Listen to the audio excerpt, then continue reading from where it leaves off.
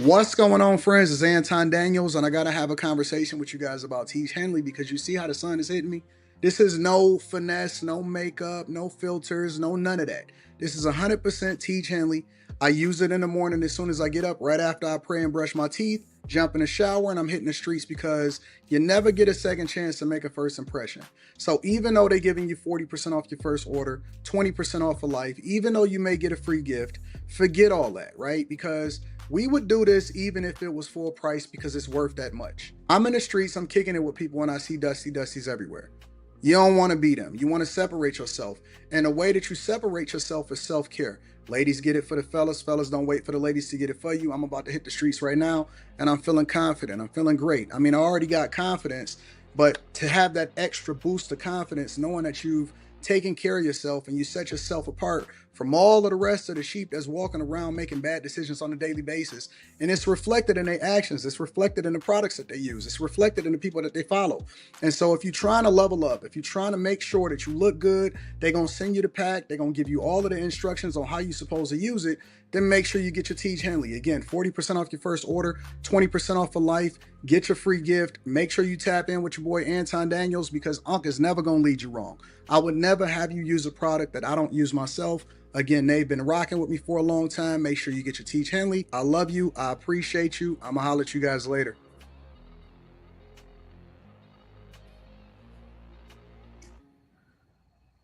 I'm not feeling. OKC. Let's go, Detroit. OKC. I'm not feeling my best right now. Let's go give it up for the Detroit Pistons. Hey, Detroit basketball. But you know what? Again, I'm okay because first of all, I think there's just the inexperience and the youth is what got to us. I think we'll be better next year. But that's what happened to OKC in the Dallas. It is, yeah. But the other side of it though is that we didn't expect for them to be this good this year. So that's a benefit. So shout out to the New York Knicks. Shout out to them. I think they're gonna get their ass kicked in the next round, but it's cool. Who they play? The Celtics. Yeah, they out of there. They might get swept. Nah, they definitely ain't getting swept. Oh, yes, they are. The Celtics sweeping shit, dog. I'm going straight to the casino after I get on with this live stream, and I'm gonna bet on them getting swept. Ooh, don't do that. Don't do that. I'm absolutely betting that. They'll win. Do that. I'm betting on the Knicks to get swept 100%. How? Well, they against the Celtics. The Celtics ain't like that. Where they gonna be? They didn't even sweep. They are. They didn't sweep Orlando because they didn't. Because Jason Tatum didn't even care. He was injured. He didn't even play a game. That could happen in the next series too. They coasted. No. You being emotional, nigga. Keep your nigga. Give me your money that you about to gamble away, my nigga. Oh, the Knicks not getting swept. Like hey, I'm gonna keep it 100 with you. The Knicks can actually win that series. Oh my! You smoking crack? Whoa! All right, put your money up right now. They can win that series. They can win that series. They don't have. They do not have anybody that can guard Brunson. The Celtics crazy. We can't be talking about the same team. You talking about that? Come on, Slimmy. That nigga Brunson. That nigga Brunson. Stop that nigga Brunson. Stop it, Slimmy. Man, hey. Stop it, Slimmy. Hey. Do not sleep on this guy. Do not sleep on this guy. You know what? Drew Holiday too old. Derek White ain't it. Now the thing is, because you said that, I'm gonna put 10K on them getting swept. Ooh. Nigga, give me half of it, nigga, and save some money, nigga. I'll give it back to you when you lose. I'm gonna bet 10K. Let me see what do that. I gotta see. I'm gonna go ahead and check it out. I already got anyways. Please don't. Please don't what? No, I'm talking about you gonna take out on us when you lose, nigga. We already got to deal with Molly tonight. It's gonna be hard enough. Jaylen Brown cannot guard. Lord. Okay, Dad, we got a new set of clavicles tonight. Okay, I see. Oh God. Dude, there's no way in the world Sorry. that they not gonna get swept. I honestly believe it in my heart. Best case scenario, it goes 5, but more likely it's definitely gonna go 4. No, it's going 6. It's going 6. 6 what? 6 minutes. 6 games. It'll go 6 games. You gotta remember, like, as much as I don't like that dude, Cat, he find a way to annoy. He find a way to annoy other players, man. And they don't play all the way that well like that. So I don't know, Porzingis. He might not have a good series. Up at Dookie, man. That man ain't shit, man. Listen, don't worry about that. I'm so glad that Carrie comes in at the time that she comes in. Carrie, you are. Oh hell yeah, that would have been nonsense. But nah, she didn't need her. You are perfectly timed, Carrie. I know that God is with you. I know that He's with you. Why? I missed something? You didn't miss nothing. You didn't miss nothing. Anyways, I'm not trying to get into a niggerish debate though. But I just need to know that it's somebody else that believes in human. Okay? That believes in what? In human. Believes in what? Human people. Okay. I do. What do you mean that believes in people? I don't understand. 1 gorilla, 100 people. Just tell me, Anton. All you got to do is tell me that the 100 people gonna win and we good. That the 100 people will beat 1 gorilla? Yes. Absolutely, they would beat the shit out of that. Okay, thank you. That's all I needed to hear. 100%. I just needed to know I want crazy. 100%. Okay. They would beat the shit out of that gorilla. Thank you. What? 100 humans. We've been 100 arguing about. average Joes? We've been arguing about this for 2 days. Wait.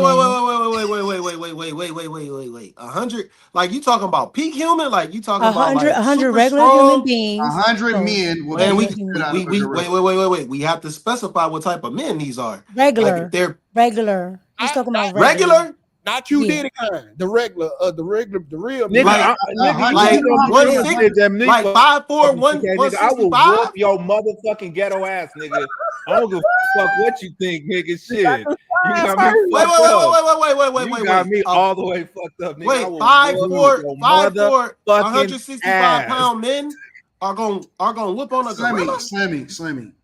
The average height for a man is 5'9", number 1. All right. That's the average height for men in general. Okay, so 5'9". Do you know how many 100 is? 100. Thank you. Yeah, but you just talking about fists, right? You ain't talking about weapons, right? Just fists. You're not gonna be able to hurt that gorilla. Yes. You're not gonna hurt that gorilla. No, he's not King Kong, bro. Nigga, you just gotta make. Well, technically, yeah, he is to a regular. No, he's gotta fuck that gorilla no, ass. He's not, bro. No, he's Man, not. Wait a minute. We have to think these motherfuckers live on their hands. See what you did, 100 men, nigga. That's a lot on their hands. Slimmy. No, 100 men, bro. man, 100 men ain't shit compared to 1 fucking gorilla. You crazy as hell, bro. We gonna fuck that man. You ain't got no guns. You ain't got no knives. Slimmy. You got sticks. He got the same. Me, you, Quentin, 2K. Oh, we dead. Nah. What? We dead. Like it's not over now. The last motherfucker I whooped his head had this same sentence Nah. that fucking 2K has, and I whooped his motherfucking ass, and that shit is on YouTube for everybody to fucking see it, nigga. Listen, I'm talking about so. Listen, now I agree, Slimmy. 100 niggas, no. 100, 10 niggas can't do no. 100 Because they ain't gonna be. No, but this is where y'all missing it, bro. It's not like it's gonna be like, okay, you first and then you second. You talking about all of these niggas getting on his ass at the same time, bro. Nigga. Yeah, that's the first wave. Who volunteers to be the first wave? Maybe 20 of us. Maybe 20 of us die or get severely injured. I think maybe 20 survive. The 80 is gonna be on his ass. If you get 20 dudes that's willing to go in head first and get on his ass, by the next wave of 20, that motherfucker he got. Yeah, because that first wave is out. We gonna listen. If I'm a part of the third wave, we gonna stomp the shit out of that gorilla. Wait, what makes you think that gorilla gonna hit the ground? If you get 20 guys that's willing to die for this shit, and we know the next 20 may get maimed. Me and the third wave, we stomping the shit out that gorilla. Anton, we ain't no stomping no gorilla. We stomping the shit that out of motherfucker not going down. I'm gouging. I'm doing all of that shit, bro. Okay, now if you start doing some wild shit, yeah, you gonna fuck the gorilla up at some point. But then that motherfucker gonna really start going crazy. It's 100 at one time. We all rush him. I need 20. We gonna kick his ass. 20 niggas on his right arm, 20 on his fucking left arm. Keep the shit out that gorilla. 20 on that nigga's head. Keep the shit out of it. And the other 30 on his head. Nigga, you got 20 per limb, nigga. Hell yeah. Nigga. 2 legs, Hell yeah. 2 limbs in the head, nigga. That's 100. Diving in head first. I'm monkey pounding his ass. Yeah, we gonna beat the fuck out of the fuck are we even talking about, bro? No, I'm just trying to imagine this. Like, I can't see like niggas just going full speed ahead and lasting after. Once the first person get hit by that gorilla, your instant reaction is gonna be like, oh wait, that nigga dead. That nigga dead as fuck. Like, okay, didn't you say something dead. like that? The guy. I'm more angry now. It's gorilla fighting, nigga. Hey, so you mean to tell me,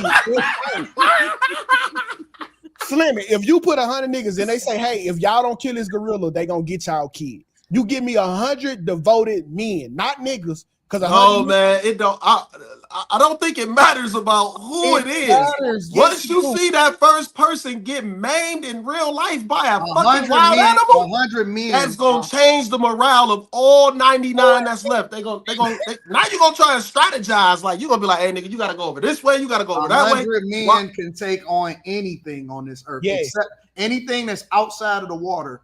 100 men could take down. In the water, it's a wrap, nigga. Yeah, the water. No, they ain't taking down no sauce. Anything outside of the water, 100 men. If Bigfoot is real, like, no, they ain't taking down. Anything outside of the water, 100 men can take down. You got to understand. What you forgetting is when we go to war, you see the person right beside you get shot. You don't stop, nigga. You keep going. A lot of people do. You know, the initial reaction is like, damn, wow, and then they go that quick. No, it's muscle memory at that point, bro. You keep going. Minus an elephant, minus a hippo. Outside of that shit, okay. But you can't fuck with no. I mean, I believe in humans. You can't tell me 100 people can't beat up no motherfucking gorilla. No. Wait. Not 100. You better keep that on 100 men, because if women get involved, niggas is gonna start losing their life trying to save the woman, trying to save the women, and that's gonna get them fucked up even more. Now, I think that 100 women, I think that 1,000 women would die, but I think that 100 men could take that motherfucker down. Yeah, I agree, and I think 1,000. 1,000 women would die. 1,000 women would die. That's what? 1,000? That's a lot of niggas. You can 1,000 women wouldn't sign smother up. That nigga. 1,000 women can cut that nigga. We're not signing up. 1,000 women gonna die. 100 men can take that motherfucker. And flip it a little bit. What about 100 niggas, black people? But we taking them down. I don't think so. We taking them down. 100 niggas couldn't take down one slave owner. Yes, they could. They just they did. Mental. It was mental. Yeah, why the niggas got off the camera for what happened? I know. Mentally, black people are fucked. I'd rather fight this battle with white people. White people don't give a damn. They think they can do some shit. I don't know if people realize how strong men are by default. Like, men are strong as fuck. We've been tapering that shit because we've been just dealing with women and they just been talking shit and they think that they strong and they tough. Men in general, bro. Like, if you've ever played around and made a mistake, like, oh shit, we was play wrestling and the shit got a little bit out of hand. Men, you threw somebody into the wall. Yeah, men are strong as fuck in real life. Not all men. Like, some niggas just don't be doing shit. Yeah, but the silverback, it's got like 4 or 5 times the testosterone of a regular man. It's different type of strength. We need 100 of us. But Mika, keep in mind that gorilla only got 2 hands. It can only punch us one. It's got 4. 2 hands. It's got 4. A gorilla got 2 hands. I'm telling you, 20 on the right. We're underestimating ourselves, bro. Yeah, they are. I don't think we are. Nigga, but we build up. You gotta have to have a strategy, and that one arm, one leg shit, that shit ain't gonna work. Okay, see, 2K, I told you that the other day. I said you gotta have a strategy. You're gonna have to be on some 300 type stuff. The first brigade gonna have to come in. You gonna have to block. They gonna have to be over here, circle team. But what do y'all think? What y'all think that Y'all think that the other 97 men is gonna be waiting while he beating the shit out of 3 of them? No, it ain't gonna happen like that. They're gonna surround him. Obviously, they're gonna have to surround him.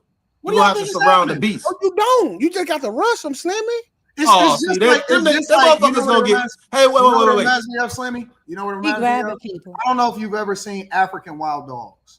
Like, African wild dogs by themselves they not shit. Like by itself, they hunt in packs for a reason. Right now, a lion will never fucking go off on a pack of African wild dogs.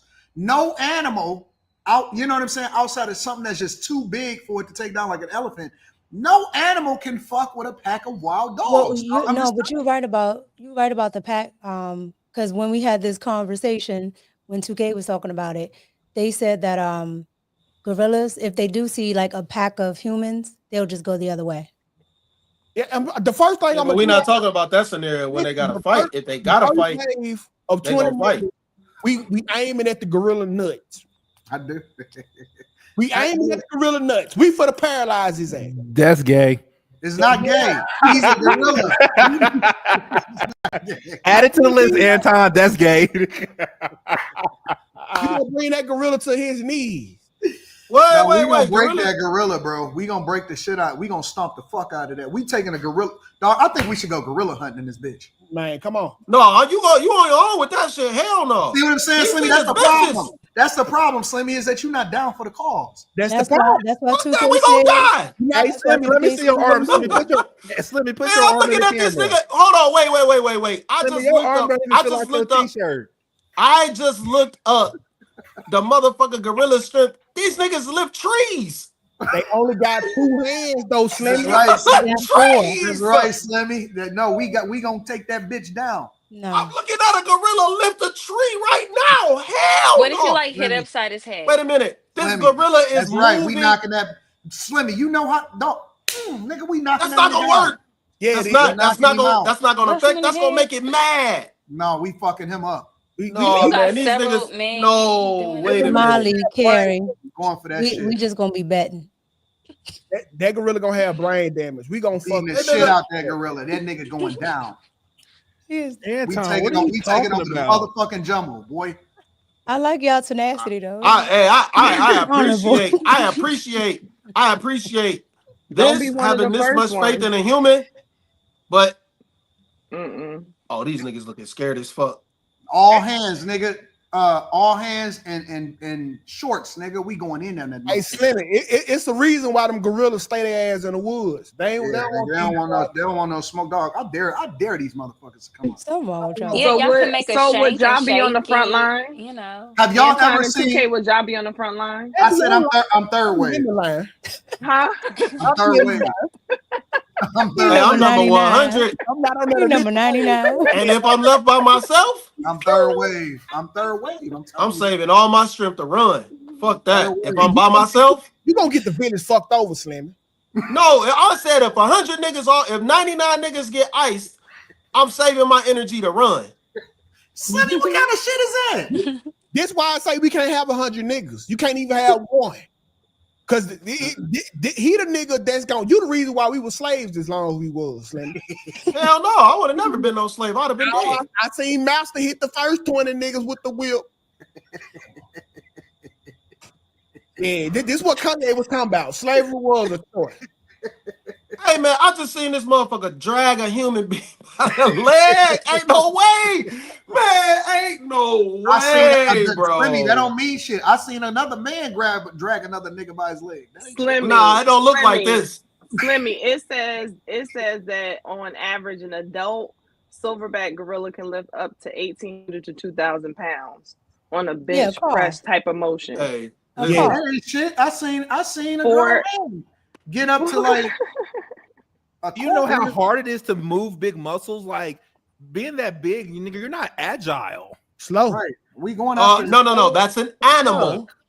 And it's very agile. We all animals. That gorilla, that silverback, he got abs on the side. It says the gorilla can move at 25 miles an hour.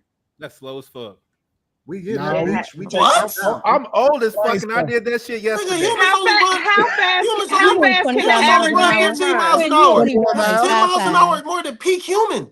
Okay, but let's We don't give a fuck. We chasing these motherfuckers NFL down. football players be reaching like 27, nigga, on a kickoff return, nigga. And they But let's consider him running 25 miles per hour with a 400 to 450 pound body of pure muscle into that crowd of 100 men. Listen, I'm more. Wait, how much you weigh? How much you weigh? Because they eat clean. 400 to 450. Yeah, why you talking about? Listen, I don't think we should be. Listen, bro. The only animal that is like that height or similar stature that we should be scared of, maybe a fucking bear, nigga. But other than a bear, we could take a gorilla. I'd take a gorilla over the bear all day long. What about the giraffe? Gorilla's like 5'8". Beat the fuck out that gorilla, cuz. Enrique is just letting y'all know that it's possible for y'all to take them down, but it won't be quick and it won't be pretty. It's gonna be a bunch of people are gonna die. It's gonna be Anton because he was 99. Ain't gonna be no Anton gonna be in the back, yo. No, I'm not. No, I'm not. I'm leading the third wave. That's number 99. Anton a bitch. That nigga said he leading the third wave. He don't want to be first. No, because I gotta make sure that niggas. I'm willing to go on the first wave, but I'm too rich, so I got value. Nah, the first wave is always got to be niggas that ain't got no money, and then you get to the niggas. Then get 100. Then get 100 rich men. It's 100 rich. That shit men. They don't work the same. Yeah, they definitely gonna play the same. They gonna try to manipulate the fucking gorilla. Come out there with bananas and shit. Man, I'm honest to God, bro. I think we could take that shit. We definitely could, bro. Can y'all please let us know if you decide so that we can be sure to capture the content? Yeah, we would like to watch. I advise this not be tried in real life, and we just keep this. Somebody gonna try it. You say what? Slimmy, you taller than the fucking gorilla, bro. No, I'm not. Yes, you are. You motherfucker 6'8". No, that have to do with it, nigga. Tall nigga, the taller you are, the harder you fall, nigga. Gorillas ain't tall, Slimmy. That motherfucker man me, man. They will lift him up like 200 pounds. That mother 200 pounds more than me. Like Rafiki did Simba on Lion King, nigga. Hey, nigga, you ain't. Hold on, think about this. You ain't safe in the trees. You ain't safe on the ground running. We not hiding. You gonna have to do something. You can't take that mud head up. We not hiding, nigga. If you don't strategize, you don't try to use some nets or something. That mud gonna maim everybody. This what's gonna happen. You gonna run from the gorilla. He gonna chase you, and you gonna have to do a 1v1. That's facts. You gotta stay with the pack. Hell no, ain't no 1v1. No, if you gonna catch you, bro. You gotta stay with the pack. We gotta stay. Y'all ain't got no endurance. You don't want that 1v1 now, Slim. You ever seen Gladiator when they got inside of the arena and he said, "Stick together"? I go forever and ever and ever. Slimmy, I'm willing to die killing this gorilla. You down with me or what? We not dying for no damn gorilla for no fucking fake theories, man. No, we not going to the jungle. We not doing none of that shit. We not going to no fucking jungle. First off, Slimmy. Hold on, wait. First off, think about this. Slimmy. If me and you, we in the woods and we run into a motherfucking gorilla, and I say, Slimmy, fuck this. And ain't no running back. Ain't no turning back. I'm out, nigga. I'm running the other way, nigga. I'm talking you out of that shit. I'm talking you out of that shit. We can't get away from him. We gotta face him. That's no. You just said it ain't no hiding. You said it ain't no hiding. We gotta face this motherfucker. No gun. No, we don't. It's just us. Fix your face, Molly. We gonna have to get some. We gonna have to get some fire. We gonna have to get some fire. We gonna have to start a fire somehow. No fire. Y'all better hide. We got 6. Give me 99. Gorilla. If y'all have, what we gonna do? Die? We gonna kill that motherfucker. We going after him. We going after him. Nah, you don't stand a chance. No. We not gonna wait for him to come to us. We coming to him. You gonna put a stick in his ass and that's right. Wait. No, you're not gonna say that's right over those sticking no booty of no animal. You saying that we just gonna We gonna put a fire log in his ass. We ain't gonna fucking nigga, we ain't the one. Wait a minute. Why Hey, did you y'all better say get we with the gonna put a program, stick in his ass? How did y'all okay, get Slimmy, on this so- topic? Wait. The nigga just started talking. Hold on, wait. So what we gonna do, Slimmy? How do you suggest we handle this? Man, we gonna have to put something in that motherfucker's eyes and get out of there. What do you We mean? can't get to it. This gonna be us raving the red flag, nigga. Man, we got to put a stick in that motherfucker's eyes. We You put a stick in that motherfucker's eyes, he ain't gonna he going down. Cut the camera on. Let me show you how I'm taking down this goddamn gorilla. Me and Slimmy together. I need a weapon. I need a weapon. You gonna need a weapon. Like you gonna be running, my guy. I need a weapon. I need a weapon. So Slimmy, you gonna let me be out there dying by myself? Yeah. No, I mean I ain't let nobody die by this. If it's my people, we talk. Now you talk about that 100 versus 1. Like I'm not fucking around with no niggas, no random ass niggas trying to fight no gorilla. If this is dire, Look. So it says if y'all ever got caught in the wild with an angry gorilla, don't run because running triggers a chase response. Slimmy, Stay still and slowly back away. Avoid eye contact because they see direct eye contact as a challenge. So look down or to the side. Fuck that. Make yourself small. Fuck that. Bow. Crouch down. This is my earth, nigga. This is Don't my stand You tall. gonna kill me. I ain't for the power for no gorilla. Stay quiet. Stay quiet. I have a song to sing. Hold on. And if it charges, we get here. if it charges, because gorillas often do a bluff Bitch, I caught the charge. bus. Stay still, and if it makes eye contact, drop to the ground and play submissive. no, fuck you gonna get stumped out. Oh, hell no, nigga. You gonna get stumped out. No, that listen, might work. that's 'cause gay. He gonna, hey, listen. He No, it might gonna work do 'cause that kids fake have charge. He gonna You do that better fake humble charge. yourself. You put something in that motherfucker eye. You better humble yourself. No, Carrie, that really might work because kids have failed in the gorilla pen before the zoos. That is true. I've seen And those they're videos. usually crouched up like this, and the gorillas don't bother them. No, we going in. I'm definitely going Yeah, in. because it knows it's a child though too. It don't does. see it as a threat. That's, It don't see it as a that's threat. probably why it says get small. Am I injured? No. Fuck, man, I seen Leonardo DiCaprio kill a whole fucking bear. Fuck that shit. I just said it in my head. all about me. In that It's movie not where he was fighting the bear, I just said it I in my seen head. if Leonardo DiCaprio can kill a fucking bear, What that motherfucker, I based can on a kill true a gorilla. story? Yeah. Yeah. What movie y'all talking about? The Revenant. Oh yeah, that was a good ass movie. That was a true story. And he tore his back up. I want no true story. And after I that, dare a motherfucking That gorilla. was based on. That wasn't based on a true story. I thought so. I dare a gorilla can piss me off, nigga. I'm talking shit. I don't know if they. You see the gorilla. I seen in Anton pissed off, nigga. Y'all might not. Slimmy. What?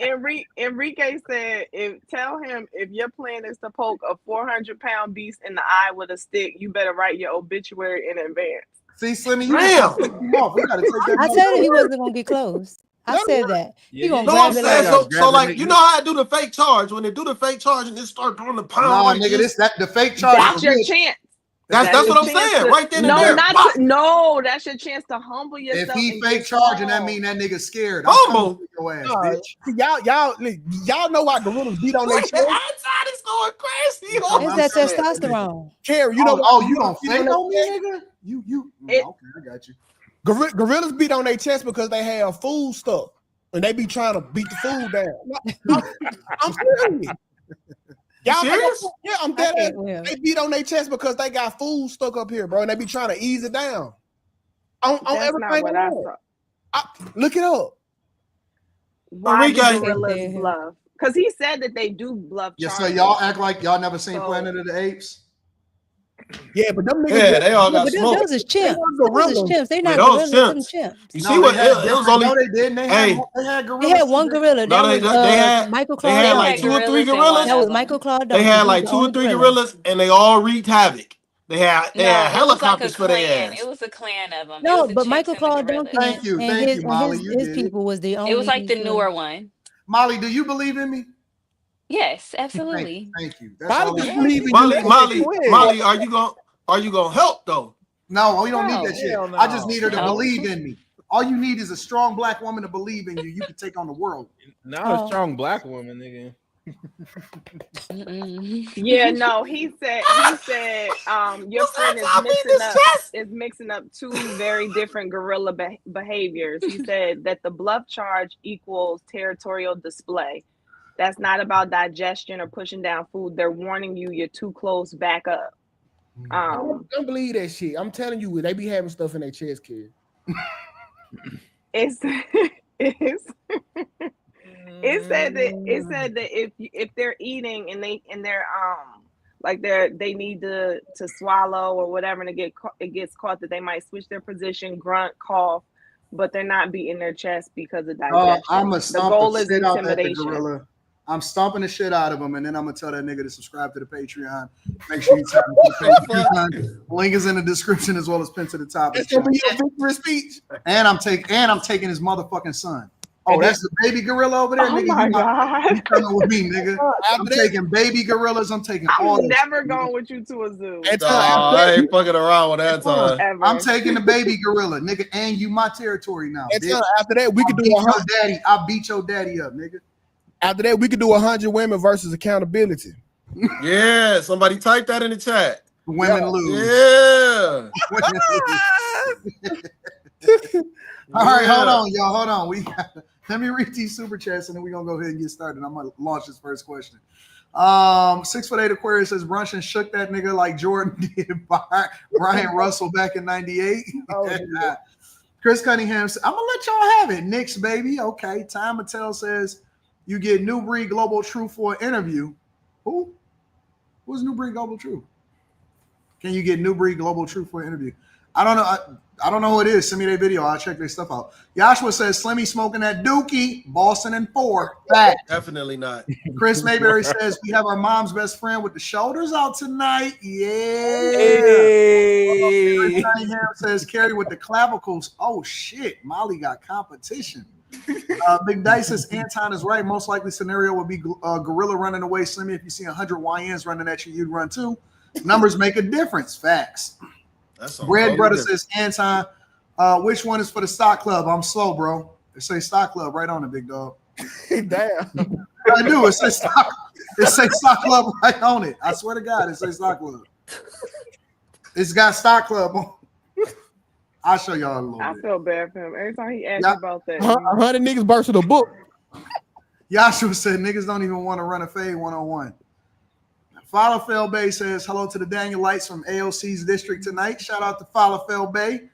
Chef G Rap says y'all bugging 100 men, not even beating one chimpanzee. Y'all forgot about Travis. That crazy. 6'8" Aquarius says I'd rather go through Squid Game than fight a gorilla. I'm 6'8", 390. Oh, you coming to motherfucking front line. You on that first wave. Oh, that nigga need to fucking stop eating. That nigga big, nigga. That's big as shit. I don't give a fuck how tall you are. 6'8", 390 is massive, dog. Nigga, Joshua says, nigga, you should be in the WWE. That nigga got fat fingers. What?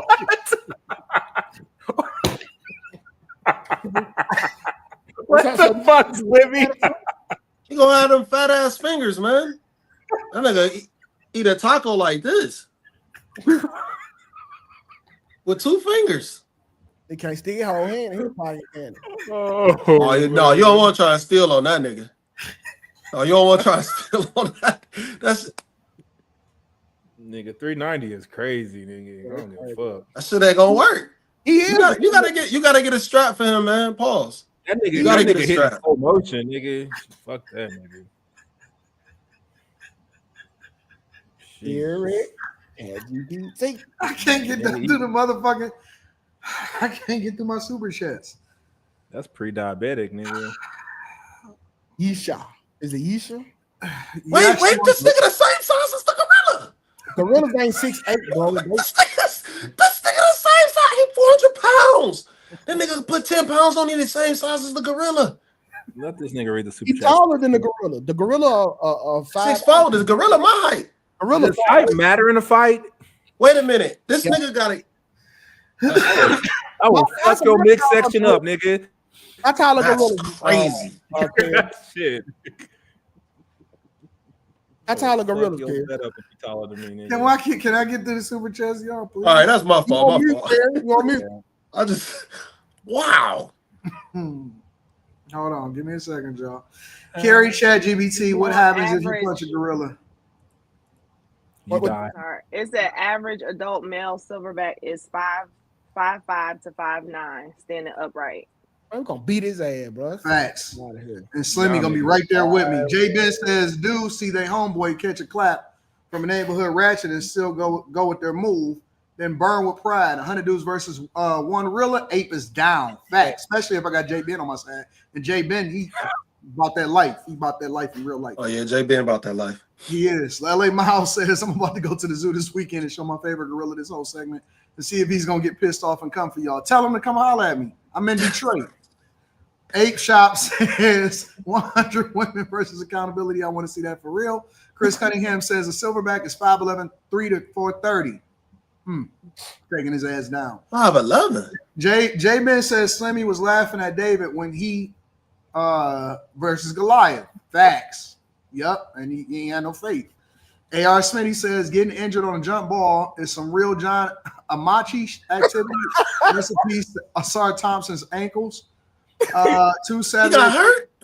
Too Savvy X says high school varsity boys team beat the Australian women's Olympic soccer team and those boys dominated them. McDice says I saw 10 tribesmen in Kenya chase off. I seen that too. Chase off a male lion with sticks. It made Mufasa run. Y'all need to go back and watch that. Geo.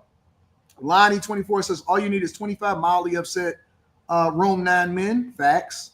U-How says here's $10 for the candy yams at the repass. See, these dudes ain't got no faith. Molly like men are too gay to fight a gorilla. Molly is like men are too gay to fight a gorilla.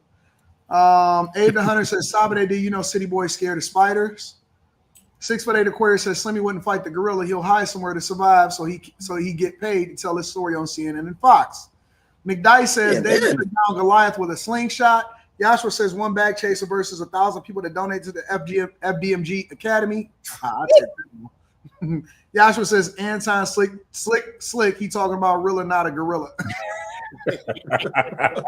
The best feeling of success says, is it gay if you don't know? It was a man. During my vacation in Bangkok, Thailand, I woke up to a morning wood and it wasn't mine. Wait, what? Yeah, that's gay as fuck, bro. Devastator says I'm with Anton. I'm throwing hands. Abe the Hunter says a lot of arms will be thrown off. Nigga, I still got teeth, nigga.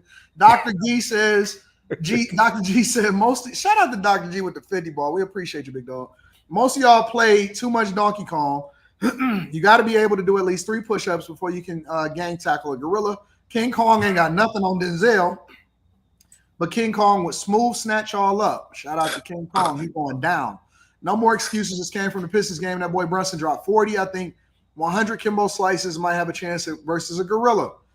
Willie Love says 100 men will win because the gorilla will get tired fast. The thing we need to talk about is who will volunteer to be put on the shirt.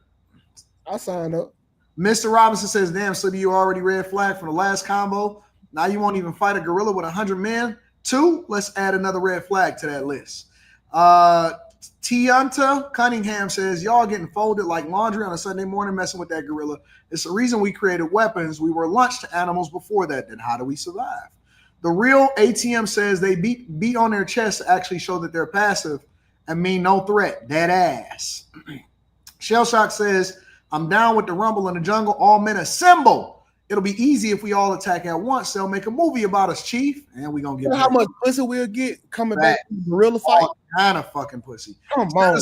Set apart soldier says all the gorilla got to do is use 3 bodies as a nunchuck and we cook. Michael Mitchell Jr. says, panel question. If 100 men versus 1 woman more relevant, AD third wave is wild. We can't get no Patreon resources for this shit. MP says, F it. I'm with Anton. We going out on our shield. I like that shit. See that? 7 Mile and Chippewa didn't prep you for a gorilla. Yes, it did. Yes, it did. Brian Dever says, after that fight over that girl back in the day, Anton only good for playing the drums in the battle for moral support. Y'all know, I don't think y'all really realize. I don't think y'all realize how big Julio was. I was beating the shit out of him. He got Who the one fuck is hit. Julio? Julio was the dude that I got into a fight with over the girl back in the day. All it takes is one, nigga. All it takes is one. Well, his real name was Edwin. His real name was Edwin, but we called him Julio. Listen, that gorilla going down. Fuck your nigga's name is Edwin, nigga, for the time being, nigga. Slump Gang says, call Peter. Red, white, and blue. Ivan Boy says, first of all, hold on. How many of you niggas have ever even got into a fight?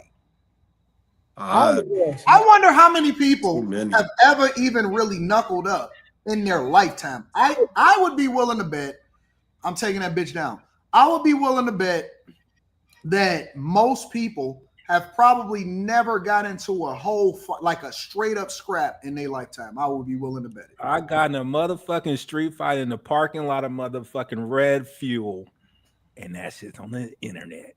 I guarantee you most people, and that's not even a bad thing. I'm not saying that it's a bad thing because you understand avoiding confrontation is a good thing. But I guarantee you that most people have never straight up got into a straight up fight in their life. Most men have never. I've never been in a fight. We're not talking about women. We're not talking about women. I think even the biggest man. I guarantee you, most people have never straight up got into a straight down scrap 1-on-1 and got it in. I think the one thing that people don't realize in a fight is like, nigga, it's tiresome throwing punches. Yeah. No, it's tiresome, nigga. Nigga, take a shit ton to throw a punch, nigga. And it slow down, like kind of like having sex. That time ain't the same neither. Like when you fighting, a 1 minute fighting and 1 minute having sex, that you in an alternate universe. That time slow up. 1 minute for like fucking 30 minutes, nigga. Bro, it is a hard fight. That's why I guarantee you minutes. I think that most men back in the day, nigga, feel like nigga, you went like fucking rounds, nigga, and it'd been like 5 minutes. I think that most men under the age of 40, no, I ain't fighting for no 30 minutes. Most men over the age of 40, I believe, have probably gotten into a straight up scrap before. I ain't talking about no jump. I ain't talking about none of that shit. I'm talking about straight up scrap. I think that most men under 40 probably have never got into a fight in their life, which is cool. Yeah. Which is cool. I think that that's a good thing.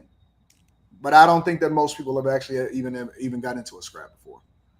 So, let me read actually, the you know, the first fight I got into my whole life, I was in that nigga's wedding.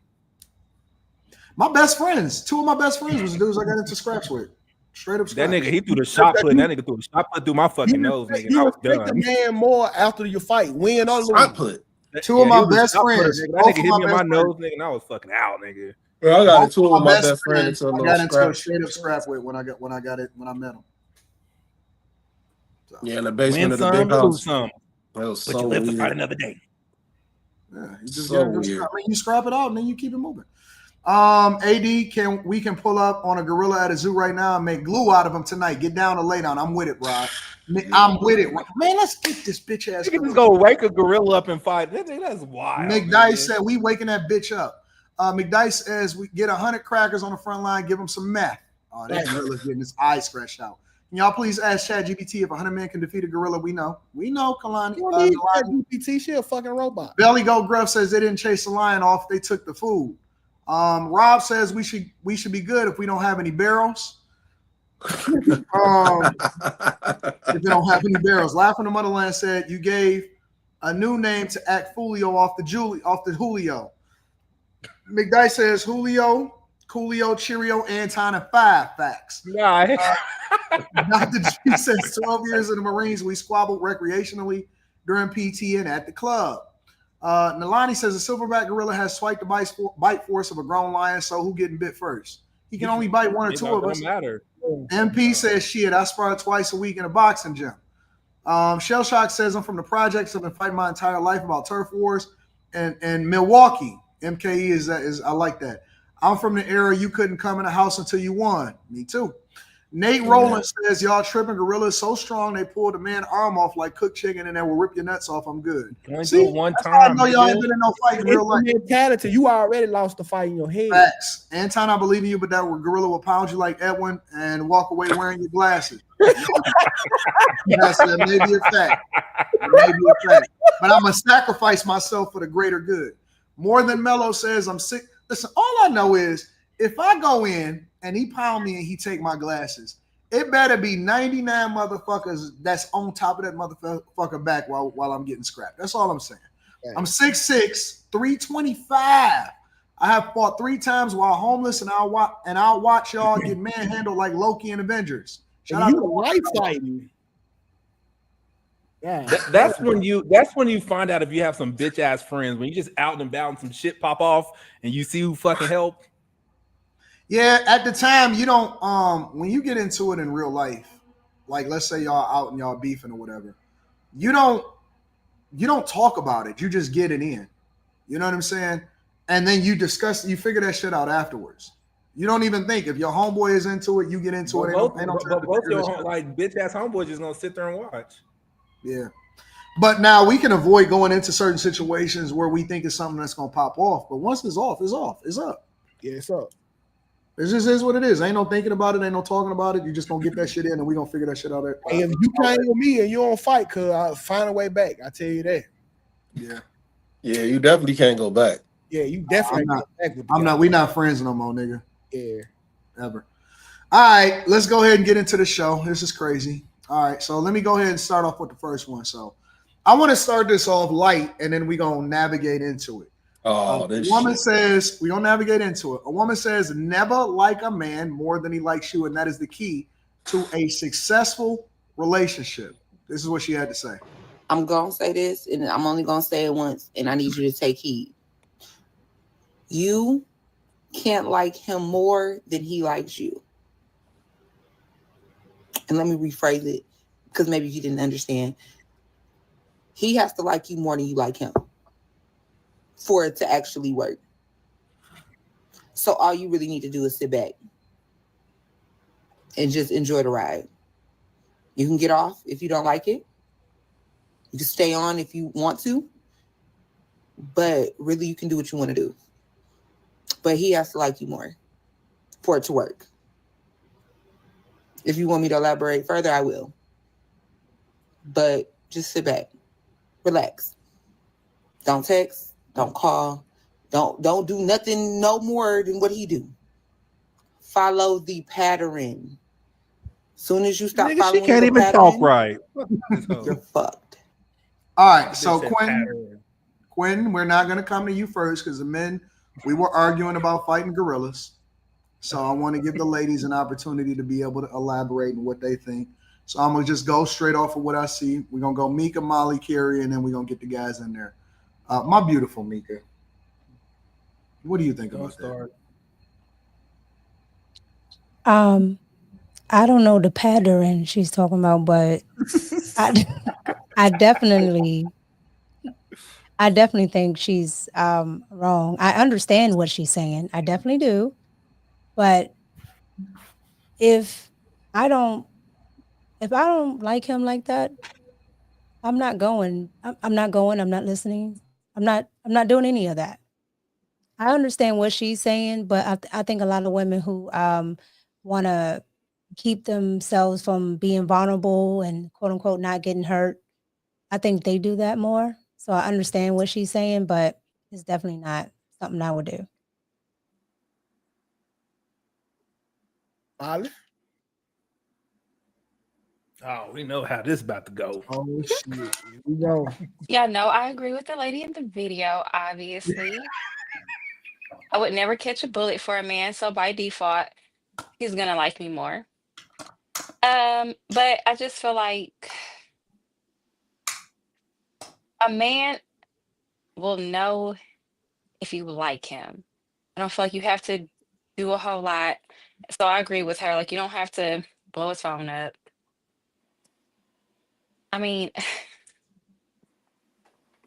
I don't know. I don't really know what to say. Let me ask you a question. You know exactly what to say. You just don't want to say it. Let me ask you a question, Molly. Do you think that it's difficult for a man to tell whether or not a woman likes him if she does not, in some way, shape, or form, kind of leads with, you know what I'm saying, her whole sentiment of, hey, I like you, or, you know what I'm saying, she got to kind of put that out there, especially in today's climate? Or do you think that a man has to be a lot more aggressive inside of the initial parts of the relationship? I think the man should be more aggressive in the beginning. I feel like I think people think not liking a man more than he likes you means that you don't like him. I think that as a woman, I understand that men and women love completely differently. So for me, trying to like him more, it's not gonna work. Like the dynamic is gonna be off. I feel like I can still make you feel secure in the fact that I like you without liking you more. I would I never ran take a out of bullet hats for a soon. man. None of that. Like none of that. So I don't know. And I don't know too many women. I mean, I'm sure there are some women who would catch a bullet or stand in front of a train or something for their man, but most women would not. So I think we gotta That's be not. realistic. What is this bullet? I Who think inserted most men bullet? like their women more. What? All right, Carrie, let me get your thoughts. Y'all be Carrie. willing to die for y'all women. That's loyal, nigga. That ain't like. I think that this whole topic of like Go get all the hats on. like 2K. him, like him more than he likes you, he should like. I think it's kind of stupid. I think what she's implying is if a man likes you more, then he will really show interest. He will pursue you. He will make it about you. He will, and I really don't like. I don't think that I wouldn't want a man to be all like that on me all the time anyway. Like I think that women might think they want that, but I think that over time they would start to view that in a negative way. And I think it's the same way with finding a woman who likes you more. A man who is just so, because she said you could sit back. I think she said you could sit back. You won't have to do anything. He'll just. I didn't hear what she said. Like he'll just be there, or he'll be on. I didn't hear the rest, but it seemed like she was saying he'll be all on you. Like he'll be around you. It'll be about you. It'll be effortless, and I think that's. First, why are you making that sound? That's not what she was saying. Sorry, I thought I was on mute. My bad. That wasn't what she was saying. No, this is your opinion. This is your opinion, Carrie. Oh, so I mean, I think that the reason that she was given, it sounds good, but I don't really think that a woman would want that all of the time. And I don't really understand how would you even measure who likes who more? Like, shouldn't you want to be with somebody who I like you, you like me, you show it in your way, I show it in my way? I don't. I never really understood this whole. But how do you know I don't get that? how you measure that. Like, why? I just kind of look at it as like, are you interested or not? Like, who's more interested, and how do you even? It's always psychological. It's always a game, even if people don't want to admit it. It's always a power dynamic. Always, like. Now I need you. I need you to lead in love. It just is. It just is. I know people don't like hearing it because we've been brainwashed by Disney. But come on. I don't. But men like when you pull back a little bit. They like when you're a little mean. They like when you they don't kind of know where they stand. They just do. Y'all just like that. How the fuck you don't? Maybe not to where it's like super but even crazy. if that were, but even if okay, so let's just say that were true, Molly. Let's say that were true. But what you're describing to me sounds more like a strategy and not like the woman genuinely doesn't like him. To me, if you're willing to do all of that, you probably really do like him. Because why, if you don't like him, would you do all of that? No, a lot of women are like that. They will do this whole strategy game, and some of them. I mean, it's like that's why they made that movie too, could play that game, because that's how most of them think. Right, but that's my point. If you're gonna do that, you like him. Yeah, I did not say that liking him less means that women I just out don't here like playing him games. at That's why y'all all. motherfuckers they do because they're afraid of being vulnerable. More, I'm never gonna be a man's provider. It's just certain things I'm not willing like him to or do. You don't. Okay, Molly, wake up. Okay, first of all, okay. What are you talking about? The woman has to like you more. Okay, first of all, when we first started talking to you, we really didn't like you at all. All right, but we got the ability to go along with it until we grow into liking you. If you don't like me, do you know what you would do for me? Not shit. You won't wash the dishes. You won't shut up. You won't respect me. So therefore, who said that I don't like you just because I don't like you more? I'm the prize. Why would I like you more? Have to like you're more. You have what to the like fuck? men. We don't have to like all. She said it, nigga. No, we don't have to like all for us to get horny and fuck you. You have to like us to get with you. It's women who sleep with men every day that they don't care about. Listen, them hoes wired a little different. But for the average woman, you have bullshit. to like a man more. Liking a man more is what that woman did who ironed her husband's I think we clothes need to so he could address go the fact that cheat. Molly said she's That's the prize. liking a man more.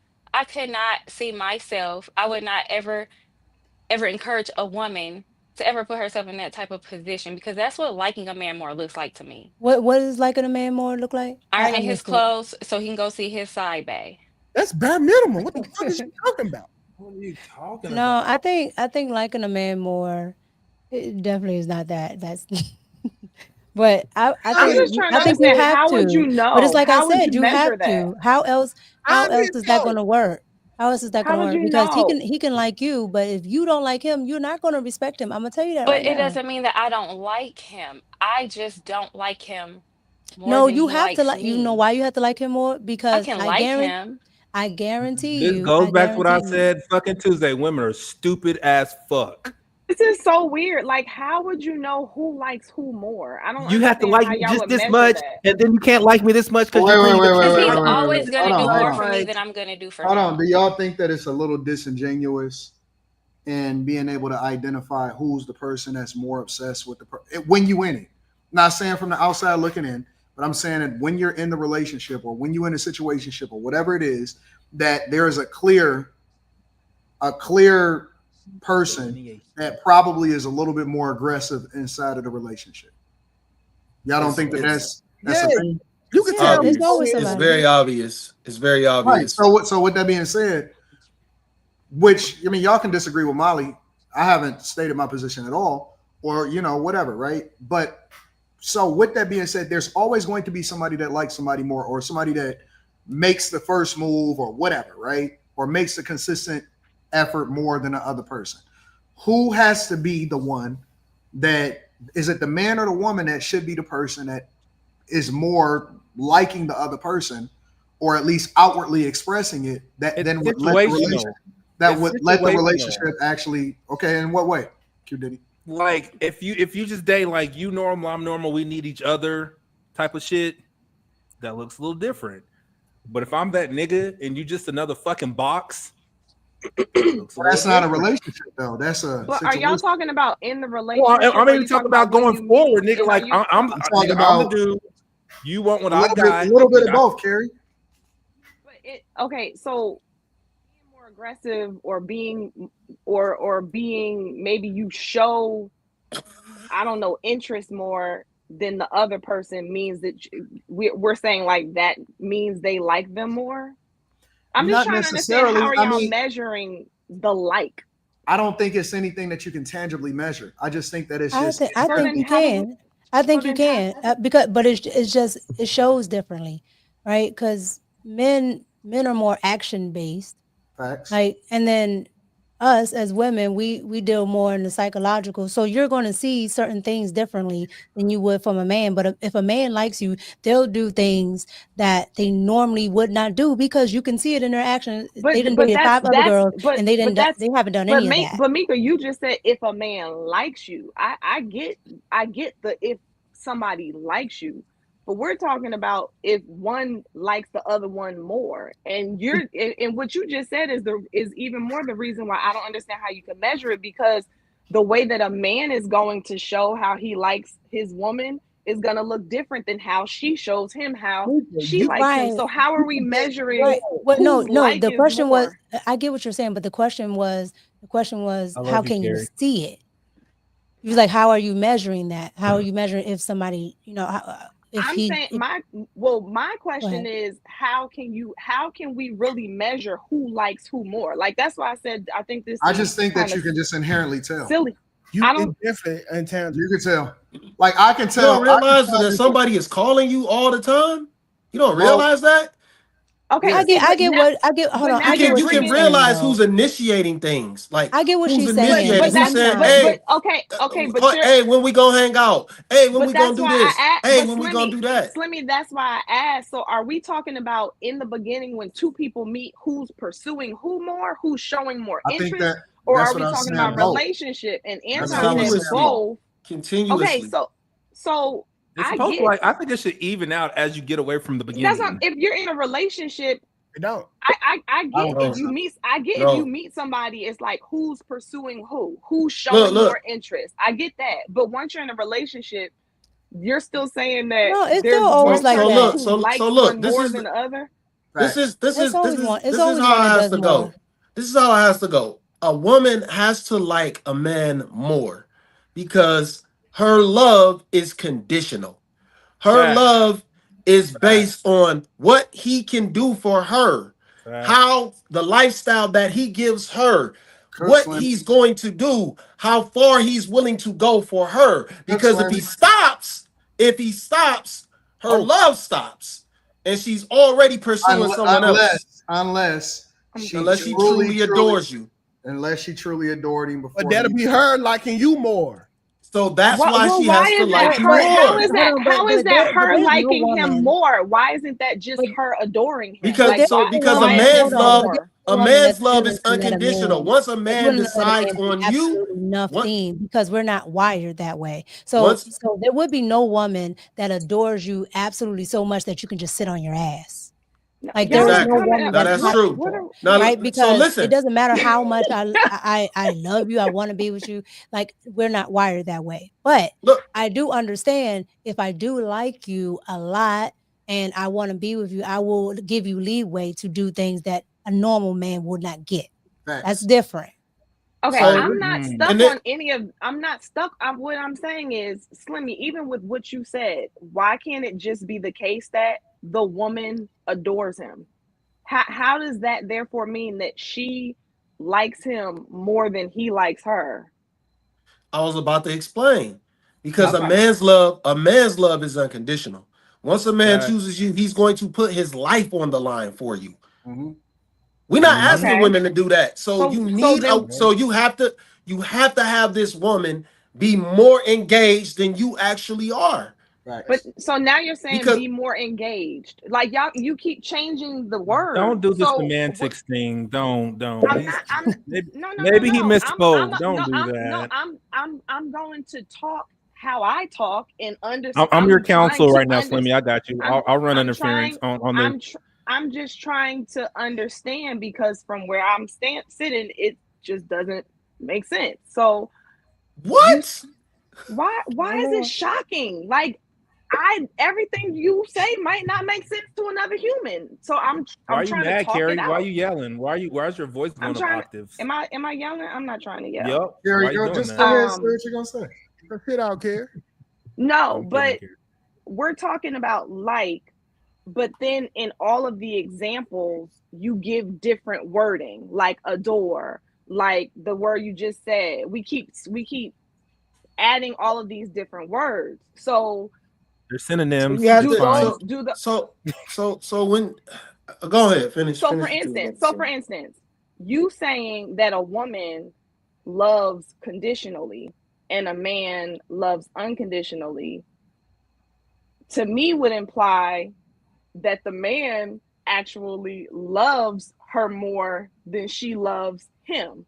And so you're saying because of that, she needs to like him more than he likes her, because he loves her unconditionally, and she only loves him based on what he provides. Hold on. Balance. So let me explain it to you like this. Carrie. I think where you're getting caught up is that you think that our love is expressed the same. So no, I don't. So when Slimmy says loves unconditionally, for example, what we a lot of times how we communicate we love you is what we do for you, or how we take care of you, right? And so a lot of times it is an action that we're doing to show you. It may not be outwardly expressed, but it is an action, right? Whereas a woman, a lot of times what we look for in return is acknowledgement. We look for appreciation. We look for peace. We look for sex.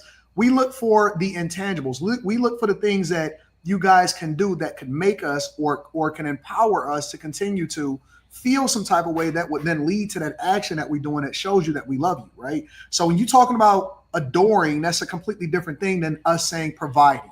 So we getting caught up on the semantics a lot of times of how men love women versus how men show that they love women versus how they show that they love men. But I personally believe, similar to what Slimmy was just saying, that it is important for a woman to outwardly show that she likes a man more than for a man to outwardly show that he likes her more in order for the relationship to continue to be very, very high value and high, you know what I'm saying? It's for it to be very, very productive. I don't know if that helps. Well, the last part is helpful. The context of the last part. You think that a woman should outwardly show it more than a man outwardly shows it because 100%. The way that you guys would take that, because the way that you all would receive that would have, let me hold on, let me back up. The way that you guys would receive it would help you all to know that we genuinely like you, appreciate you, you know, X, Y, and Z. Because a man chasing a woman around is I don't want to say it's weak, but it's not reinforcing. You know, because when you chase, what you chase can run away. But men are the hunters.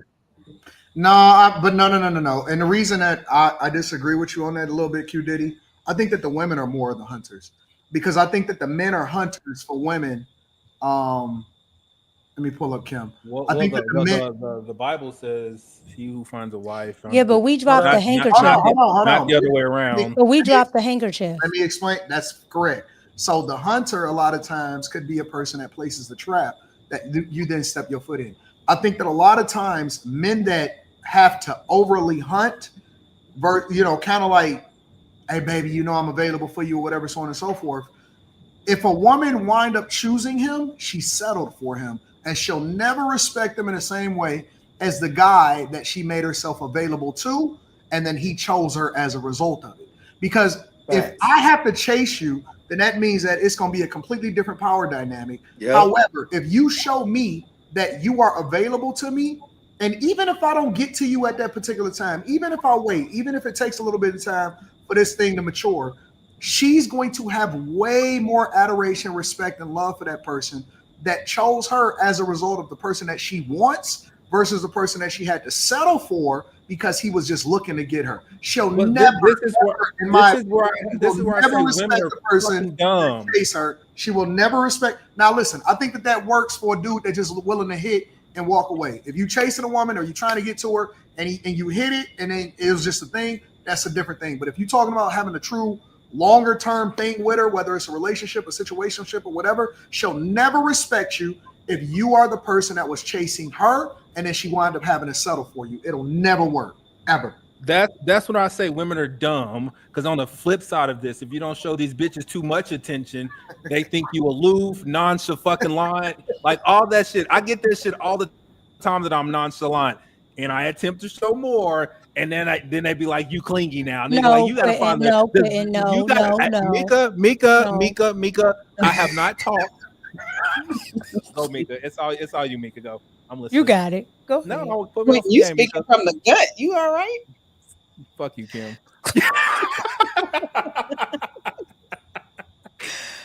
No, Quentin. You are definitely a nice guy, but I know you. When somebody tell you that you're doing something, you gonna go overdo it.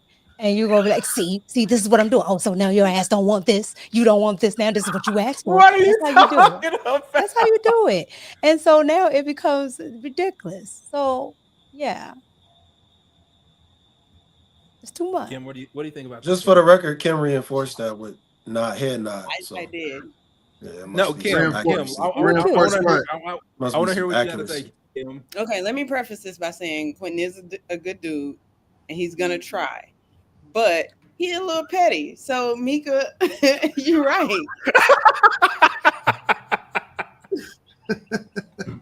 You are so right.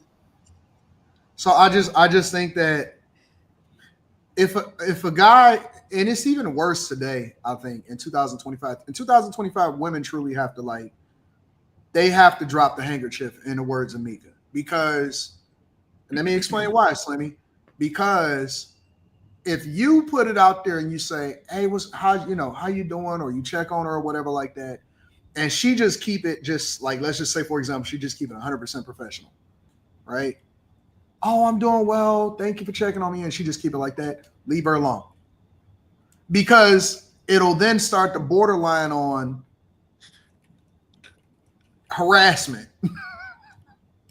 Because if she wants you, she gonna let you know. Hey, whatever. I see what you said. Something. It's gonna be a thing. She'll respond.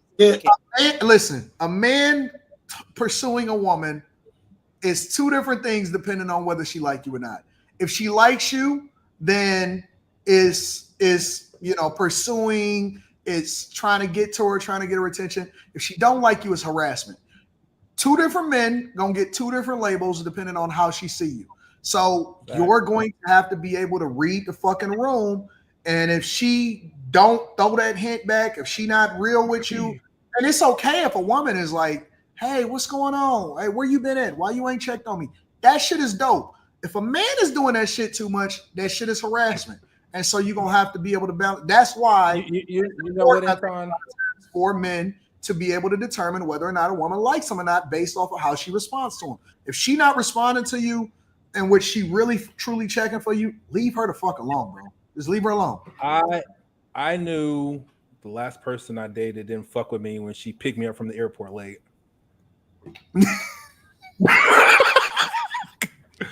I said, nigga, if you fuck with me, your ass would have been on time waiting on my plane. I guess if I had the bottom line, what I'm taking from this though, it's like, don't let the man have to guess how you feel. Don't let the man have to guess what you thinking about him. Like, don't make him guess.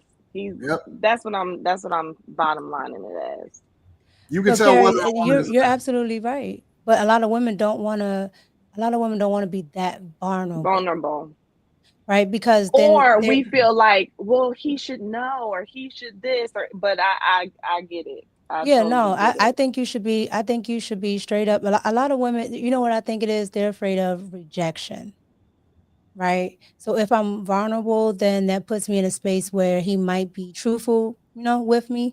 And then he might say, I don't really, like you like that. I don't want this, that. And a lot of women don't want to deal with that. So they just stay closed off. And it's kind of like what. It's kind of like, and then I'll wait for his lead. That's why I said I understood what Molly was saying. And wait. That's why I don't believe in like overly pursuing a woman. I just don't believe in it because I just think that she'll let you know if she with it or not. And if not, then just be amicable and move on, and y'all can just be cool and life is good. Like life is still gonna be good for everybody. But you never have to cross that threshold to where shit get uncomfortable. I think the woman should respond and reciprocate.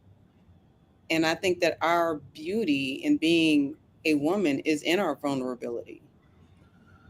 So, but you have to be confident in that. You have to be okay if this man doesn't choose you. You need to know that within yourself, you're all right. It's just not a match.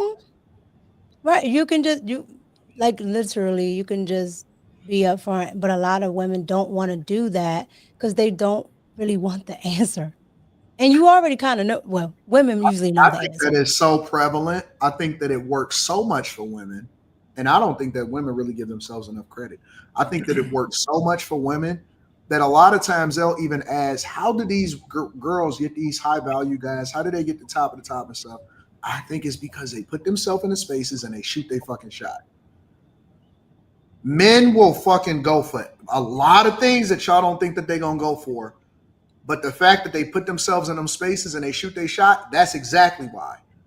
Have y'all ever seen a lot of times that the same woman get with this guy and then she'll move over and she will get with this guy or whatever? And it's because she at the fucking hotel. It's because she at the Four Seasons waiting on that nigga. It's because they know that he coming in and his plane is coming in at that particular time. It's because they be in the spaces. Now, listen, I have been to enough basketball games because as a season ticket holder, I have been to enough basketball games to where I know where the women that are trying to get chose where they're going to sit.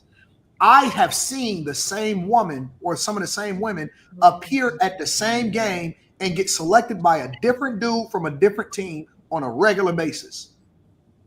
It is a thing, I'm telling you. They put themselves in the position to get the guys, and that's how they get with the dudes. They choose them. They choose the guys before the guy choose them. That is how women get the men that they want. It's not going to happen by you just sitting around. Go ahead, Molly.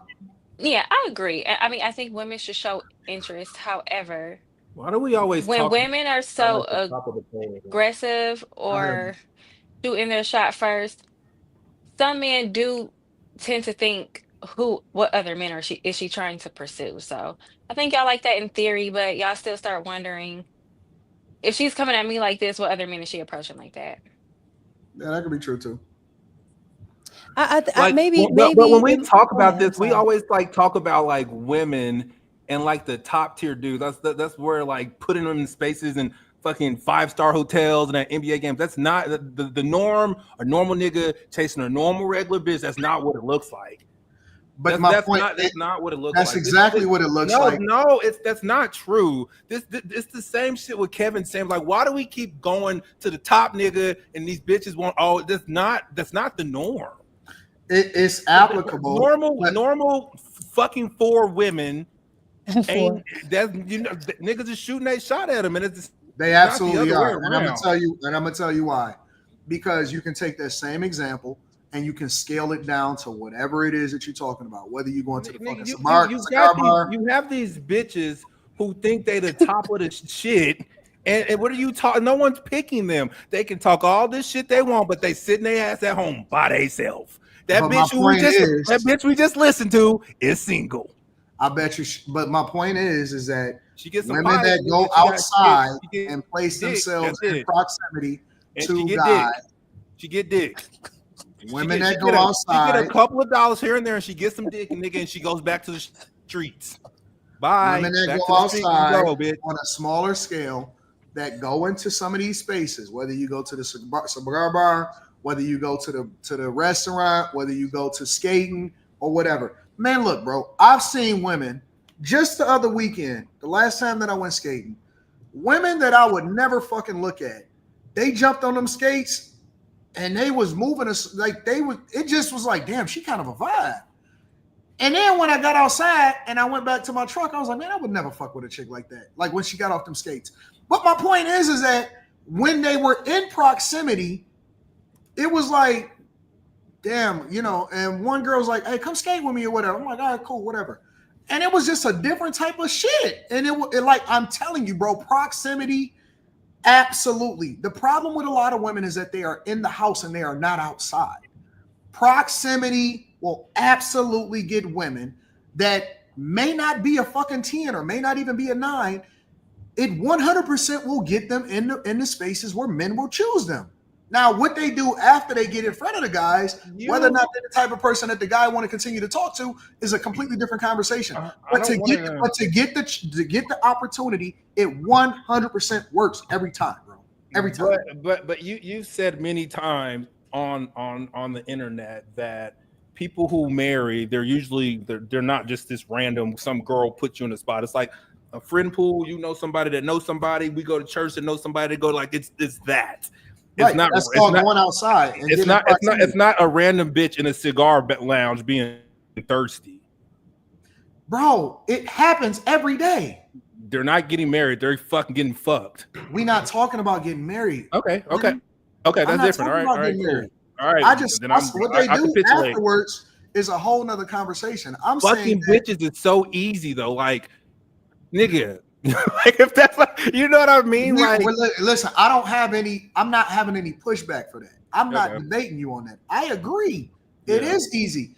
A lot of times guys don't get them because they're not outside either. But all I'm saying is when women go outside and they place themselves in proximity of guys and they network effectively, they a lot of times do get opportunities. If y'all think that a lot of these women that may not even be like 10s and 9s, it's not getting fucked on. They are. Women get way more sex than men. no matter what they look like. And a lot of times See, they know women are dumb and they're fucking sluts. Not all of them.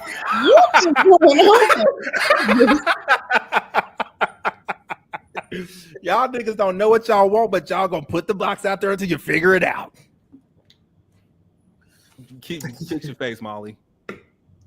Let me read some of these super chats. I got another question. I'm gonna jump around with y'all tonight. Let's see what we got here. One After Hours episode versus 1,000 LaPeep shows. I will whoop that nigga JR's motherfucking ass. Oh, my bad. God bless them. I hope that they do well. I have nothing against them whatsoever. They don't, they doing their thing. I'm gonna do my thing. I don't even check for them. God bless them. Antonio Watkins says Duval County equal too many fights when you're 14 and maybe shots fired afterwards. Laugh from the Motherland says sigh. Average women gives advice to leave other women sad and lonely on some Keisha Cole shit. Real ATM says a woman has to like the man more because he has to provide more. He has to check more boxes to satisfy you. So you have to like him more because he has more to offer, more than the ones who you don't like. Blue Blood Royalty says I tried to hang, but I just got off of work. Shout out to the panel. Much love to the panel. Good show as always. And from what I watched, salute time, and he's going to bed. Shout out to Blue Blood Royalty for checking in. Just my 4 cents says more sprinkle internet nonsense. Ando says Molly looked like she in high school back there. Blue Blood Royalty says, by the way, Molly on some BS. McDice says, Molly, please get baptized in the blood of the Lamb. Big Saint 2K says, don't agree with this. I don't agree with this. Men should love their purpose more than a woman. But for the conversation, if this is true, and if they should have this mindset, why do nice guys finish last? Fair observation. Uncle Ben's Rice Nephew says, somebody get Molly to the gorilla. Christopher J says, Molly, respectfully, what the hell you talking about? Big Saint says, Molly, Molly, Molly, shaking my head. Dr. G says, a woman who will risk her life by passing a human being through her body loves a man more. Most men wouldn't pass a kidney stone for anybody. Rock says, liking a man more is chasing him in his cyber truck. Connie says, niggas been gassing Molly since middle school, though. Brandon Jordan Comedy says, Anton, how can I join the panel? I guess email me at antondaniels413@gmail.com. And shout out to Brandon's Jordan Comedy. I appreciate you, bro. Yashua says one of the best sitcoms with the worst message was Family Matters. Steve liked Laura more and humiliated him until the end. But Myra liked Steve more and he should have chosen her because of that. MP says, Slimmy, preach. MLK will be proud of you, my dog.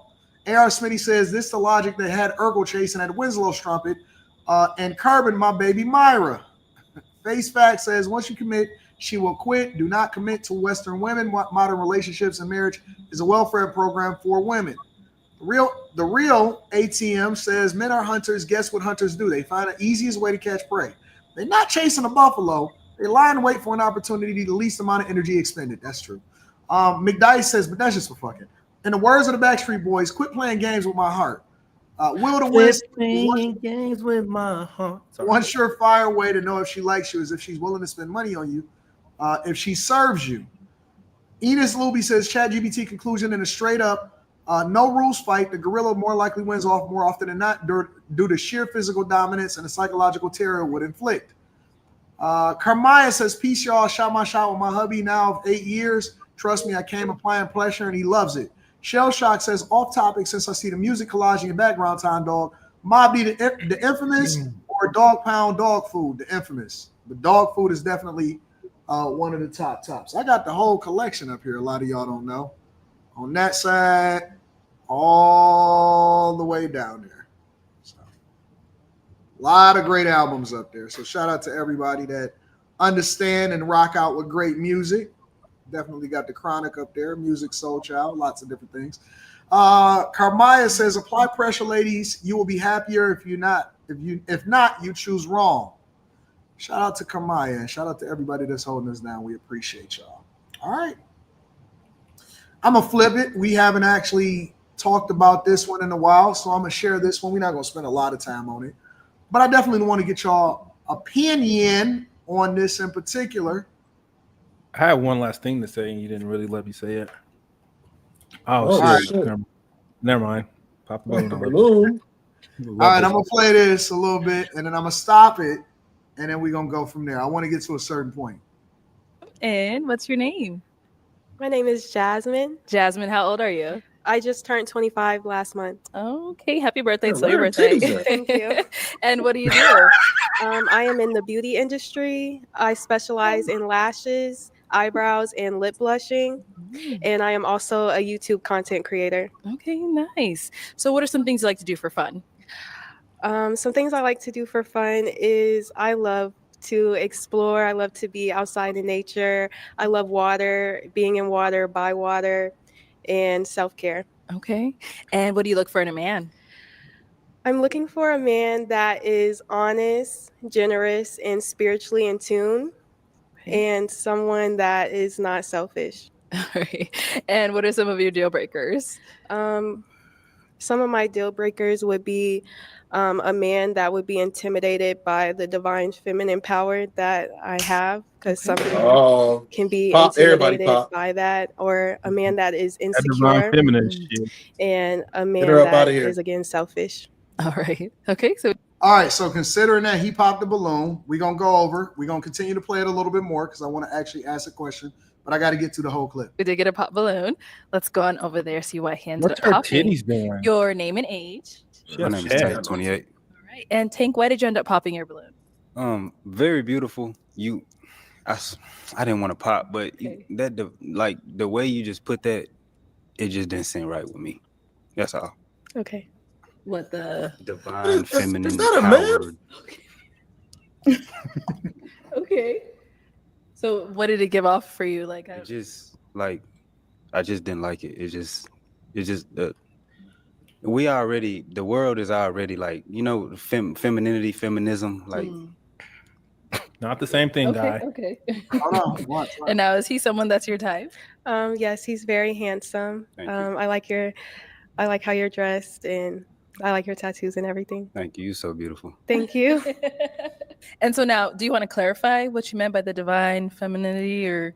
Yes, I just stand very strong in my feminine energy, and I want a man that's very masculine that can allow me to just thrive. And I feel like I hold a lot of power. I love God and things like that. That has nothing to do with What's the going divine on? feminine. I like the way she put that. Oh, okay. So do you want that balloon back? Yeah. All right, so he wanted him on his balloon back. Come on, bro. So That nigga.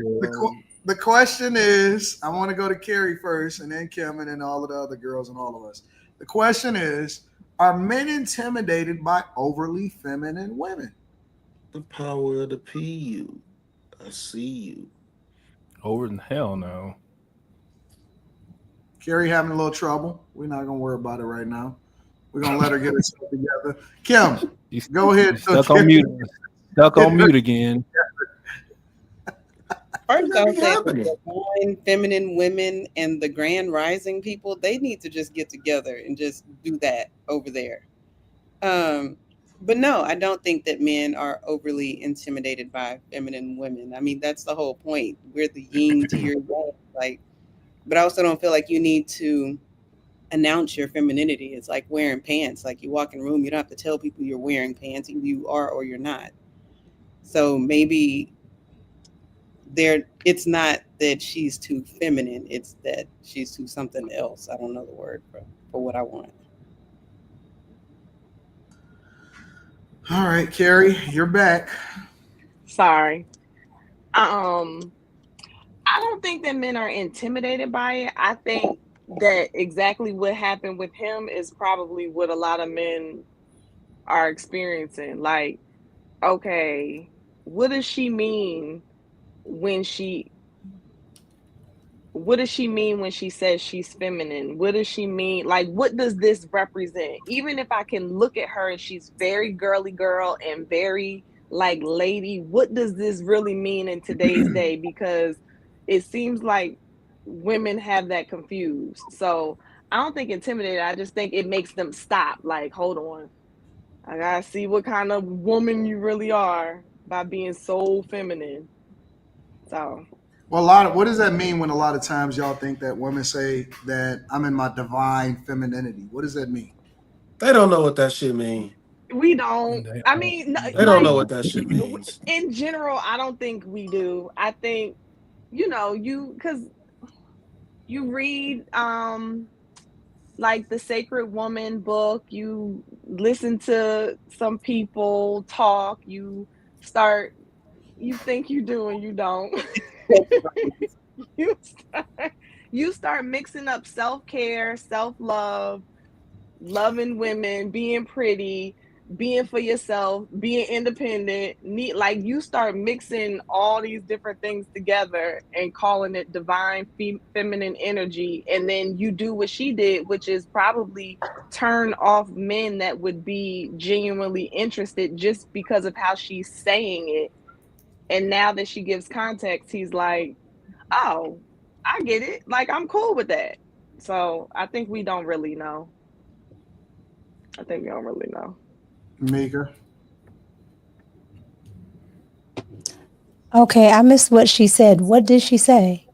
She basically was saying that she was she's a woman that operates in her divine femininity, and she's looking for a man that's generous, that is masculine, that can handle her, all of this other type of stuff.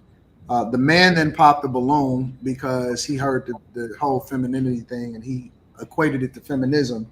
And it seems like she talked him back into getting his balloon back when she explained that she's looking for a super masculine man and she's operating truly in her femininity. And he was like, y'all want my balloon back. So the question then became, are men intimidated by divinely feminine women? And what does that mean as far as, because I have a theory, but I want to get what y'all thoughts are first. Are men intimidated? I have a theory too. Define themselves as divinely feminine. Yeah, I don't know what divine feminine is, so I can see why he wanted to almost pop his balloon. I have absolutely no idea what that is. Just be what you're going to be. Just, relax.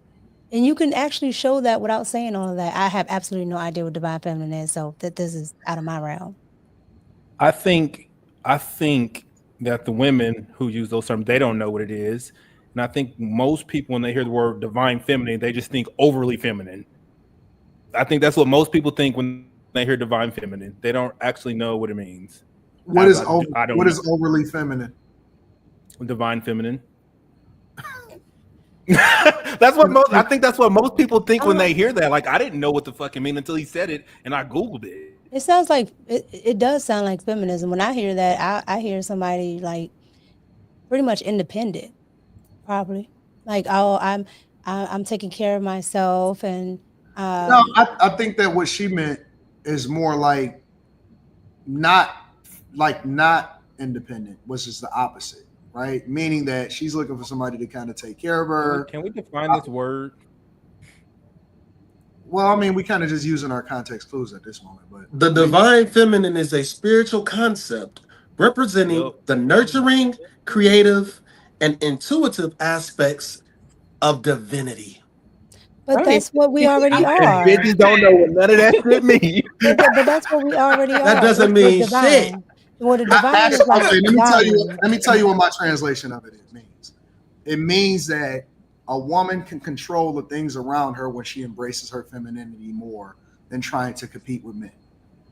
Right? So she can get a man to do anything that she wants if she truly leans into her femininity, which I think that's what she did, or at least that's what she tried to display that she did when he said that he wanted his balloon back, but she walked up to him and she truly was trying to be like super feminine as a result of it. I think that what it means is that women's superpower is in their femininity. That's what it means. I don't think that that's what she thinks it means. I think she's just saying like she wants somebody to take care of her and she wants to, be a stay-at-home girlfriend or something. I don't think that she sort of spiritual divinity or anything like that goes with it. I mean, I don't know. And I don't like her dress, but that's random. Molly, what do you think? Titties. Shit, man. Put them motherfuckers away. Ass, nigga, pancakes. I I think divine femininity is probably a trendy buzzword for the internet. Back. To be honest, it just sounds like she just said something. maybe wants a man to center her and be masculine, but it's sad that in this day and age we even have to have those kind of conversations. Like we should already know that a woman should just be feminine and a man should just be masculine. So I see why he thought it was a red flag because it's just like you didn't have to say all that. Most men don't even know what that means. They could care less what that means. No, it They don't could mean care nothing. less. Exactly. I know. Well, It doesn't mean anything. hold on, wait. But he did pick up his balloon again. So did it work? She's seen all that shit in his face. I think he picked his balloon again because she's pretty. And he was just willing to, you know. Is she though? Well, what happened was he thought it meant femininity, feminism. He thought it meant she was a feminist. I mean, that's kind And of when how she she came corrected off. him, Like she's a strong woman. Hear her well, roar. no, Like that's how I took it. no. She said she wants a man to take care of her. So that's not what feminism is. That's the opposite. Because you're relying on a man, you're not being independent. So that gave him clarification. Well, and we he's don't like, know I want that this. she could be saying that, but when it's time to be in that feminine role and let the man be masculine, and if he tells you he don't want you working or something like that, you got to be okay with it. So some women don't know what that really is. Like, I think they feel like it's being catered to, but it's way more to it than that. Well, I can't go by. Like you have to submit and you have to listen and you have to be okay. I think we just got to give her the benefit of the doubt that she's telling the truth. I think a part of what she was saying too, I think a part of that was to cover her being able to wear what she wants to wear. Probably so. Oh yeah, she want to wear that thing with the. Well, okay, well, wait a minute. Let's hold on. Let me ask Slimmy. Her chest ball like the same size as mine. Let me ask Slimmy and Q Diddy a question. These things, you gotta get them nipples like this, like you smoking a roach. This is why women get boob jobs, Slimmy. Accept her as she is. Nipples like you smoking a roach.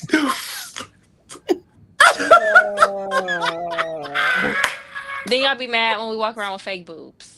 No, we ain't. Ain't nobody mad. Say what? Ain't nobody mad about that at all, nigga. Get the fuck out of here. I'm not tripping off the boobs. I'm cool with it. Nigga. I want them motherfuckers big and let them hang and slide. No. I'm not tripping. I'm not tripping if a girl got smaller. I'm cool with that. I'm not a huge boob. They gotta be like this though, like at least the No, head. that shit don't mean no difference to me.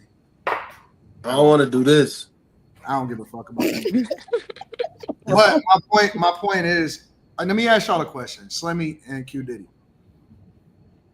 I already kind of think I know the answer to my question, but I'm gonna answer it. I'm gonna start with Q Diddy. Would you be willing to pay for, spend money on, and take care of a woman that is more truly like a girly girl, girls, feminine type of chick, or whatever? Like, does it matter? Does that 100%. require you a little bit more to spend money on a woman that? Yes, nigga. Yes, 1000%, nigga. No, nigga. You can take my nigga. Here's my debit card, nigga. I don't give. Nigga, if a woman's like, you can just tell. Like, I broke up with a girl from this before. Like, when she answered the phone, she'd be like, "Hello." And I'm like, "Nigga, you ain't happy to hear from me?" Like, type of shit, nigga. You need to smile when we on FaceTime or something. And I just remember like laying in the bed with her watching a movie, and she just looked mad on the other side of the bed. And I'm like, nigga, I just got up and left. I never talked to her again. But if you like happy and giddy, nigga, and you love me, like you can tell when a woman's really rocking with you. Like, nigga, it's like a different energy, nigga. You can have any fucking thing you want, nigga. Run my pockets, nigga. You have permission. All right, Slimmy, same question to you. Ah, shit. Hell no. What is this nigga talking about? Don't run shit, but your motherfucking I ain't gonna even say that. I ain't gonna even say no. Fuck no. You better be fucking feminine. That's what you better be. That's the least. I ain't dealing with no manly ass woman.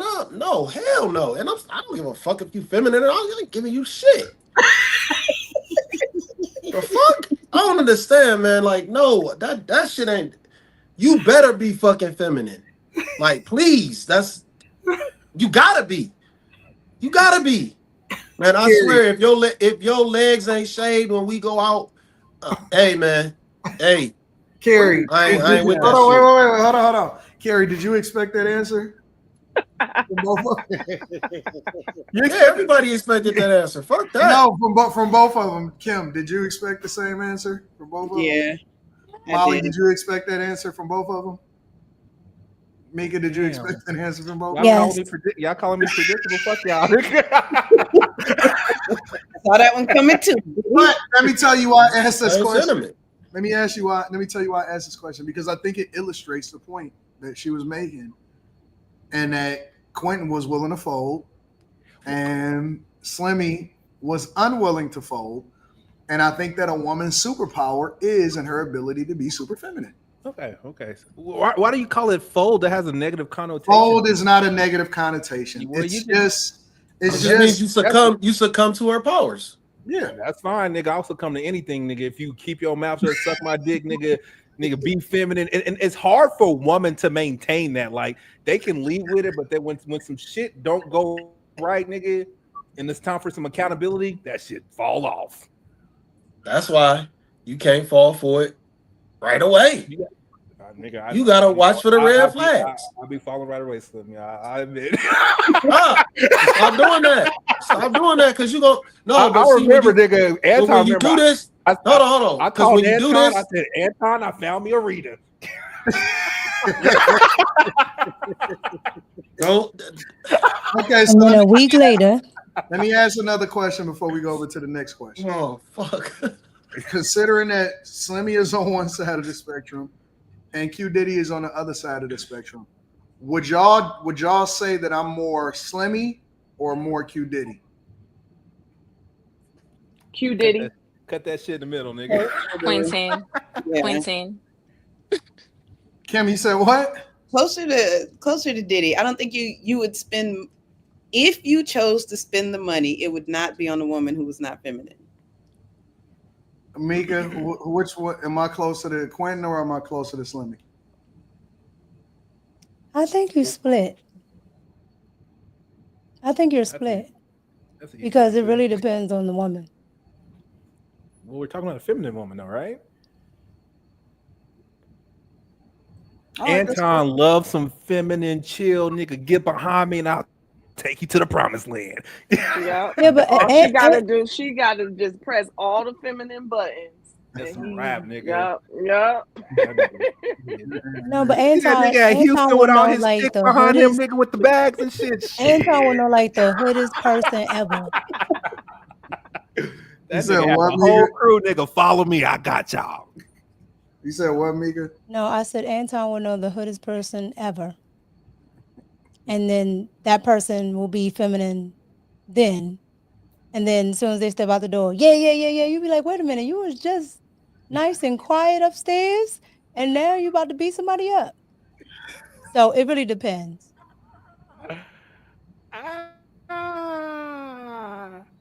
They're man, they ain't out there, man. I don't really approach women. I don't hop in women's DMs. I just navigate the world, and I don't see that. You don't see what? Feminine women. Like, most of the feminine women I know are my friends, and that don't really fucking count. Pillows. And fuck you, Anton. Stop shaking your head. I'm just looking. I was trying to figure out if Carrie was frozen or not, but okay. But like, just like, am I normal?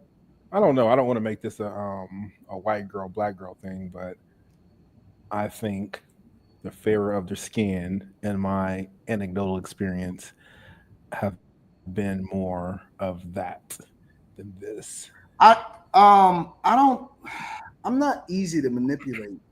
I'm not easy to manipulate. It's a difference. Let me tell you what the difference is. I'm not easy to manipulate. I'm okay with being manipulated. Facts. It's a difference. That makes sense. It's not that I don't know that I'm being manipulated. It's that I'm okay with whoever it is that you're presenting yourself to be at that time. I know what you're doing, I'm allowing for you to do it because it serves that purpose at that particular time. So I don't want people to get confused. Like, you don't get to the point that I'm at by being easily manipulated. You get to the point where I'm at by allowing for people to fill a role at that time and being okay with whatever it is that she presents herself to be. I know who I'm dealing with. I know what I'm dealing with. And I'm not stopping you from being who you are. And I'm cool with that while you're with me. And I'm okay with you being back to whoever you are when you're not with me. So it's a very, very different thing. And I want people to really be careful with thinking that, because you showing up who you are and telling me that you're going to be who you are is much different than showing up than somebody different and thinking that you're going to get something from me. I want people to be who they are, but I want them to be who they are authentically with me and the best version of themselves. So a lot of guys can get finessed, and then some guys let you because I'm okay with what this finessing looks like at that particular moment. Like, I don't want people to be confused. I know exactly what I'm dealing with, and I'm okay with dealing with it, and I'm gonna let you do that because it fits what I need you to be at that particular time. So, you know, women show up, do what you do, be who you are. I think I procrastinate in like sliding women the right and wrong way. Like, I think I inherently just, like, when I meet a woman, like I expect her to be sugar and spice and everything nice, and like I give her that by default, and then they're not. Why? I don't know. Why? I'm being vulnerable. No. Okay, I get you being vulnerable. Be vulnerable. Be vulnerable on the panel. Don't be vulnerable with these women, though. Why did I But I'm just saying, when I generally meet a sweet, caring, smiling woman, that's what I think, and then I mine it out over the course of whatever it is.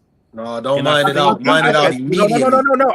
I've said this before, but then I'm getting boxed, or I have access to box, so I let these bitches act up longer than I should because I know I got some boxes. Act up? What you mean? I'll leave it at that. Act up. Friends are telling you they acting up. Stop. Oh, ain't no acting up. Ain't no acting up. Ain't no acting out. No, fuck that, man. I think most men put up with women a little bit longer than they should because they got access to box. If you want to be for real about it, no cap, no Slimmy. Most women, do y'all agree with that? You got access to box regardless. What are we talking about here? But I think that is different. I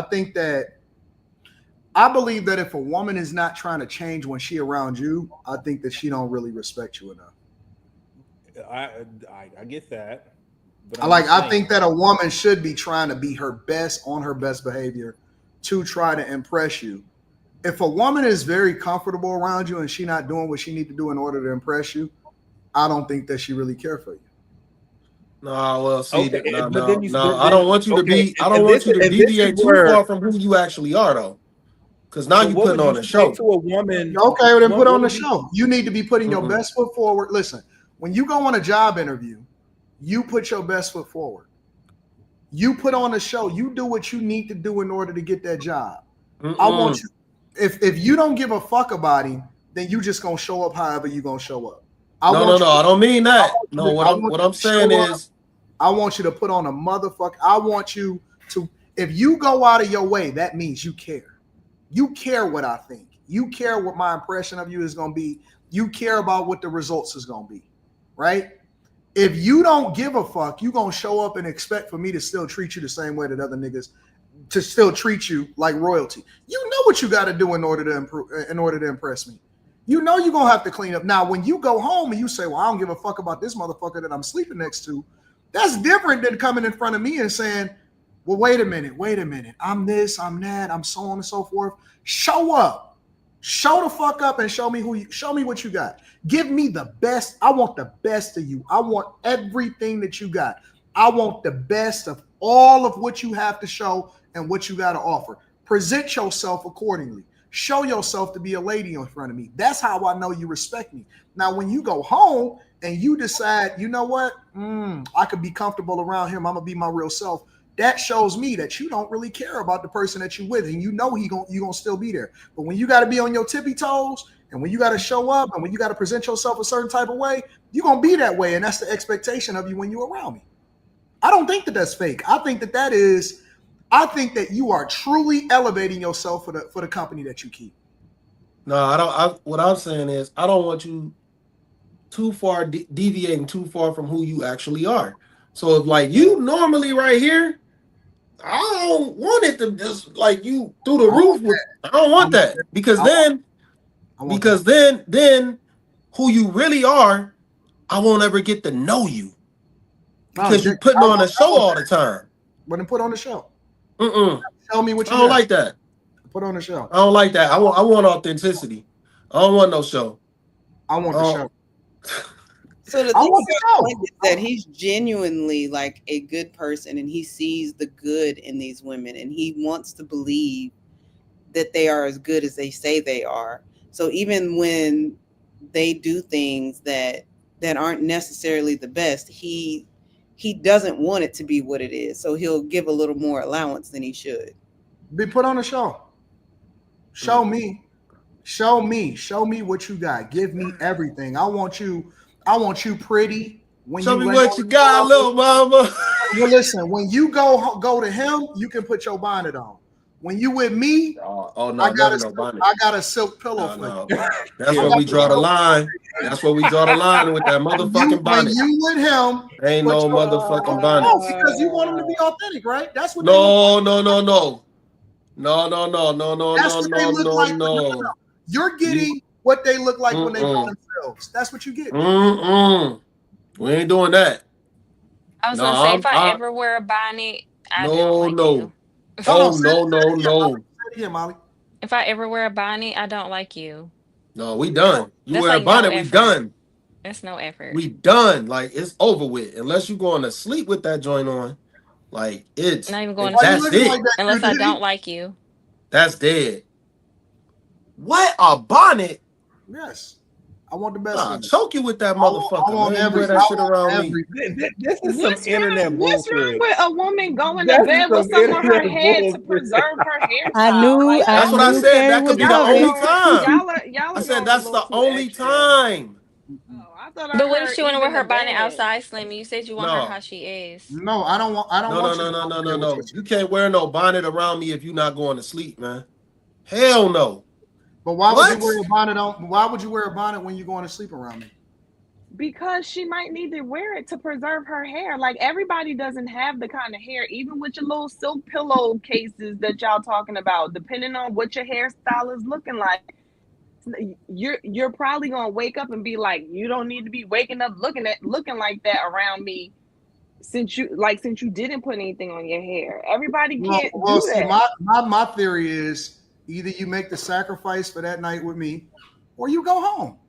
Well, no, it's not a sacrifice of will I mess my hair up, but what I'm saying is, if she doesn't wear a bonnet, there's a chance or something on her head, depending on what her hairstyle is, she might wake up looking crazier than she would if she woke up with a bonnet on. No, so are you willing to? The reason that I don't believe that. The reason that I don't believe that is because I think that women sleep different around the niggas that they like. What, Anton? Okay. I think that women sleep different around the men that they like. Now, I could be wrong. I could be 100% wrong. And I would love to find out. Wait. I'm curious as to what the women think. Or am I wrong? Prove me. Tell me I'm wrong. And I'm open to being wrong. I believe that women sleep different around the men that they like. They are very careful. I believe that women. I'm a woman. I'm a woman. I think they fast. I think they use the bathroom different around the men that they like. I think that they are a completely different person around the men that they like. Don't take no shit around me, man. Hold on. Okay. So now I'm curious. And I would like to hear from every woman on the panel. Mika, Kim, Molly. And I'm open to being wrong. Honest to God, I'm open to being wrong. Tell this nigga he wrong, y'all. Simultaneously. I'm gonna start with Molly. Molly, am I off? Honestly. No, I agree with you. Kim, am I off? I agree to a certain extent. extent. Like that's a short-term thing. So if she's with you long term and she likes you, not long term. I'm not talking about long term. I'm talking about when she's with me. She might sleep pretty then. Mika, am I off? Oh, initially, no. She gonna sleep pretty. She gonna sleep just like this. Okay, Carrie, how am I off? I guess you're not off because they're women and I'm not. So I guess no. I'm you're asking not off. you why am I off? I'm saying you're off from my perspective. Like I'm not sleeping like this purely because I'm sleeping next to a guy that I like. Like how ugly do I sleep to the point where I gotta sleep a whole different way? That sounds ridiculous. I don't think I'm sorry. That sounds stupid. Sorry, I hate using that word. Okay, Carrie. It's Carrie. not Mika, I don't need an example because I'm a woman and I've slept next to a man. I get you. Silly. I get you, but there are some. I used to watch my grandmother get up at like 5 in the morning just to fix herself up because she didn't want my grandfather to see her, even when she got eliminated the long. He eliminated the long term. No. Hold on. Let's be very clear. Let's be very clear. I believe that it happens in long-term relationships. Also, I know women today. You know women who they tell you how they sleep for their man. Okay, that's cool. But Mika, even with your example, you said she gets up early and puts in the effort. That's fine. He said that the woman sleeps differently, and I'm just saying now certainly there's probably women who do it because 3 of y'all said it happens. So at least y'all 3 or people y'all know do it. But there are I would assume that there are also women. I would assume that there are also women who don't think that they sleep so ugly that they have to alter how they sleep purely because they're sleeping next to a man that they like. I've had my best friend. I've had women come over my house and they sleep a certain way, and then the longer we were friends, snoring, using the bathroom. Well, you can't decide to snore or not. Snore because I'm your friend, like, nigga. I'm not gonna snore. I can snore now, nigga. It's been 3 here. months. Like, what now the maybe fuck? you like. I just. So this Carrie, this is Carrie, weird. Y'all like. I don't think like it's this an in real life. intentional thing, though. I think it's like if you had a child and you have the child at home, you sleep lighter than everything is so perfect on this pen, huh? I think it's like having a child. So like if you have a child at home, you're going to sleep lighter. Like if the child is gone, then you fall into a deep sleep. I don't think it's an intentional thing. I think it's just something that happens. Anton She's said like, I got 4 that kids, I'll be knocked out. No. But that I hear what you're saying because that is true. But Anton said that they sleep prettier. And I'm trying. They do. Okay, Anton, I have a question. What would you say a girl felt about me if I saw her on FaceTime in a bonnet within the first 2 weeks of talking to her? She don't give a fuck about you. I mean, okay, Carrie. Okay, I'm Carrie. telling you the truth. I'm telling you the truth. I must be I'm telling you the truth. If he's asking me that question, we got Fresh and Fit in the building. I'm telling you, she don't give a fuck about you. Hey, let Myron up. I want to hear what you got to say. What up, Myron? What up, big dog? How you feel, bro? I mean, if you want to come up and cook, he can. But I don't think that she gives a fuck about you. I think that women are very much intentional with how it is that they interact around the guys that they like. But that's different than what. Okay, go ahead, Mika. All I was gonna say is I used to watch my friend do that as well. Like when she would go to her boyfriend's house, it would be this nice lingerie and all that. And I'm like, when you're in the house, I see you. Like it's normally your hair is everywhere. You can wear muumuu and all that. But when she goes over there. No, I'm not talking about that. I'm not talking about what. But that's not how she normally sleeps. No, okay. Well, so if we're talking about what the woman will wear, that's different. I'm thinking that we're talking about literal sleep positioning, literal making sure your hair don't get messed up, Like maybe there are women who do that, but to me, that's ridiculous. It'd That be is ridiculous. a whole bag. This has to She be like some this. She black looks girl almost fucking like she did the night before when she left. That is just. White that's women don't crazy. have to deal with none of this hair bonnet, out of pocket, weird. They just roll over and go to sleep. If you got to do all of that, then maybe this ain't the man for you, because good God, like, can I get a nice night's rest? No. Listen, let me tell you something. Meanwhile, he's sleeping regular, waking up with bad breath and all that. Like, stuff is weird. Like, all of this. No, stuff and that's facts, we Carrie, and that's like facts. women You're just absolutely have to be right. so perfect, and that's not. We're not. None of us are perfect. It's a double standard, Carrie. But you're right, Carrie. But that's what they do, and that's just how it be. But you're absolutely right. The man will be like whatever. Pretty much. And here's the thing: you can get a cute scarf, you can get a cute bonnet, you can get a cute. There are so many different ways. Like you don't though. I don't believe that. I don't think that all men think like how Anton said. There are ways where you can look cute and still be able to sleep like a human with a bun. Like, yeah. I mean, there's just different. I don't know. It's just like, come on now. No, I know what you're saying, Carrie, but men just they don't like their fantasies ruined. So it's kind of what a yeah. Carrie, I think long term and short term are completely different. I think like once you get comfortable with this person, you just naturally fall into a deeper sleep.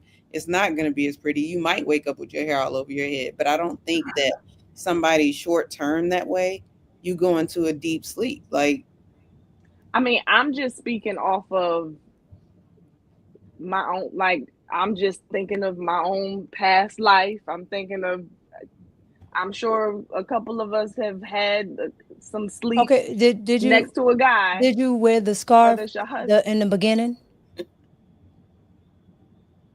Nope. That it really depends on my hairstyle. So for instance, my hair is back in a bun. I don't need to put on a scarf for my bun. Right. If my hair was out straight, y'all saw me, I would wrap my hair up.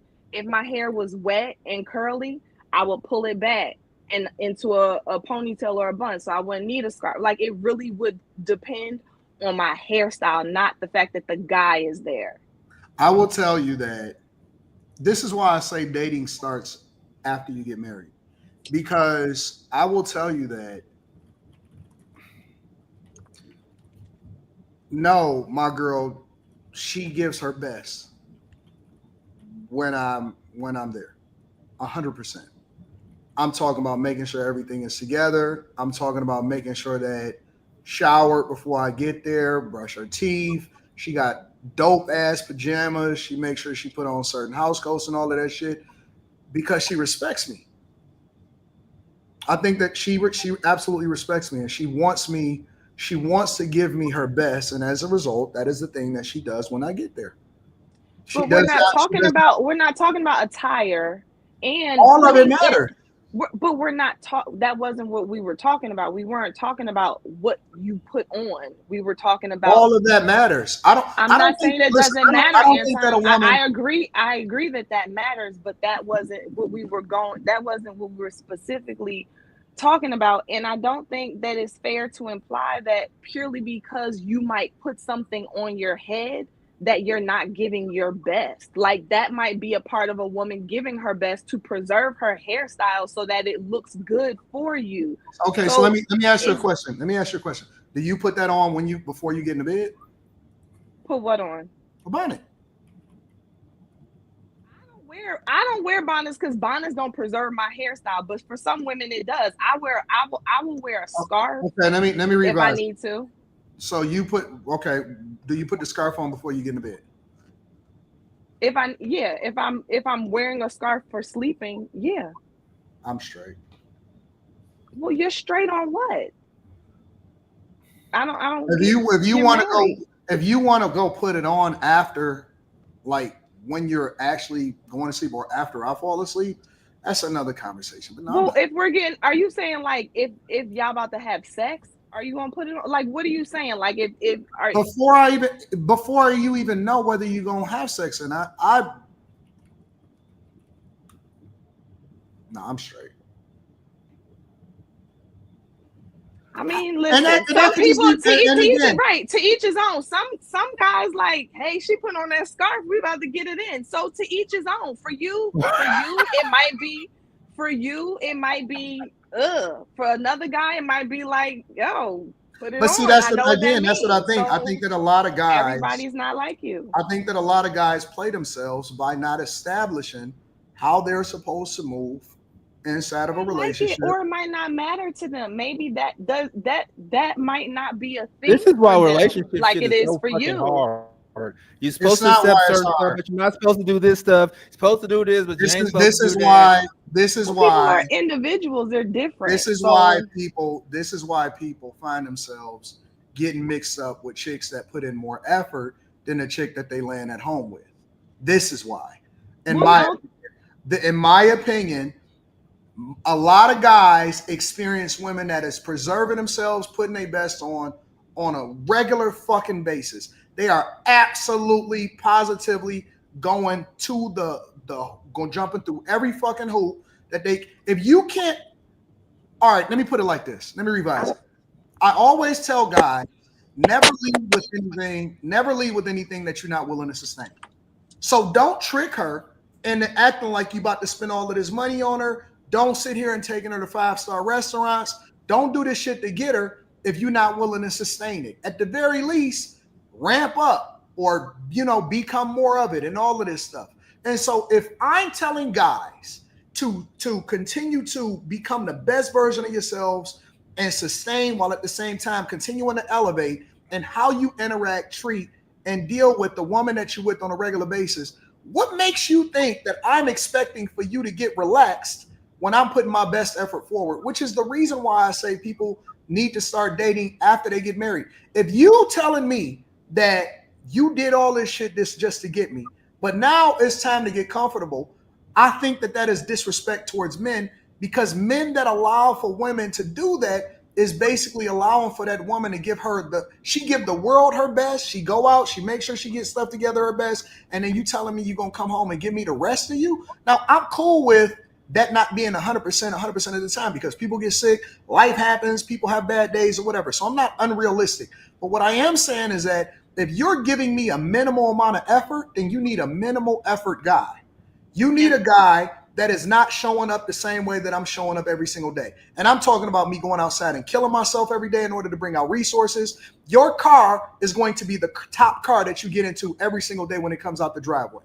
Your lifestyle is going to be the top lifestyle when you get out here every single day. And so if you are expecting to be with the best guy, and let's be very clear. Let's be very, very clear. I want to be 100% with women because I think that they really missing it. They trying to understand why guys even entertain something, but when a guy sees you as super valuable, they will never, ever, ever risk it to lose you because they know the value that you bring. The competition is still always on, especially when a guy gets married. Especially when a guy gets married, trust me, it's women out here every day that are hunting. They are putting in their bid. They will tell you, listen, I want in. I want in. And so if you're not competing with him with the same vigor, and it could be fun, it could be awesome, it could be all of that. But if you just showing up and that's just the end of the conversation, then that will be the beginning of the end of the relationship, because do not be surprised when he show up and you starting to ask him, well, wait a minute, was I not enough? Did I let myself go? How was I showing up in the bedroom? All of this other type of stuff, because you're not giving, and I'm not talking about you in particular, I'm saying to women in general. I preface this by saying to women, if you are getting super comfortable and he is okay with you getting super comfortable, either he is not at his best or he is not expecting the best from you. I expect the best from every single person that is around me. And I think that is the way that people show you that they value you, is that they respect you by treating you the best. People don't just show up in front of them every single time that they go to work. If the big boss come in, how they are with their regular direct supervisor and their coworkers is going to be completely different than how they interact with the CEO. If they know that the CEO is coming in, they're going to put on their stuff. They're going to show up a certain type of way, all of that. So wait a minute. I'm the CEO of this household. I'm the CEO of your life. And you telling me that I'm just going to get the regular version of you? When I can go and get the extreme version of the woman that's trying to get me on a daily basis? And I also think that this is the difference between women today and women of yesteryear. Because the women of yesteryear, they showed up differently. They showed up every day. Even if they was fucking around, even if they was messing up some shit, they knew to show up differently for their husbands. When daddy got home, the house was clean, the cool food was cooked, whatever respective socioeconomic status that they were in, they put their best effort forward. And no matter what happened, he was never going to leave that woman because he knew the value that she brought. And I think that women are putting in minimal effort for the guys that they get after they get them. I don't think that it's the same. I don't think that the value is coming in the same. That makes, listening to you say that makes me sad. Why? That I probably dealt with some bullshit that I shouldn't have. You did. Because she didn't recognize the value in you. And I also think that because we don't outwardly express that, because we don't outwardly say that we expect the best from you, they show up however the fuck they want to show up. But they know when they get in front of a real one. You know the difference. Listen, I guarantee you that for a lot of these women that are in relationships, a lot of these women that deal with certain guys, the man that she goes home to, she don't show up the same way for him as she do for the guy that she really wants. Whether he her boss, whether he the guy that she trying to impress, whether she the guy that he trying to do business with, she gonna put on her best. That guy that she really want, he never gonna see her fucked up. He never goes until she get too complacent and she feel like he ain't gonna go nowhere. But that's why you always gotta put pressure on these hoes 100% of the time. Pressure. You gonna have to put pressure on them 100% because they gonna have to know. If they not showing up with pressure, then they gonna let themselves be whatever it is that they want to fucking be. They gotta know 100% of you gotta know at any time it could go differently. And so show the fuck up. The same way that you get shown up for, show up. Because you don't see me missing days at work. You don't see you missing the bills at home. You don't see you fucking up and being out on the street. You don't see your car not having gas in it. You don't see the insurance lapsing. Show up. The same way that when I go home, I get a shower. I take a shower before I go fucking home. I get fresh as fuck before I even walk in the door. I walk in the door like a superstar. And you telling me I'm walking into this and I've been seeing her and her and her and her every single day throwing panties at my face? And I got to deny them hoes for you? I will leave back out the fucking door and go back to my apartment downtown. I'm not dealing with this shit. I'm not even going to say nothing to you. I'm leaving. I'm going home. If this don't feel like home for me and I bought this bitch and it's paid for and it's taken care of, I'm going up. I'm going to my other home. I'm not fucking dealing with this shit. I don't understand it. I genuinely don't understand it. I am confused. I am absolutely confused. That was Patreon level game that you just bestowed upon us. I appreciate it. And she always show up. Always show up. I apologize that I offended Rita by saying I thought I found one. I was wrong. I apologize, Rita. I mean, I'm just saying, like, and you know what's so interesting? I had a conversation with Rita the other day, and she said, and she'll call me out on my bullshit, and I'm cool with it because it keeps me on my toes. She said, I don't understand because, you know, the last 2 times that you came home, you was different. I said, why was I different? She said, you know, usually you get fresh, you come home, you do this, or whatever, so on and so forth. And I said, oh, that is right. I have been getting a little bit relaxed. You know what? That's dope. I don't look at it as a knock when somebody called me out because they want me to still stay on my toes or whatever like that. I don't look at that. I look at it as, you know what? That's true. That's true. Let's cook. So I don't know. I just look at it like, if a girl show up and she just be on some other shit, I'll be like, oh, she don't really like me.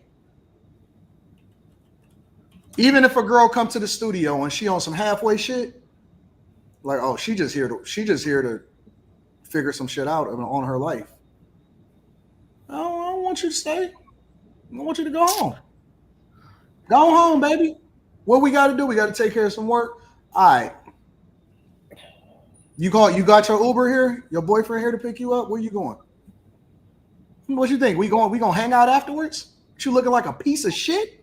Jesus. Get the fuck out of my studio. And I'm so serious, bro. I'm so serious. What you think? We going to the game afterwards? After we record? You think we gonna go to Prime and Proper? I can't take you nowhere.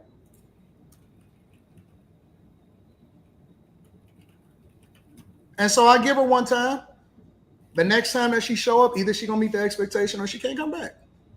I don't want to be around low effort women.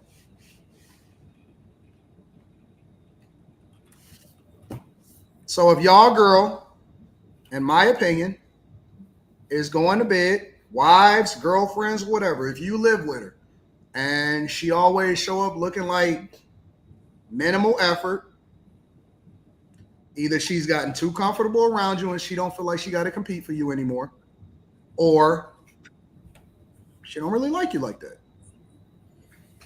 That is news to me, sir. So I could be different. I could be wrong. I could be absolutely wrong.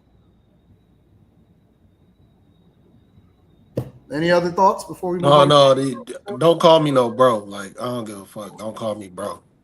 I don't like that. Kerry, you think I'm wrong? You think I'm off on that? Women can't call me bro. It's a new age shit. Kerry, she messing up. Carrie, you on mute. You on mute, Carrie? Still muted. Well, we'll let you figure it out. Maybe the women disagree with me. Maybe the women disagree with me. I could be off. Well, Mika don't disagree because she said her grandma was looking fresh. Well, Mika, I know that Mika doesn't disagree because every time I bring Mika to Detroit, she be on her shit. I know she don't disagree. You know, like Mika kind of falls in that, like, you can ask a girl, I've asked this to a girl before and kind of like, let me know what she is. Like, are the majority of the women in your family married? And that says a lot about who she is, what she can be as a wife type of thing. Because she don't see it. Anyways, I guess we'll read some of the super chats and then we'll move over to the next part of the show. I don't know. I really, honestly and truly, I don't think it's, I don't know. I can understand why some women might get upset about it, but I don't see why it's a big deal. To want to look nice. Oh, okay. You know? Like I understand some people have, some women have to wear it for, to preserve their hair or whatever, but I mean, you really do it out of convenience. So, I mean, if you straighten your hair and you sweating your head, you're going to wake up and it's going to be curly. So you got to have to start over. So, I mean, so for somebody like me that has curly hair, if I straighten my hair, and I sweat or whatever, I'll just, I'll blow dry it. Right. That's what I'm saying. It's just convenience. So I get it. So maybe that's it. Maybe some women don't want to redo it, re-blow dry, re-flat iron it or whatever. But I don't see the problem. But I can understand that some women don't want to. But to me, you have to know your dude. Because if your dude is okay with it, he's okay with it, I guess. But a lot of guys don't like that on your head. Just from the ones that I've ever talked to. They don't like it. And I know a lot of women don't want to hear it because we don't like to hear a lot of stuff. But they don't like it. And they don't like when it smells when you do wear it. I just want to put that out there. I've heard guys say that to people. They like, she don't even wash her bonnet or whatever. Let me read some of the super chats. Big Saint 2K says, Brother Man AD, that question itself doesn't make sense. We're attracted to femininity. If you are attracted to the opposite, then you are gay. Add that to the list, Quentin. All right, I'll write it down. Christopher Mayberry says, COW, the original Wagoneer.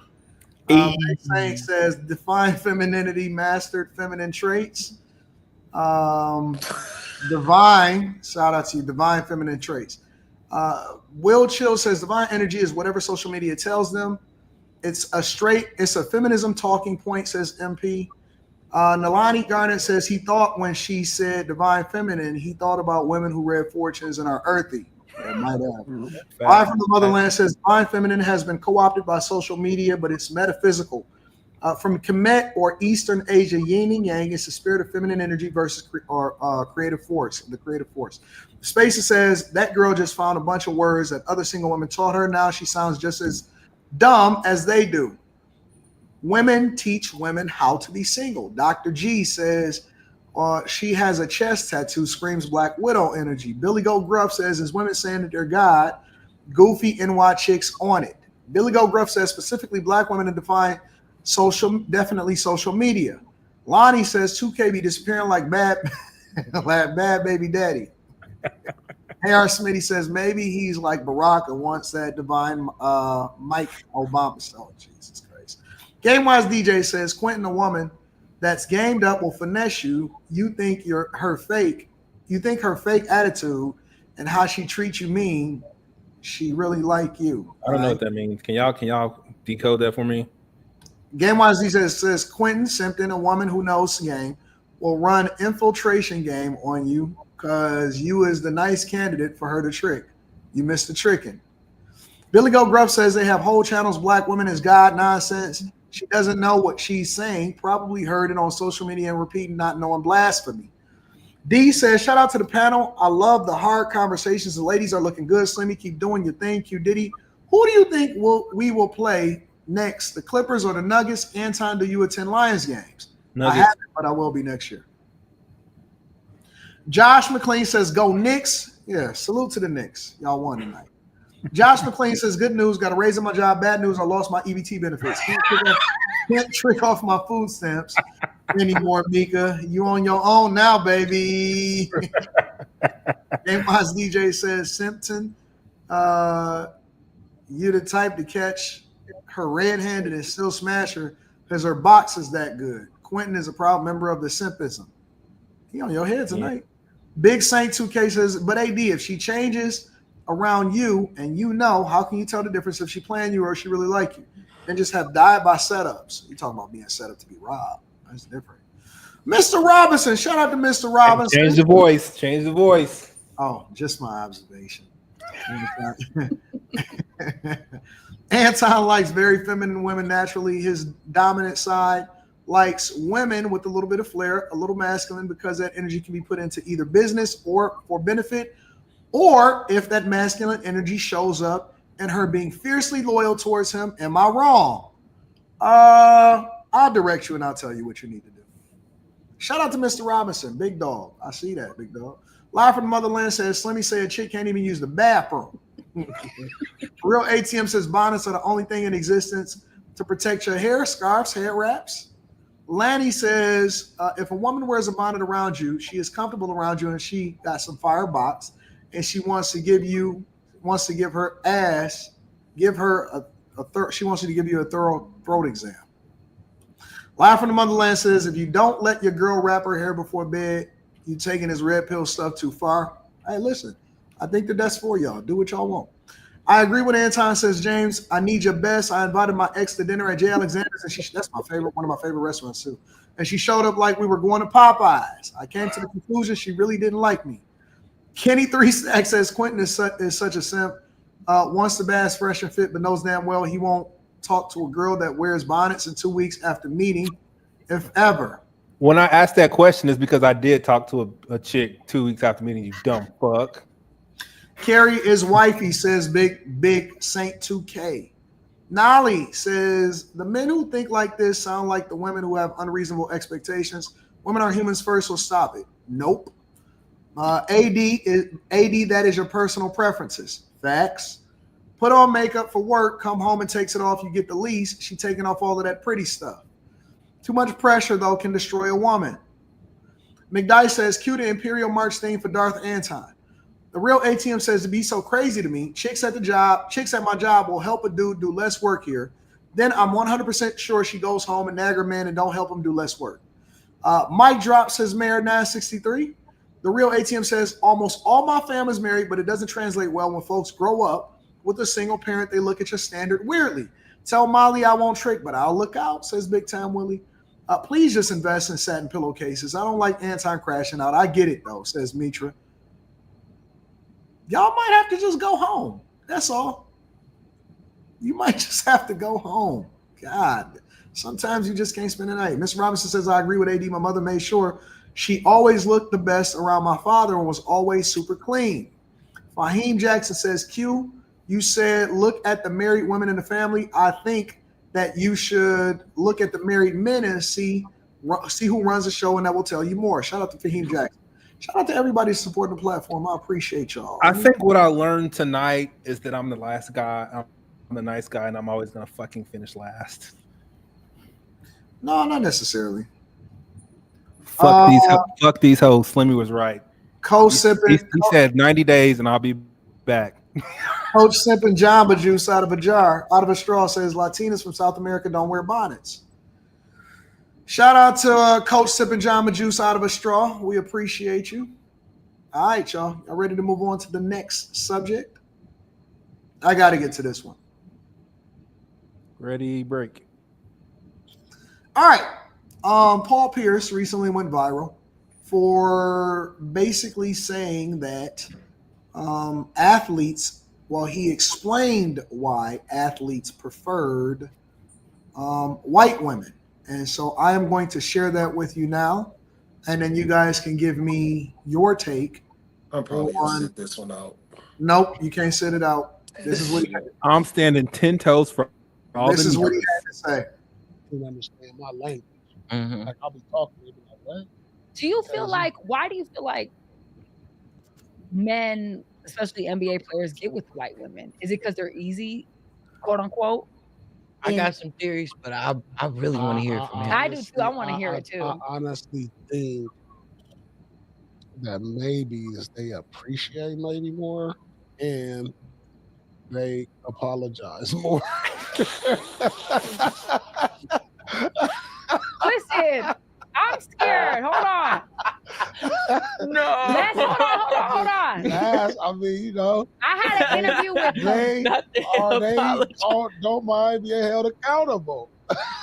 I'm so scared of this, y'all, because I had an interview with Columbus. All right, so that is generally what he said. He also went on to say that he only has exclusively dated black women and that his ex-wife was also black. But his theory was that NBA players and athletes and men of a certain stature prefer white women because they are more accountable, they apologize more, and all of that other type of stuff. So I'm going to just do a popcorn style.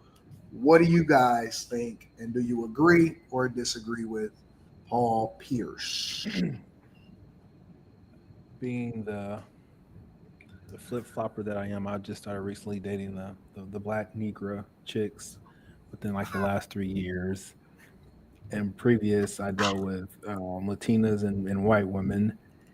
And in my amount of years of on this earth, a white woman has never left me. If the relationship didn't work out, it was 1,000% my fault. But the 3 black women that I talked to over the last over some bullshit. Like I'm not the dude who that's why I'm not with the white women, because I wanted like a pretty ass black woman to act like that, and it's hard to find. And like I said, it's my fault. Like you said, why are you not with a white girl? Like ultimately, I don't want to be with a white girl. Like they're fun, they're easy sex, but like I want a pretty ass black woman to just fucking act right.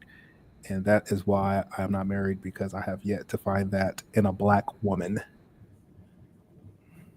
Slimmy, what do you think? Women are women. I don't give a fuck what color they are. Women are women. They don't want to be held accountable. They're going to tell you the truth if they want to or not. It doesn't depend on what color their skin is. Like, if they want to be around you, they're going to act a certain way. They're going to act cool. They're going to put on a show. But mostly women are women. And I've dealt with women of all kinds. And women are women. There ain't no differences. None.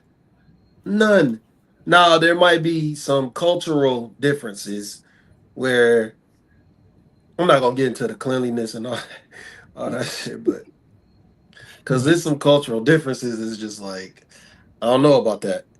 But women are women. I don't give a fuck about what the color of their skin is. Man, they're going to be emotional. You know what I'm saying? Then they're not going to apologize until it's too late. They're not going to realize what's going on until it's too late. And it does not matter what color or creed they are. I'm sorry.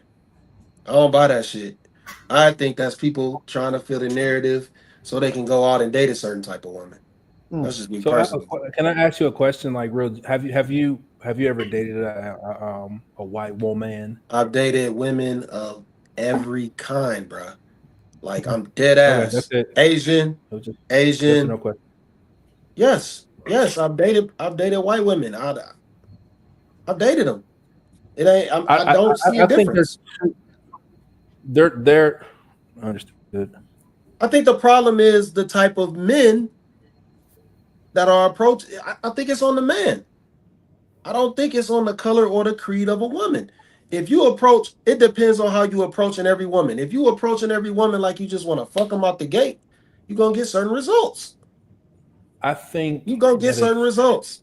It don't matter on the creed or the race. Don't take this personal, but I think it's ignorant to say that women from different cultures are all the same. Huh? I didn't say that. Well, you said all women are the same, and all these women are from different cultures, but you said they're all the same. Like life. No, I'm talking about the functionality. I'm speaking to the functionality of women. The functionality of women overall is the same. Now, when you get into the cultural differences, that's where you get different things. But ultimately, women are going to be emotional. That's not going to change. A lot of women, they're just not accountable. I think you come. Sure. I think women are the same, but people want to create narratives, so they try to say this type of woman is better than this type of woman. Women are women, men are men. I think it depends on how you raised on, basically, for real. If you raised to be a piece of shit, you're going to be a piece of shit. I don't think that's based on color or creed or none of that shit. Well, you said it's based on how they raise, and white people raise their women different than black people raise their women. So you sure? With that alone. You sure? You 1,000% sure of that? Well, you just said it. You just said it was. I was using your words. I didn't make that up. No, I'm saying. Don't get mad, bro. I'm not trying to argue with you right now. I'm just trying to. It's just too simple to say all women are the same because it's not true. Okay. Well, what do you feel is the difference? Their experiences molds them, and it makes them different in how they act and how they engage with men. Their experiences makes them different. Okay, I mean, I need you to elaborate on why women of different races are different. Like, I'm saying, like, what's the differences? What have you experienced that are the differences? Do white people in large? Are they just having families with no fathers in the home, or is that a black people thing? What do you mean? That don't matter about fucking race. I think that That ain't no race thing. It's white people that don't have that got single parent homes. What are you talking about, Quentin? But it's mostly black people, and when the father's not in the home, these women looks different. I think the thing is that in the black community, we embrace it more, and we pedestalize it more. Which is why He's talking about on a macro level, Slimmy. Which is why our women are different. Like all this, like most women and what it looks like when they go out into the world. And no, say that again. It molds the women, how they're raised, what their experiences. It looks different. In what way? If I get a white girl from the suburbs and I date her, and I get a black chick from the ghetto, it looks different because where they came from. That's cultural. Okay, so you get a white woman from the suburbs and a black girl from the suburbs. What's the difference? What's the difference? What's the difference? How she was raised. What's the difference? What's the difference? I'm asking you. I hate arguing with you, bro. Because you can't, you don't like this because you don't want anyone to make you substantiate your arguments. You can't just say blanket statements. You're the king of not substantiating your argument. Bro, I just clearly broke down everything, my dude. What are you talking about? I'm asking you what are the differences? You just said a black woman, a white woman in the suburbs, and a black woman in the ghetto. We know there's gonna be differences. So a woman in a trailer park is gonna look the same as a white woman in a trailer park is gonna look the same as a white woman in the suburbs. Can I comment on this? Yeah, go ahead, do your thing. What's up, Anton? Thanks for having me on, bro. I had to come in and show love because you showed me love, and I don't forget those that show support, man. So I figured I'd come in here real quick. So what I'm about to say does not represent any of the members of the panel, so I'm just going to be very honest and blunt about what I'm about to say, because it might be offensive. The reality is most women are retarded, okay? And the reality about this that guys need to understand when I say that most women are retarded is that the software is always the same. The hardware is what's different, whether the skin color, the cultural background, whatever. The hardware is always the same. The software is always the same. The hardware might be different. So the only real difference, right, sometimes is cultural situations, background, the way they grew up, etc., will maybe dictate their mannerisms, the way they behave, and what they're trying to do. But at the end of the day, all women are trying to do the same thing, which is do what? Get the best man that they can get based on their education level, socioeconomic level, where they stand socioeconomically. And that's just kind of how it goes. Now, different races and different cultures obviously go about it in different ways, right? We can look at a lot of black women. They're attracted to the thug type. They're attracted to men that exude masculine characteristics, though they might be more, reminiscent of like being a criminal, because these are traits that women look for in a lot of situations. Or it could be, the white girl who's looking for a guy who has some money and some status and has some bad boy tendencies, but, has some status alongside it. So every race goes about it in different ways, but the reality is women are all looking for the same type of guy. The way they go about it might be differently because hypergamy, extends regardless of, what a woman's race is. Just so happens that they go about it in different ways, but the reality is that women are always going to fall to hypergamy. Do you think that it changes based off of culture or race? So, like, for example, sure, what Paul Pierce saying that a lot of NBA players, because see, my opinion of it, when Paul Pierce said that a lot of NBA players or athletes go for white women, I think that a lot of NBA players that I've met has just been goofy. Like, a lot of them are young, a lot of them haven't necessarily lived long enough. A lot of them get resources, but it doesn't necessarily mean that they understand the dynamics of women. A lot of times they just get with women based off of what's available, and a lot of them are at their hotel rooms, or a lot of them at the hotel before they even show up. Do you think that the cultural differences also yield different results when it comes to women? And I'm not even just talking about athletes, I'm talking about great men in general. Do you think that the cultural differences or the race plays a role in whether or not men are attracted to them, or do you just think that it's culture by itself and the type of men that women go after? I mean, it's such a multitude of different things. Like, if we're going to talk about NBA players, right, for example, just as the first one. So a lot of these guys play college first. When you're in college, a lot of the times you're in a white dominant, situation where you're an athlete, you're Division I athlete. I could say this from experience from being Division I athlete myself. Like, the women are going to just gravitate towards the D1 athletes. And then when you're a basketball player or a football player at a Division I school, you're kind of at the top of the pecking order from a social status perspective. So what ends up happening is, let's say you did come from an inner city, you were the top guy, then you go to a big Division I school, you're not seeing Shaniqua and LaQuisha anymore. You're seeing, Becky and a bunch of other white girls from Midwest. So like your thing switches, and men, we like variety. So since men like variety, this is something different that I'm not used to. Oh, I'm gonna go with this. And what ends up happening a lot of times is these guys will get a girl in college, and that girl will kind of follow them along. And then, you know, they might have that chick as a woman that was with them when they were playing sports, or they might find a girl once they get into league or whatever. But what I've realized is, like, with men, it just comes down to variety. I don't think men care so much about, you know, everyone has their preferences, of course, but I think what men care about the most is, like, is this girl going to be submissive, not be a pain in the ass? Because a lot of times when men make money and they acquire status, they acquire that money and status, and the first thing they do is get rid of problematic women a lot of the times, right? Because you don't make that kind of money and you don't get that level of status and want to come back and deal with a woman that's going to sit there and argue with you. Like, the dumbest thing that women say is like, oh, yeah, you don't want a woman that challenges you? No, you dumb whore. Like, no, thank you. We got to go out and fight the world. Last thing I want to do is come back and argue with a woman. And this is one of the biggest misconceptions that women actually push out there, saying, don't you want a woman to challenge you? And this is like propaganda from like the 2000s of Neo saying, I want a woman who wants her own, independent woman, whatever, blah, blah, blah, which we've been indoctrinated to believe these lies. We've been pushing this like whole independent woman thing and a woman that can earn on her own for literally the better part of a couple of decades. And guess what happens? Neo lied to everybody. What is he doing now? He has like 2 or 3 girlfriends that he supports. This whole independent woman thing is a lie.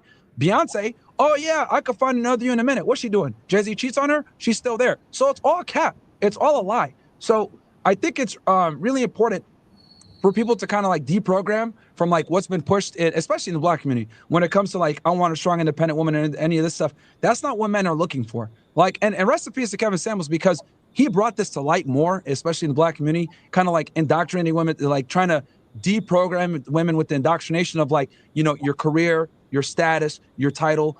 Men really don't care about these things. And the more money and resources they acquire, the less they care about it. So that's kind of what it comes down to. I think a lot of it comes down to the women are available because of their proximity to, you know, access to women, being a college athlete. They acquire more money and resource, which, you know, is obviously going to put them in position with these women.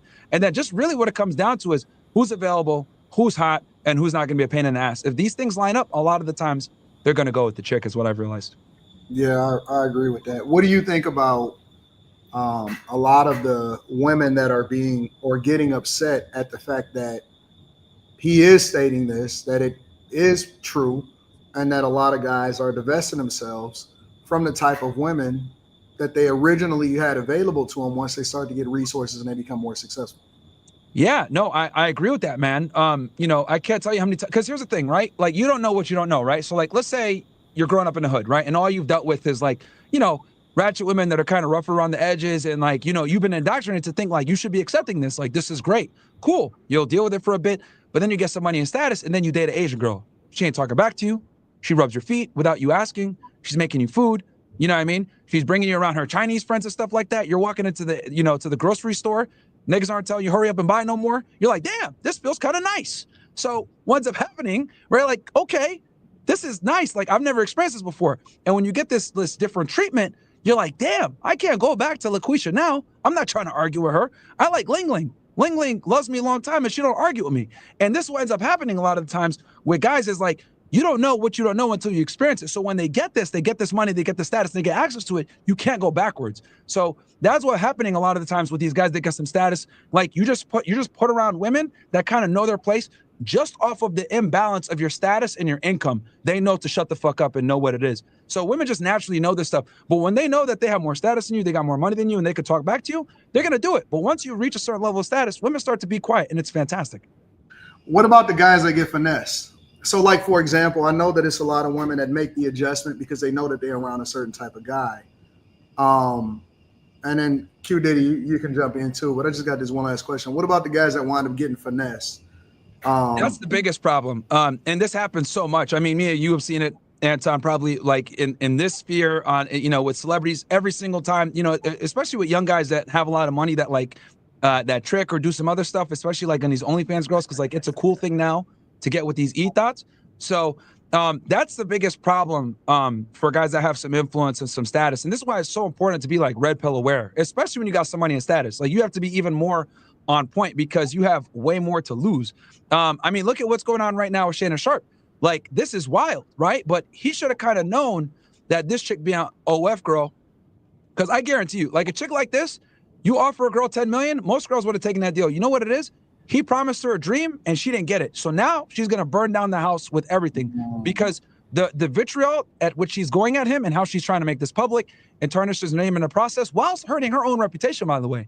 Like the fact that she's going so hard tells me that he made some promises to her, like, oh, you're going to be the one, I love you, blah, blah, blah. They're in a long-term relationship, so they probably had some kind of serious talks. So I think like what's going on with that situation is he made some promises, he's not keeping them, and now she's pissed off. What was you about to say, Quentin? I was raising my hand to the guy that gets finessed. Oh, you get finessed? I have been. I think it's a part of the journey though. Like every single guy has taken it out, whether you were nice to a girl that didn't deserve it, you courted a girl too much, you got stuck in the friend zone. I think every guy has been finessed by a woman, and it's good because it teaches you because like when guys have to like get their, what I've noticed with men, especially from coaching thousands of men, I'll tell them, yo, don't do this. They'll still do it anyway, and then they'll come back to me and say, damn, you were right. And then it makes that learning lesson much more potent because now they felt the burn and they're like, all right, I can, you warned me and I felt it. It's one thing for you to tell them. It's another thing for them to find out as well. And it makes it that much stronger. So a lot of guys, they got to get burned by women. Very few guys like can learn from others and not make that mistake versus most guys have to make that mistake to learn for real a lot of the times, unfortunately. Do you think that it's best that guys get burned early? Because it seems like once guys get resources and get money, that it really becomes an issue. Yeah, I'm not sure if they learned the lesson. I think early. Once you get money and resources, then she's playing for keeps. Like this girl right now going after Shannon Sharp, she's playing for keeps. So it's like, and they have an incentive to do so. When you're broke and you're a nobody, like, are they incentivized to go after you as hard? Probably not. Then maybe they'll embarrass you in the neighborhood. Oh yeah, weirdo, blah, blah, blah. That's cool. You can move and be fine. But when you got some money and your resources, and this is why it's so bad for young guys. Oh, dude. The young guys that like aren't red pill aware and get some money and status, they get cooked the worst. It's better for you to almost like be broke, make these mistakes as you're coming up, then get the money, understand women, and then you're in a much more you're in a much better position because then you can mitigate the risk, or you already know how to deal with certain women off of how they come at you. You're like, oh yeah, this girl's a thought, I gotta deal with her this way. Okay, this girl, I can maybe let her in a little bit, but like you get that wisdom from failing, and you gotta fail it. You almost gotta fail when you're broke, because you kind of see how you see the real side of females. Like when you don't have all your stuff together, you don't have money like that yet. You really get to see like the dark side of hypergamy. And I think men need to be exposed to that, to see how callous and how cold women can really be when they're not interested in you. Because I truly think like women are much more cold-blooded than men are, way more, especially when they're not interested. Their interest in men drop off precipitously, way faster. They're more likely to end relationships. They're more likely to break your heart without you even knowing about it, because they broke up with you 6 months. They've already been plotting the breakup. So like with women, I think men need to experience that, because this kind of insulates you from making those mistakes later on when it's going to cost you significantly more money. What do you say about the chat saying that you can't pull a black woman? I would say, why would I? Why would I? You could have them, bro. Why wouldn't you? They could have them, man. I'm not competing for LaQuisha. You guys can have her, man. Well, every black woman ain't LaQuisha. What you mean? Look, I say that's look, I'm fucking around. But the when they say dumb shit like that, oh, you can't pull a black woman, like that's just like cope a lot of the times, because they're saying what that really, let me decode the stupidity for you. When people say dumb shit like that, translation, you're not willing to tolerate the bad behavior that naturally comes with a lot of black women. Because let's be honest, let's deal with the stereotypes here, right? I'm an open racist towards everybody. Let's deal with the black stereotypes. Black women are fat, loud, crass, annoying, have attitudes, and they don't respect male authority. There's a bunch of reasons for this, but I'll go over simply. The average black woman weighs 187 pounds. A lot of them are grow up in a single mother household where they're told every single day, niggas ain't shit. There is no patriarch in the family a lot of the times. This is just what goes on. Then when you listen to the rap music, what are they saying? Fuck niggas, get money, blah, blah, blah. It's just shitting on black men all day. And then the black men that are in their life a lot of the times, not every single time, but a lot of the times, they're criminals, they're fathers that weren't there, they're crooks, and it's just like a never-ending cycle where there's no real patriarch in the household. And then on top of that, you know, since women, a lot of black women grow up without men in the house, then they're becoming extremely masculine. Now, this is fantastic when it comes to survival, getting a job, making your way through life, but this is terrible when it comes to attracting masculine men. Masculine men don't want masculine women in return. That would make you probably more than likely gay if you're attracted to yourself, right? And I always use the analogy because whenever that's your lane, Molly. Because here's the thing with black women, right? They'll sit there and they'll say, "Oh, you can't handle me," and I'll say, "Why the fuck should I?" Because let me tell you this: if you went up to a black woman, and you said, "Hey, look, I like to wear heels on Saturdays," she'll be like, "Ew, what the fuck?" She'd curve you, rightfully so. That's weird. But why is it that we're supposed to accept masculine black women when they would never accept feminine black men? They never would. So why the hell should I accept a woman that behaves like a man when she would never accept me for behaving like a woman? And this is the insane double standard where they'll sit there and say, "You need to expect me the way that accept me the way that I come," but women never accept us the way that we come. We have to self-improve. Why don't they have to self-improve? So when they say dumb shit like that, saying, "Oh, you can't handle a black woman," or "Why don't you date them?" what that really means is, why are you not dealing with the stereotypical, loud, obnoxious, crass, rude black woman? And I'm saying no, because I don't want to date myself. So if I've dated black women before that are polite, feminine, not fat, respectful, speak proper English, you know, they say ask instead of ax, like all these things. And that's what I like. So if I'm going to be around that, great. I don't really care about skin color like that. I have a preference. It just so happens that a lot of the times black women don't adhere to these preferences because they're indoctrinated to have this mindset of, let me challenge a man, let me be rambunctious, let me go ahead and chase a career and basically be the man that I want to get. And I'm not with that. That's fair. How do you feel about that, Kim? I agree with a lot of what he said. I've said before, I don't think that, just in general, we'll even speak on black women because that's who he's talking about. I don't think that black women are taught to be wives. Whereas, you know, this black woman, if she's going to college to get her degree, these white girls were taught to be wives. They were taught to look for a man to take care of them. They were taught to look for husbands. They're going to college to look for a husband. They're going to be more submissive. They're going to be more passive because they're playing the long game. And you want to hear something crazy too?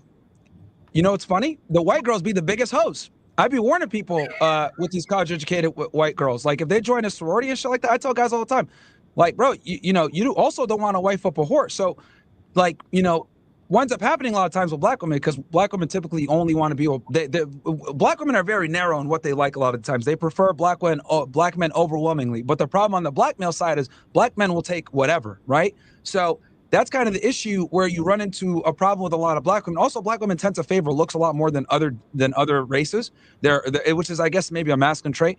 But black women tend to be more interested in the way that they dress, the way they conduct themselves, you know, the way they look, etc. Like, it's very interesting how I've noticed that with black women, they tend to be the race that is very interested in the way a man looks, which is fine. You can have your preferences, but what the problem with that is it dilutes the marketplace of men that you are going to open yourself up to.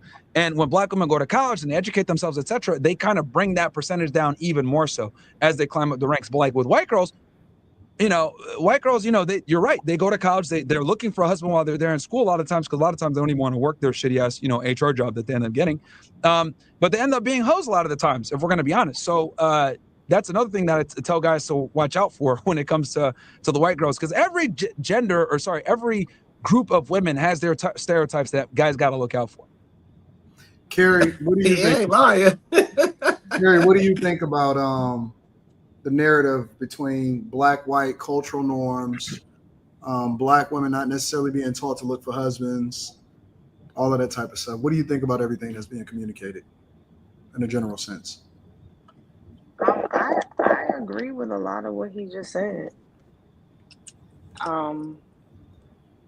I don't know if it's that women are not necessarily being taught to be wives per se, as much as taught to be wives that men want. Because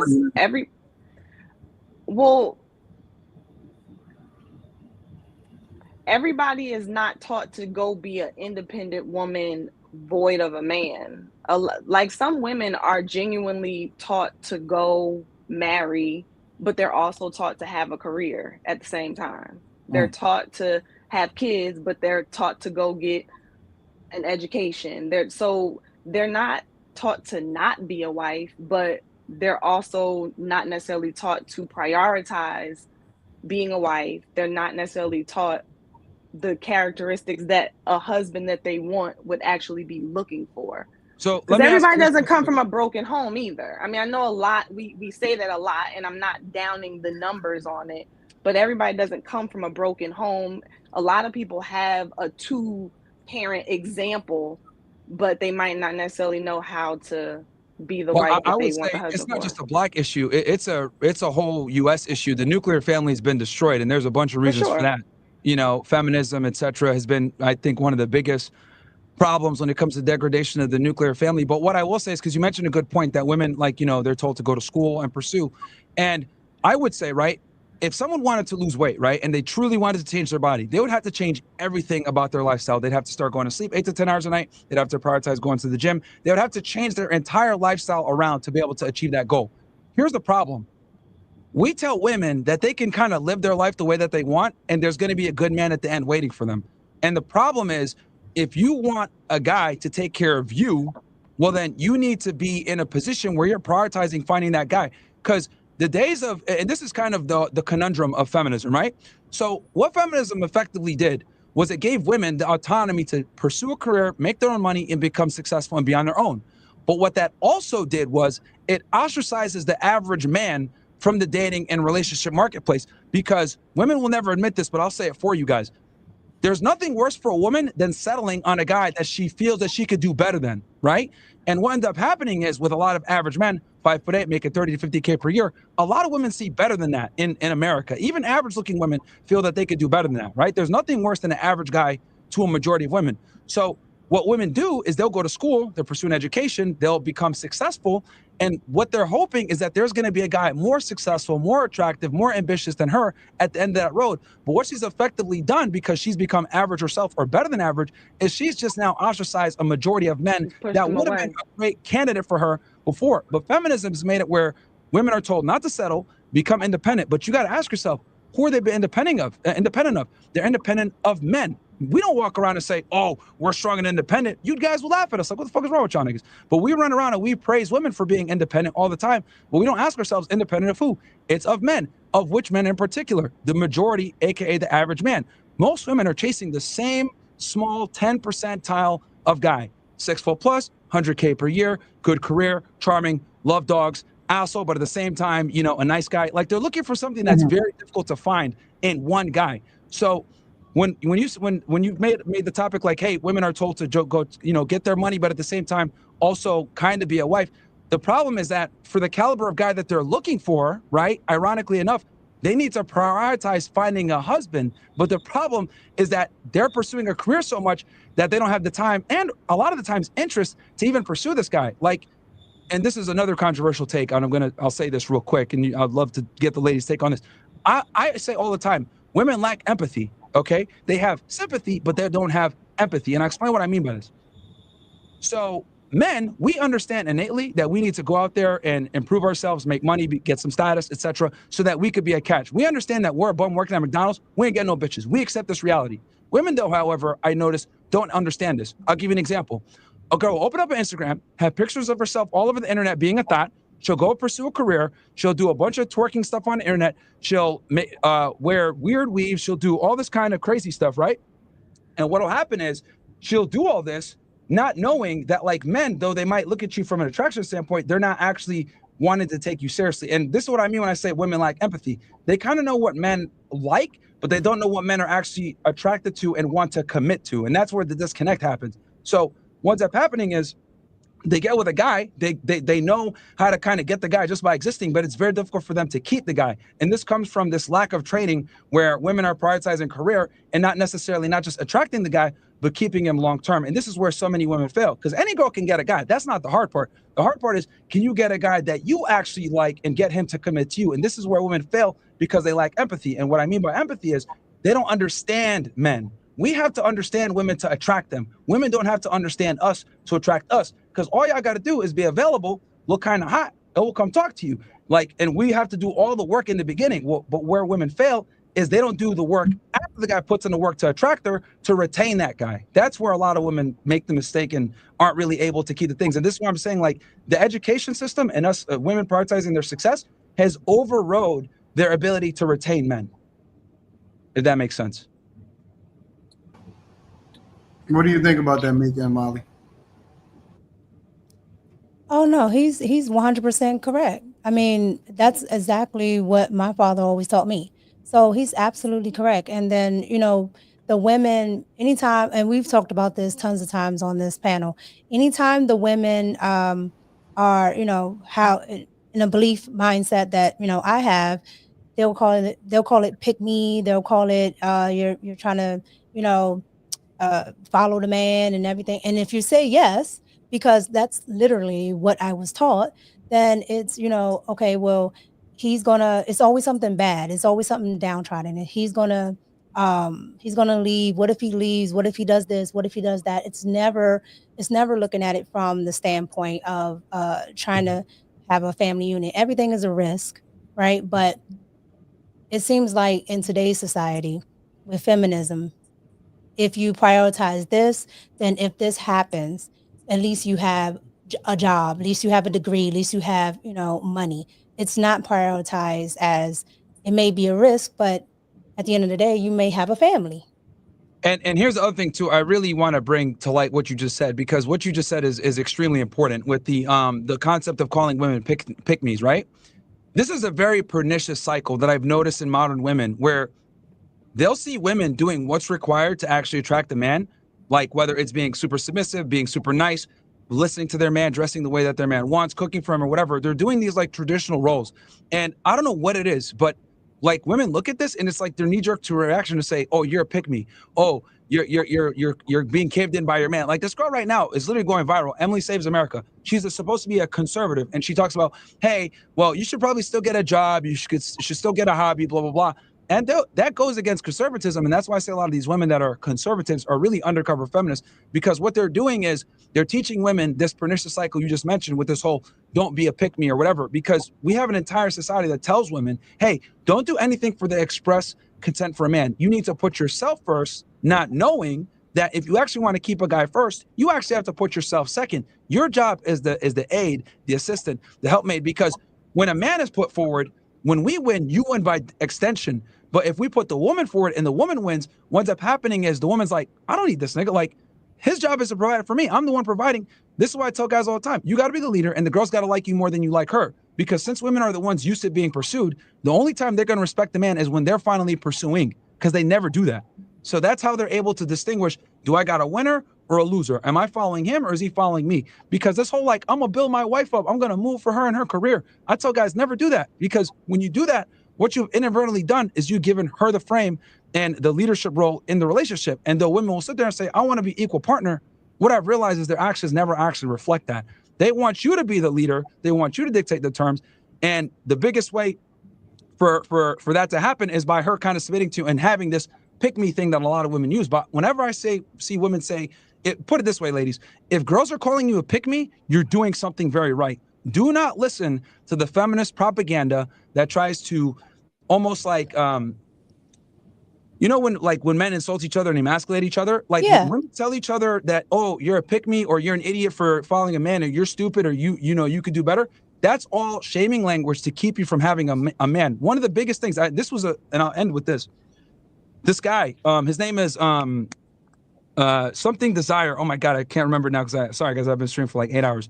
Long story short, the truth Desire, something like that. He interviewed a divorce attorney, is the main bottom line here. And he asked the divorce attorney, she's a female divorce attorney, hey, who initiates most of the divorces and why? And she said something that I've been saying for years, and I thought it was awesome because it finally vindicated me. She said the women initiate the divorces, and a big reason why they do it is because they get talking to their girlfriends, and their girlfriends put shit in their ear. And it's back to that cycle you just mentioned with pick me, you do everything for him, blah, blah, blah, all this other stuff. And women will see other girls happy with a guy in a good relationship, and they'll try to ruin that and be like, why are you with him? You could do better. Oh, he has Sim. Oh, look, he's controlling. He's XYZ. When in reality, he's everything that she wants. But since they're not happy and they don't got what they want, because it's so much harder to find a mate for women, they'll sit there and try to tear her shit down. And that's like one of the, I tell girls, if you have a relationship, get rid of all your single friends. They're going to lead you astray. Let me ask you, go ahead, Molly. No, I was just going to ask, well, because I know Mika brought up the topic of being called a pick me. What do you do as a woman when you're being called a pick me by men for supporting men? Because I don't think that gets brought up.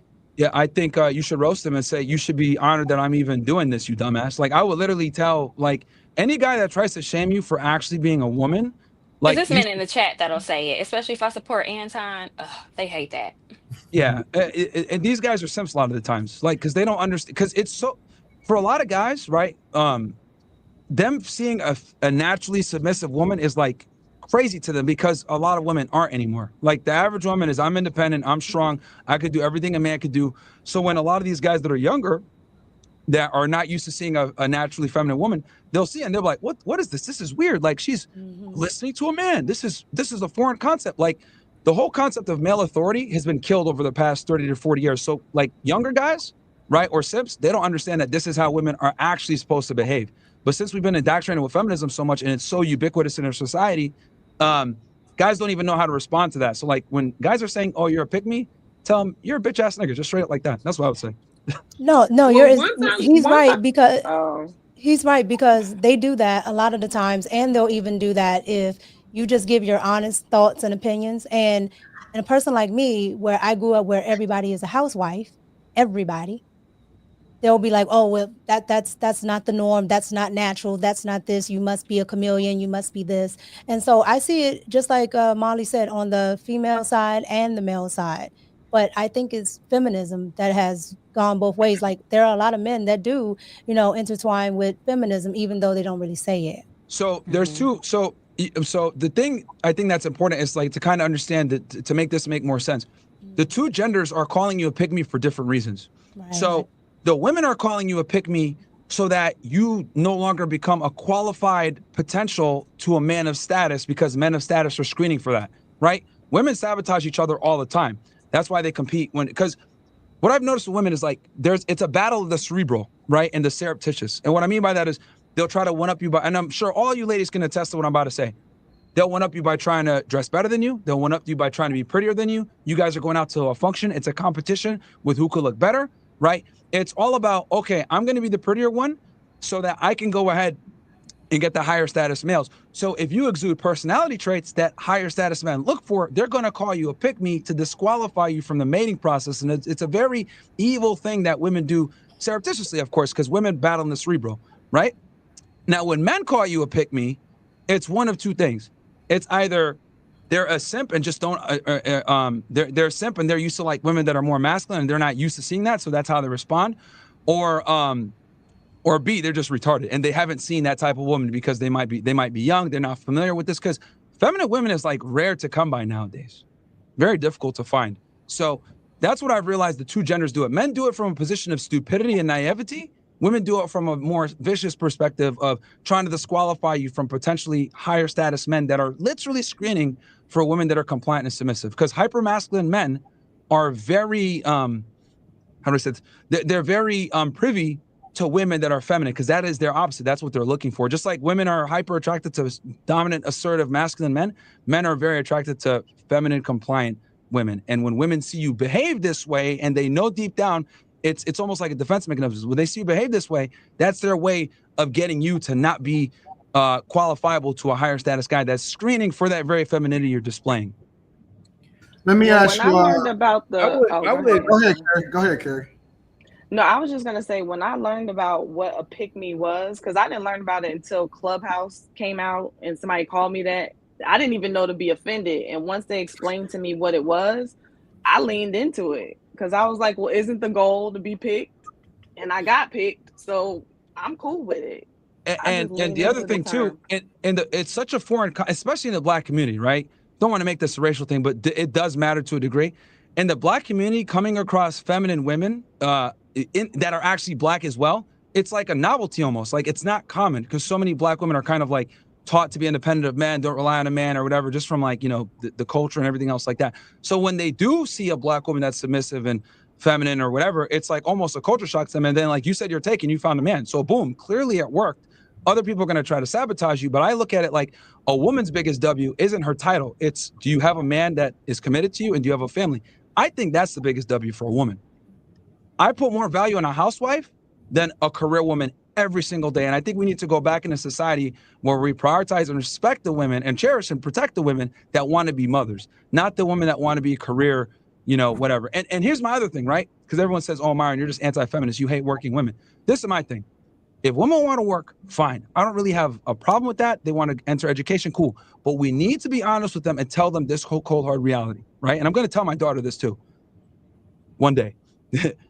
If you decide to pursue a career and acquire status and excellence and resources, you are dwindling the potential pool of men that will want you. And not only are you dwindling them, you are making them less likely to want to be with you because they don't want to date themselves. So I always say when women become successful, doors close. When men become successful, doors open. So I would tell her to go into education and getting a job with her eyes wide open. I'll say, look, you go to school, but start looking for a husband while you're there.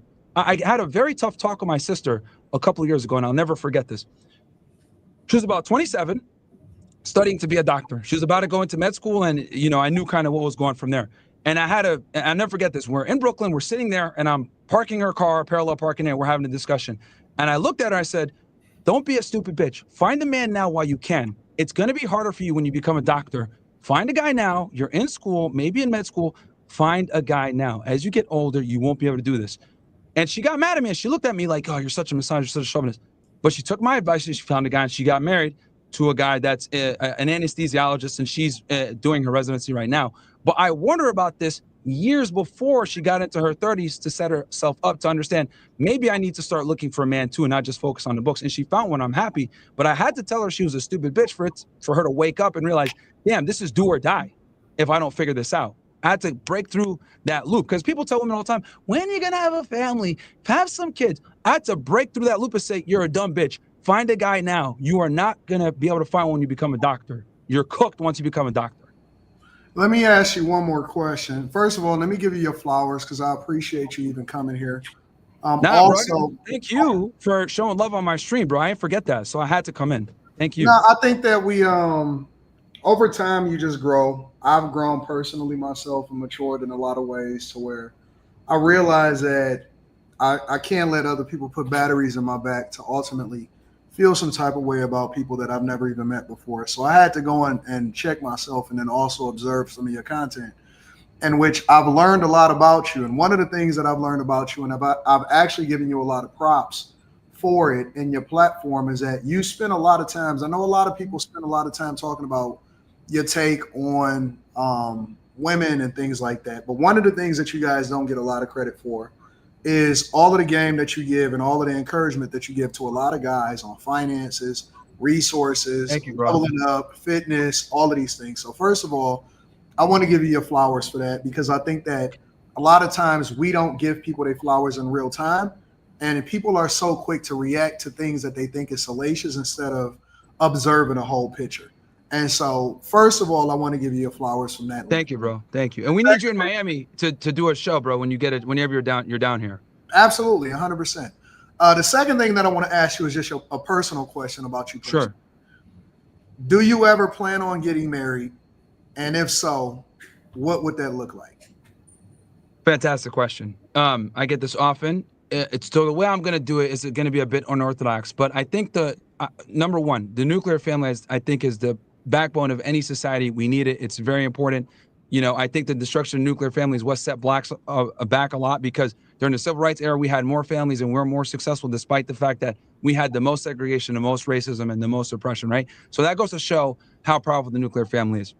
Number two, when I do decide to get married, what I'm going to do is I'm not going to involve the state. And the reason why I would get married is solely for kids, to create that environment where, the child is like, oh, mom and dad are together and they're, they have a conventional relationship to a degree where there's a marriage. I just wouldn't do it with the state because I do think marriage is important for a family. But just the way we go about it today is extremely dangerous and, problematic for men because we put so much on the line and women literally are incentivized to divorce us, especially if you got some money. That's fair. Does anybody else have any comments or questions for Myron before we go ahead and wrap up the show? And I didn't mean to come in here and take all the thunder, guys, man. No. I like to extend the platform. We on here regularly. So the people that you see here right now, it's not uncommon for us to be here on a regular basis. But okay. I always like to give the floor, you know what I'm saying, to you, and then we chime in because, it's it's not a normal thing that we get somebody in here to where we actually respect enough to actually, you know what I'm saying, hear them cook and let them get their opinion. And I do want to give the ladies on the panel a degree, like a huge amount of support and love, because like usually when I say these talking points, a lot of women like, oh my God, this guy is crazy, blah blah blah, and I've noticed that you guys have actually been intently listening to everything I've been saying, and I do appreciate that, because most women just get triggered and go off the rails. But for you guys allowing me to give my points and kind of expanding on it, it makes a lot more sense. When I say it originally, it's shocking, but then when I explain, hey, this is how I came to this conclusion, you know, and people afford me that opportunity, a lot of times they end up agreeing with me. Anton knows how to pick his women. Well, I agree for some reasons. Words themselves are not like inherently offensive. Like you're offended because you believe it to be true. So you can talk all you want about Black women. If it doesn't apply to me, there's no reason for me to be offended. And then Quentin will tell you. I wish Black women had that mindset that you have. It's like they look at it as like, oh, you're making general statements. It doesn't apply to me. I'm high IQ enough to realize like you're not talking about me. So whatever. But they're looking from the emotional standpoint, because most women are emotional. But you could have enough logic to say, okay, well, he's not. It doesn't apply to me, and you can have enough logic to look outside of yourself and say, yeah, most do act like that. And then a lot of women act, like they're offended by vulgar language. I think that a lot of people want people to push back for the sake of pushing back, but you can have a difference of opinion in somebody, but sometimes you align with what it is that they're saying. If you understand what they're saying and they making valid points, it's not always necessary to push back just for the sake of pushing back. You know what I'm saying? So I don't understand the whole, hey, you guys got to push back thing. I don't subscribe to that. I just think that when people are cooking, then you give them the floor and you let them do their thing. I don't understand that. So. Yeah, I mean, I'll give you guys an example, right? So I am very critical of, when it comes to politics, and I'd use this example just because it makes sense and it can kind of explain the difference. I'm very critical of Israel. I have made a lot of comments on the state, I have my political grievances, whatever.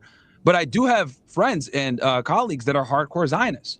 And though this should be a dividing line where we should never be talking to each other, we should literally hate each other, I do think it's important to, you don't have to be great friends with them, but I do think it's important to have people in your circle or your realm of influence that oppose your views, because it kind of keeps you sharp when you have a discussion with them.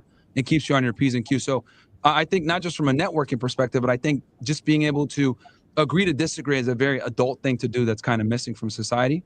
So yeah, it's something that's really important and a lot many people have.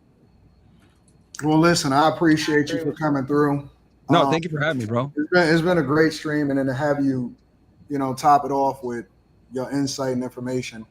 Again, I don't think that people get enough credit, and I'm gonna give you your flowers right now. I think that you dope, bro, and I absolutely love. I'm not even so much into the content. I know that there's an audience for the conversations when it comes to relationships, but the stuff that I really value that you've been tapping into is the Fed React stuff. Oh, thank you, bro. Yeah, the Fed React stuff is really great.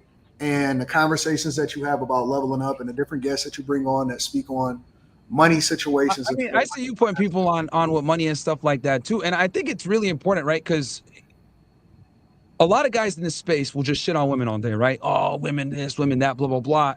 But like, they're not going to do what's required. So like for me, I looked at it like, okay, look, we got problems with dating. Yes. Feminism sucks. Yes. So what does that mean? You can't be an average guy anymore, as I was describing before. You got to be above average. You need to be in a position where you're a provider. My advice I always tell guys is, yo, make enough money to the point where if you have a woman, she can tell her boss at any time to fuck off. I don't even think she should work.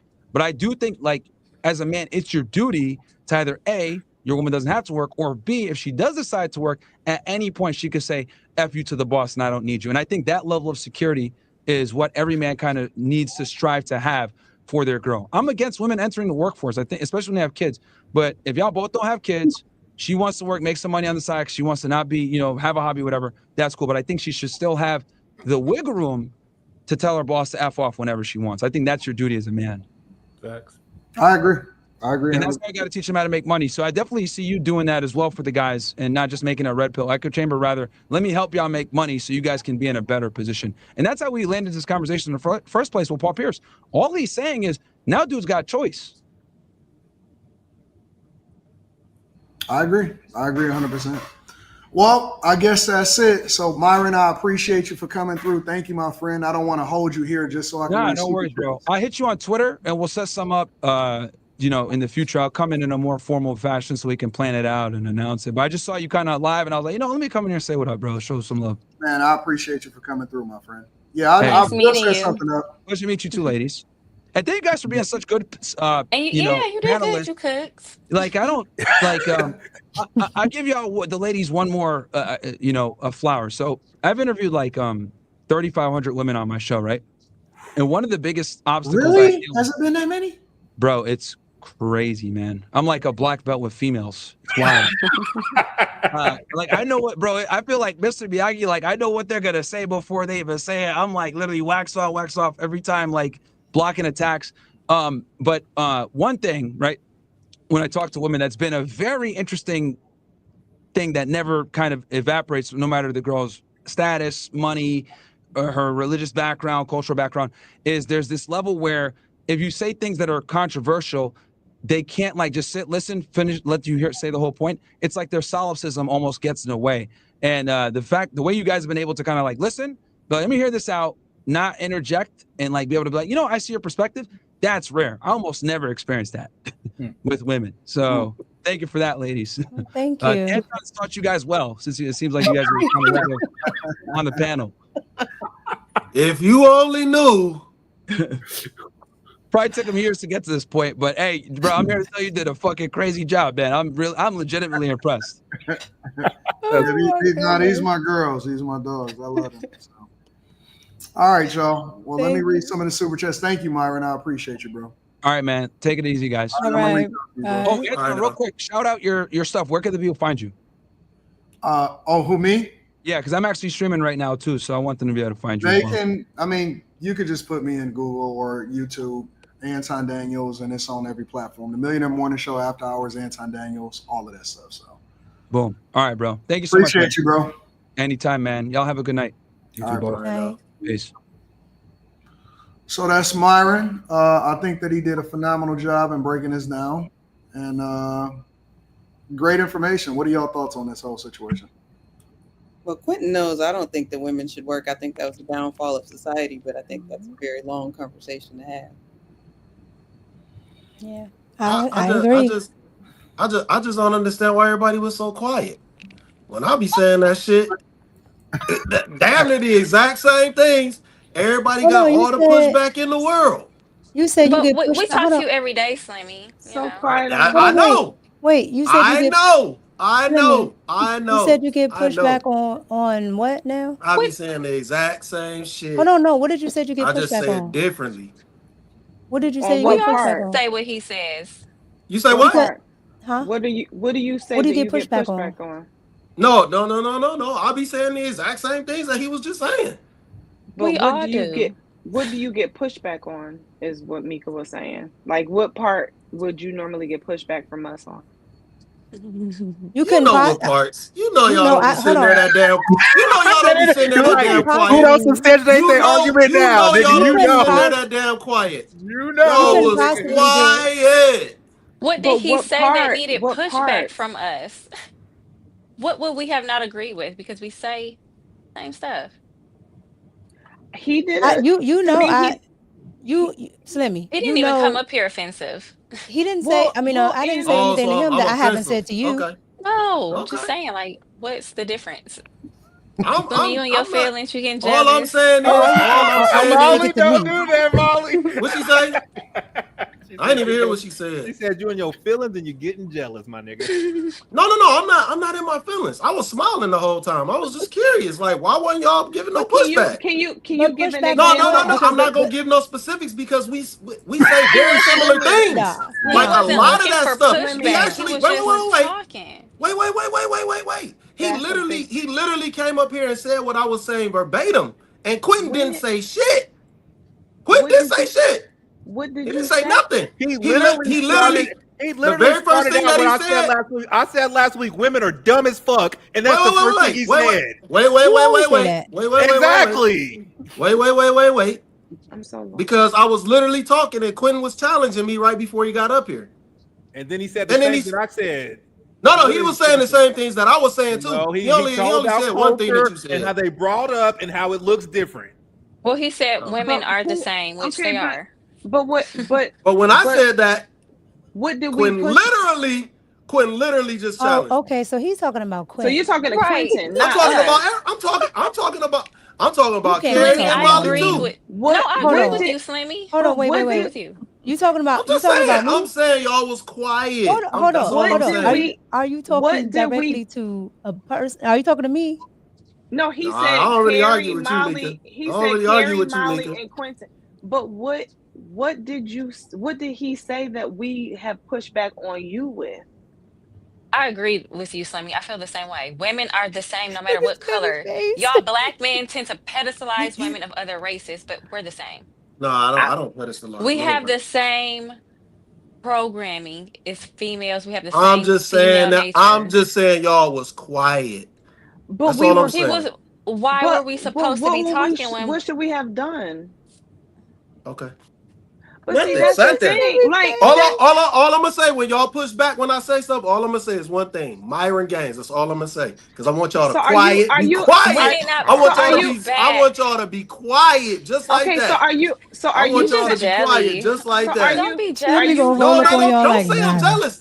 I'm not jealous. Why would I be jealous? I can never be jealous of another man. I can never be jealous of another man. I could never be. I could never be. You can't use that kind of rhetoric with me. You can't use that.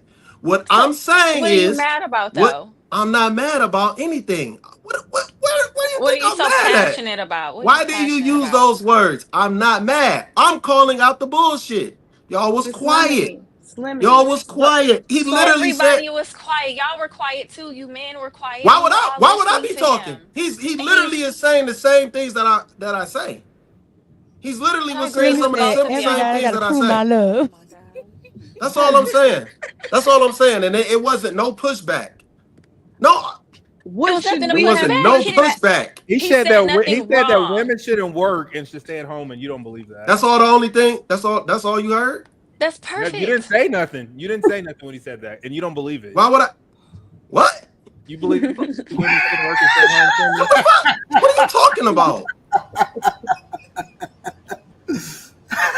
I just thought it was, I thought it was funny. You thought it was funny that we just literally had no pushback, or were there y'all didn't have no pushback. Y'all didn't have no pushback. He didn't say anything wrong. Slimmy, are you saying? Oh, then I don't say nothing wrong there, right? Okay. I'll say this, ladies. Carrie, let me say this. The difference between Myron and Slimmy is that nigga articulates himself 10 times That's better. That's what I'm saying. Like half the time you say shit, we don't get what the fuck you're trying to say, nigga. Right. I mean, that's. I'm just saying, nigga, it sounds different coming from your mouth. Nigga, you'll say something and then tell us to figure it out. No, I don't. You literally just did it. You literally just did it. Okay. But you are. We just asked you to give us. We just asked you to give us an example of something. And you said, no, you know. That you say. I literally gave you an example. No, you. And why are you yelling? I literally gave you an example. You did not. All right. But you didn't, Slimmy. I didn't give you an example. Slimmy, I didn't give you an example. Can you? Okay, I'm not gonna argue. Can I speak or no? Because I'll be quiet if I can't talk. I'll tell you, Myron. You're right. Mika asked. She said, "What do we give pushback on?" She said it over and over, and then I said. Mika is saying, like, what has he said that you also say that we've given you pushback on? And you're like, I said everything he said. I'm not going to go through that. We just listened to everything he said. You didn't give any example. We're legit asking, give us an example of something that we've pushed back on you with that he said that we didn't say anything to him about.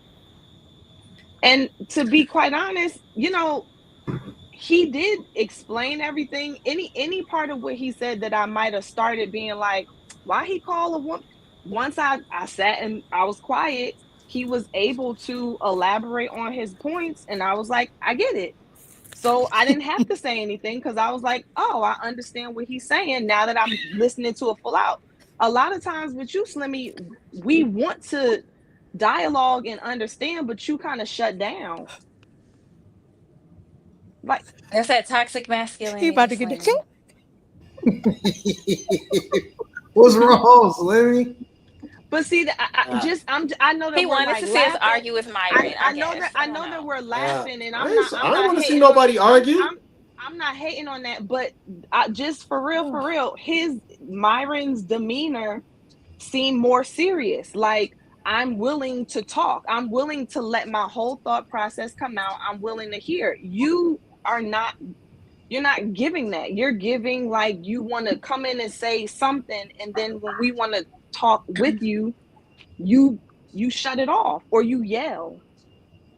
So it's hard to kind of communicate. It's hard to communicate with you at times when we really want to understand what you're saying. Like, I genuinely want to know, what did I not speak up on with him that I would say to you? And you won't even give us the benefit of your point. And then it's like, I don't listen to him. So I don't really, I know he has like a bad reputation, but there was nothing he said that I felt like was to be pushed back. Like, sorry, like, I don't know. Didn't know we were supposed to argue with him, Slimmy. You good, my dog? You all right, Slim? Oh, I'm good.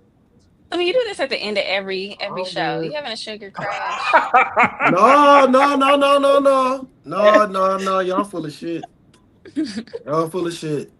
Oh my God. See, and then we get all of those comments, but you still have yet to. So how are I literally gave an example.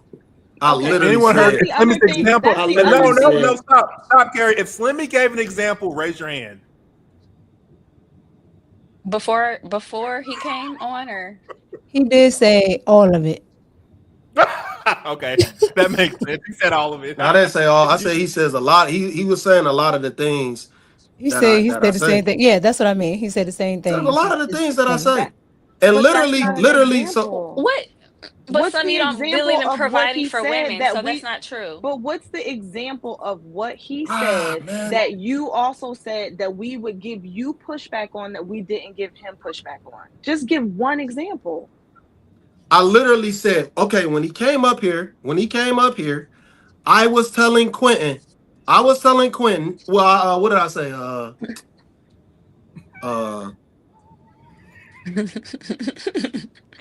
I was saying all women are the same. All women are the same. It doesn't matter race, color, or creed. Quentin was giving me pushback. He literally came up here and said the exact same thing, and Quentin was quiet. And then he started agreeing with him. And then he started agreeing with him. Both of our points, actually. He said he articulated what I was saying, and then he ended it with generally they end up at the same point. That's what he said. He didn't say the same that you said at all. He didn't at all. Okay, we'll watch it. I'll watch it back. So then that goes back to what I think Mika said. So your comment was for Quentin, not for us. You got it, man. This is ridiculous, man. It's bad. But how is it ridiculous? Because you're not That's why you single. You be so difficult. Oh my God. It's like you looking for an argument where there is. I'm not looking for an argument. I thought that was crazy. Like y'all literally sat there. Y'all ain't saying nothing. But you just gave an example for Quentin. Can you give one for us? Because I feel like you're grouping all of us together. So then can you not generalize all of us? I'm not arguing with no man who says he wants to be a provider. But I'm just what if it's so bogus, I would just think that it would be easy for you to point out an example of something he said that we normally wouldn't agree with. Why can't it? Could you be wrong? Is it possible that you're wrong? Slimmy don't want us talking to him. That's the problem. When he talks, we just gotta sit quietly. Slimmy, I think a lot of it has to do with submissive. What does that? What does that have to do with? It has to do with his delivery. And so not only that, but Anton was asking this man specific questions. Like, so you sit and listen to the answer that he was asked. Like, that's common courtesy. That's true. And isn't he kind of like a gas? So we look like cutting him off. Well, you know, you don't let guests come over and then you just start arguing with them. You argue with Fatty on a Monday night panel? Nah, you would argue with him over here. I seen you do it, but on this panel, I don't remember being on this panel with Fatty. You was over here with Fatty, but Monday nights are completely different. I'm talking about that's battle royale on. And I don't agree with a lot of what Fatty says because he has a very liberal mind, and I'm not liberal minded as a woman, so our ideologies do clash. All right. That's Carrie, what's wrong, Carrie? At one point, do you sit and say, there's 5 people on this panel and everyone is saying the same thing and you just don't believe us? I don't give a fuck what you talking about. I know what the fuck.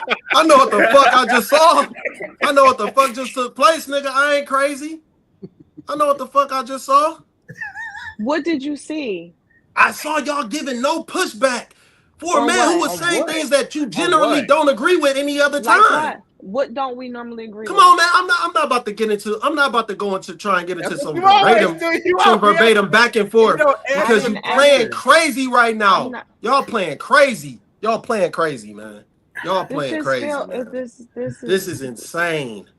I'm now agreeing with your insanity thing because that's crazy that you can make these comments, but you don't feel like you should have to answer anything behind them. Like that's a little bit immature in terms of conversation. Don't. It's not immature at all. What I'm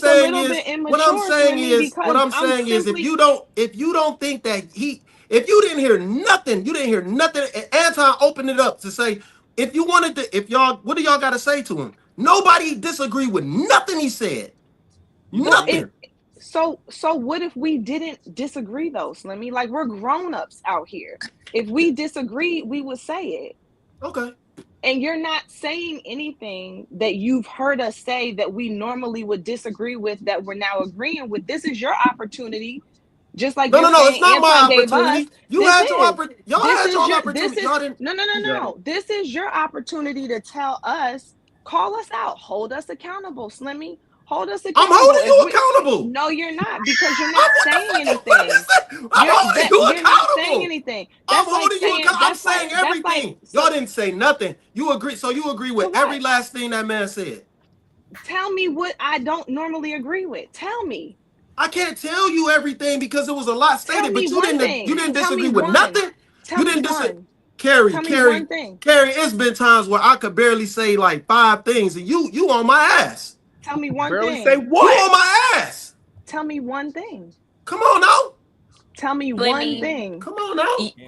You cooked on that white girl topic. Okay? Tell me one thing. No, I don't care about that. I don't care about that. What I'm talking about is y'all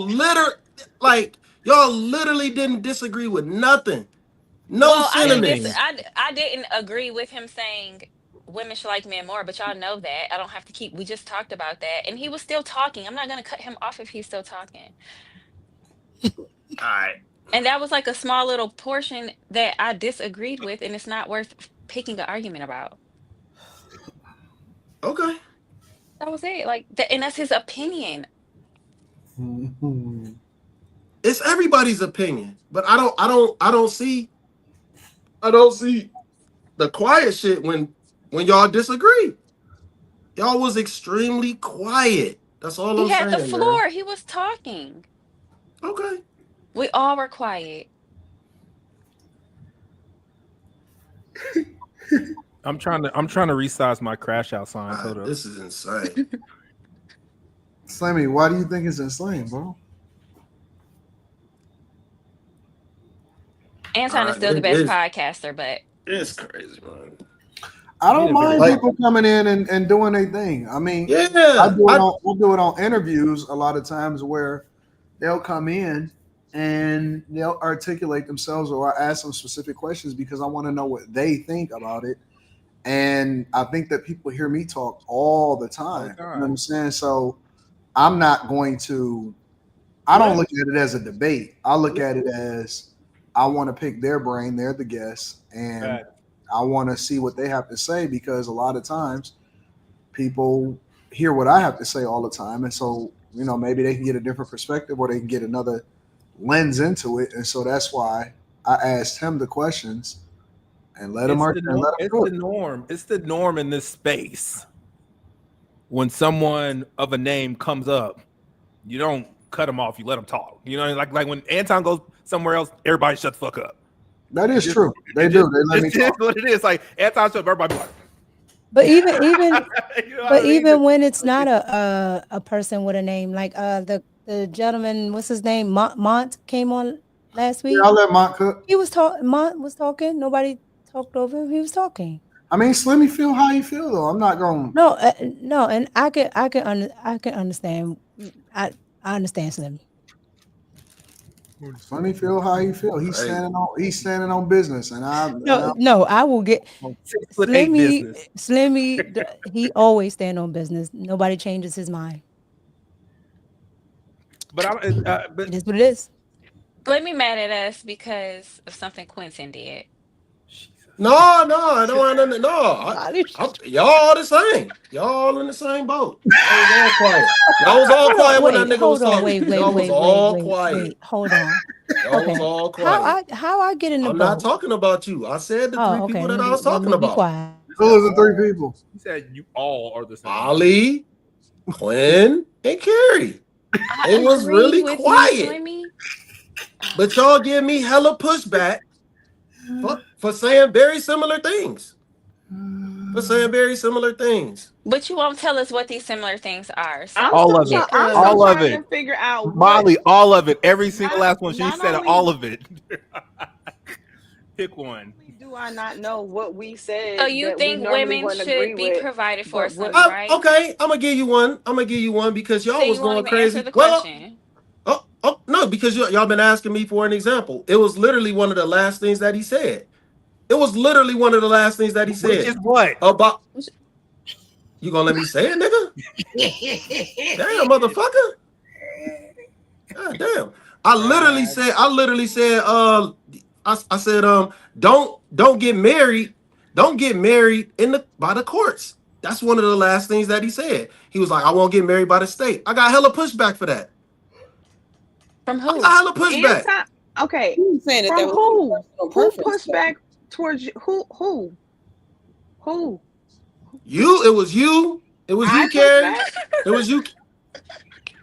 You making shit up, nigga. I'm making shit up. All right, I'm gonna go back. I'm gonna go look for that. I'm gonna look for this crazy. Shit. It ain't crazy. It ain't crazy. I'm gonna go back and I'm gonna look for this shit and I'm gonna find it.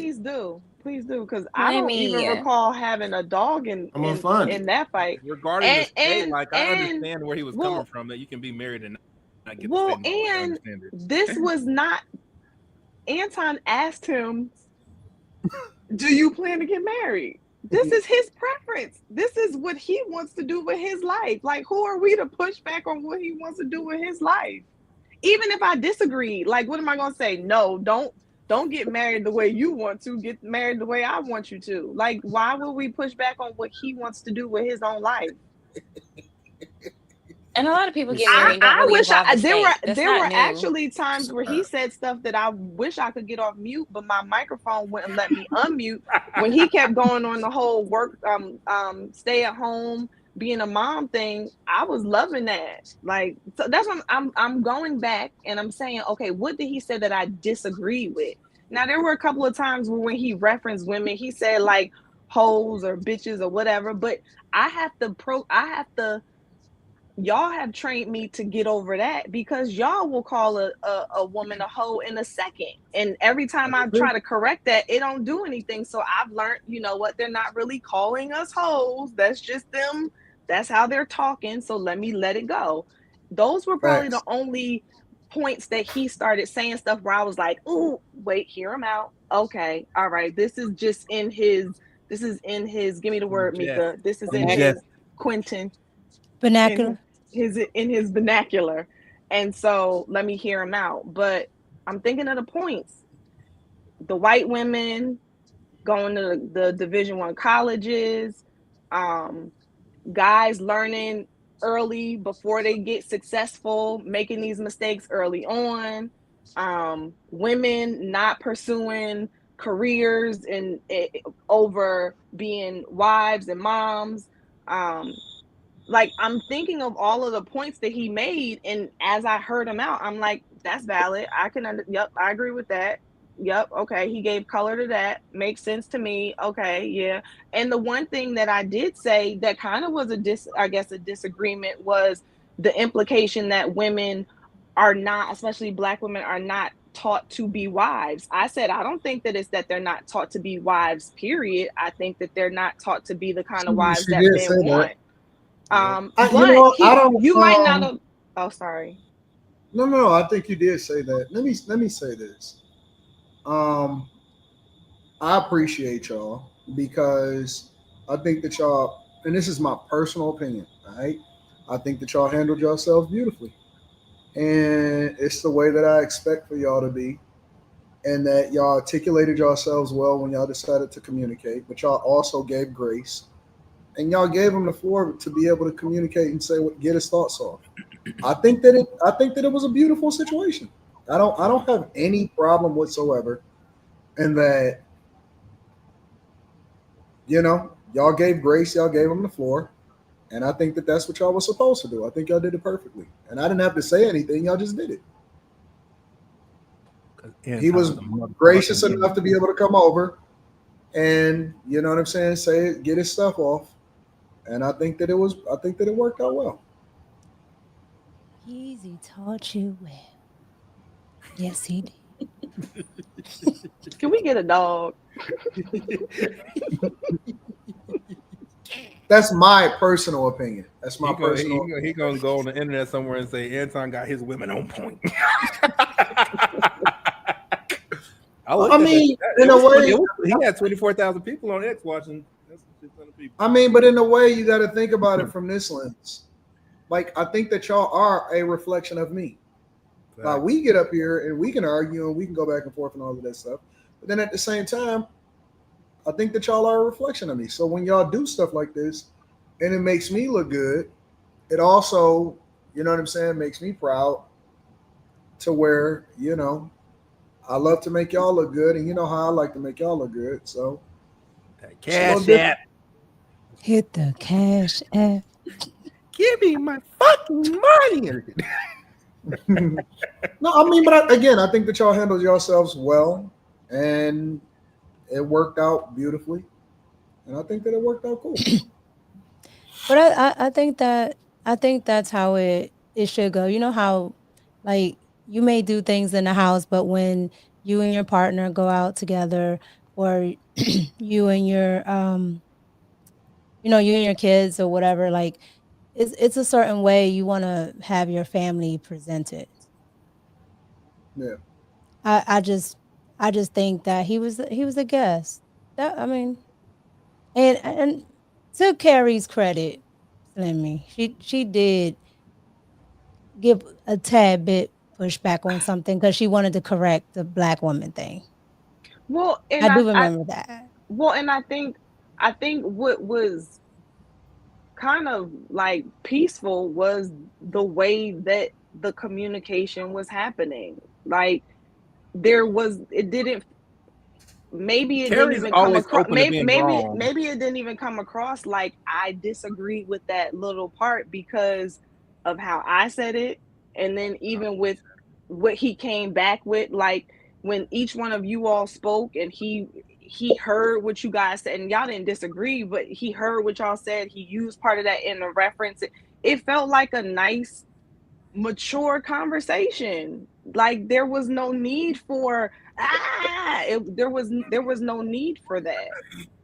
And I don't think that he said anything that was like bad or incendiary or anything like that. It was just a vibe. I thought it went well. And anything that was extremely, and this is not to him, but he also didn't say anything that was like whoa, you know what I'm saying? Like a lot of the points he made were sound points that we probably have touched on in all different types of ways. And so it just, I don't know. I think if we would have pushed back for real, it would have been us intentionally looking for spaces to push back. So let me not listen to what y'all talking about. No, okay. no, I understand what Slimmy mean, but I think it's situational, right? Depending on what questions, because I think the topic that we were on, they mostly agreed with that topic. Now, I think if it would have went to something else, maybe it would have been more pushback. But I think Carrie and Molly also think that, you should try to find a husband early while you're in school, yada, yada, yada. So I think that's why they didn't push back. Because, I just think that it was just a good conversation. I don't think that, Yeah. And Slimmy was smiling. You were happy. I mean, it was somebody saying things similar to what I said. I ain't hear like what I mean, what the fuck? I love Slimmy.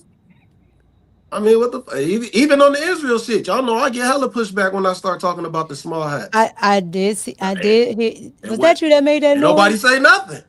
Hold on. No. I'm usually on the 410 hat with you. But what I'm saying is, ain't nobody say nothing. He was like, "Yeah, what were we supposed to say? I've never spoke on Israel ever on this panel. I don't know about it. What the fuck? Yeah, I don't even talk on Israel, and he didn't even say what his position on it per se was. He was using it as an example to show that him and his friends who have truly opposing views technically shouldn't be able to agree to disagree, but they do, and the challenge of having an opposing view is good. So he wasn't even talking about Israel like that. But I don't even know enough. I'm with Anton. Anton, that was the Russia.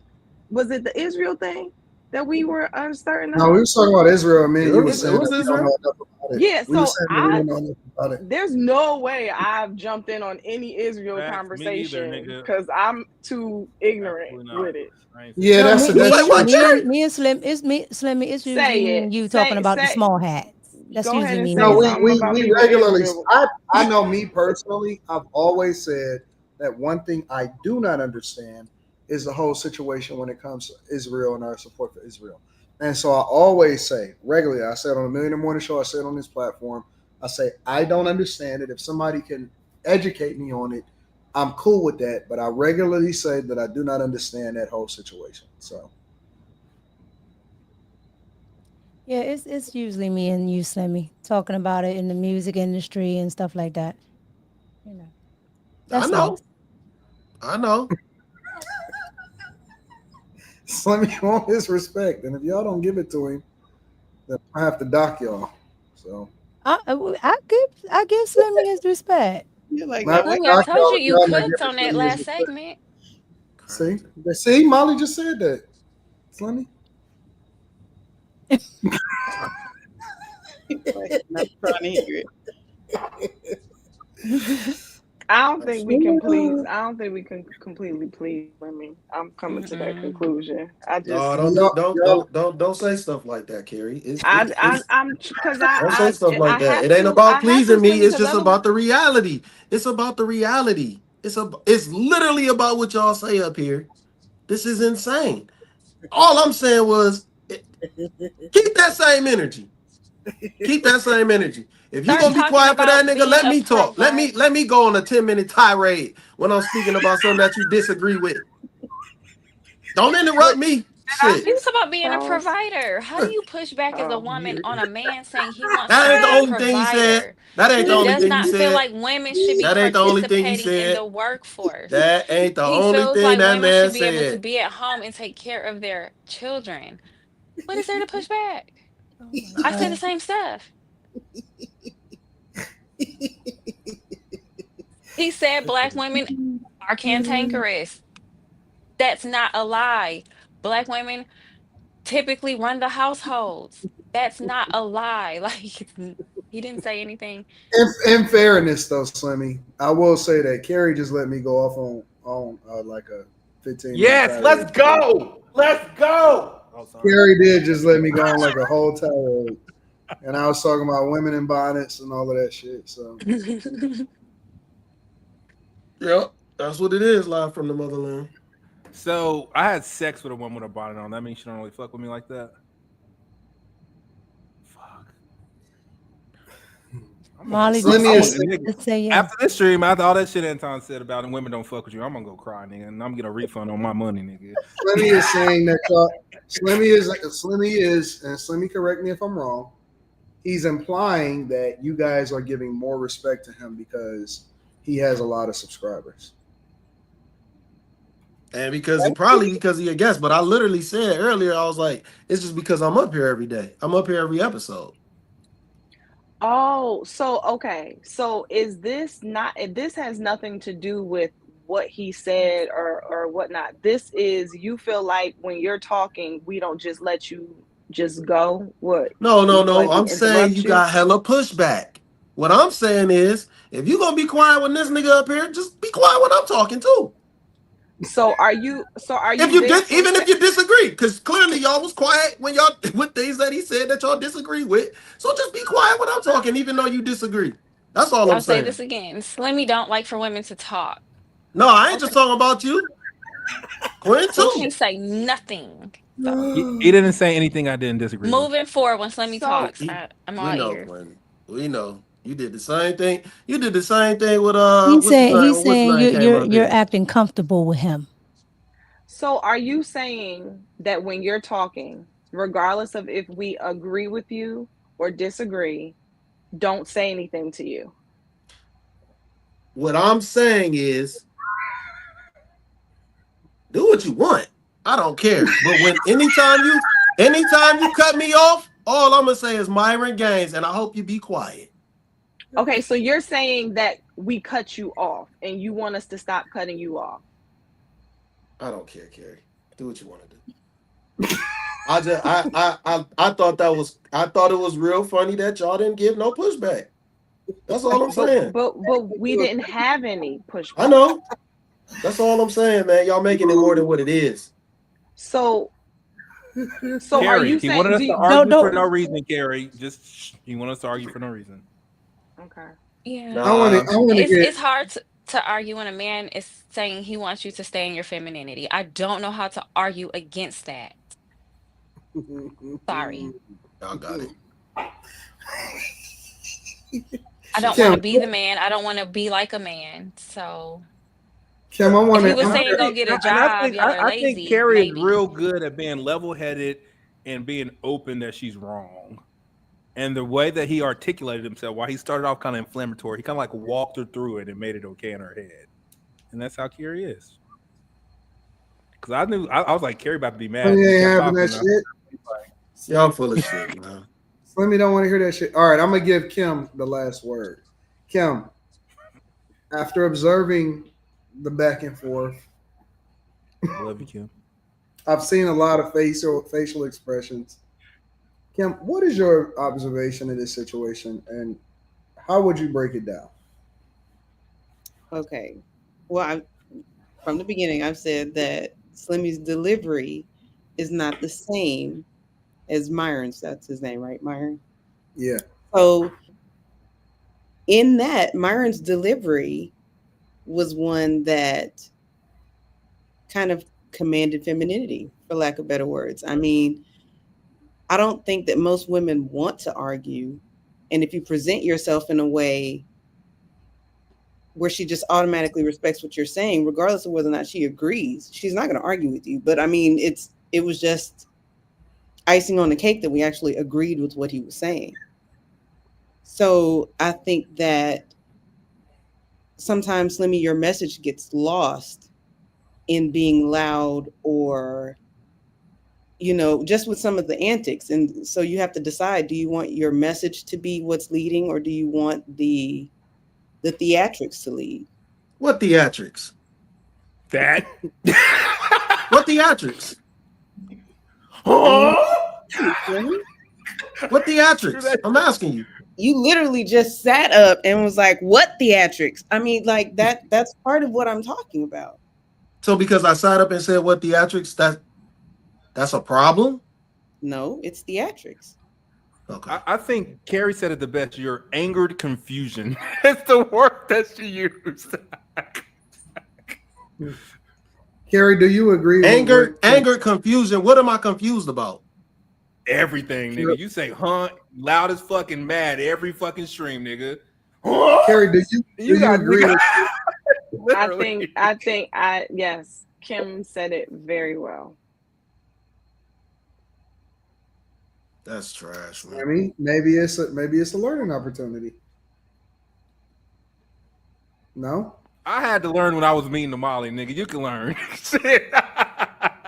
Now I love that woman. Slimmy, you don't think this is a learning opportunity? So you don't agree with Kim? I got some real hearts for you over here. I got you. Slimmy doesn't agree with you, Kim. I'm asking him. So because I sat up and said, "What theatrics?" I'm trying to figure out how would that make somebody want to just cut me off when I'm speaking?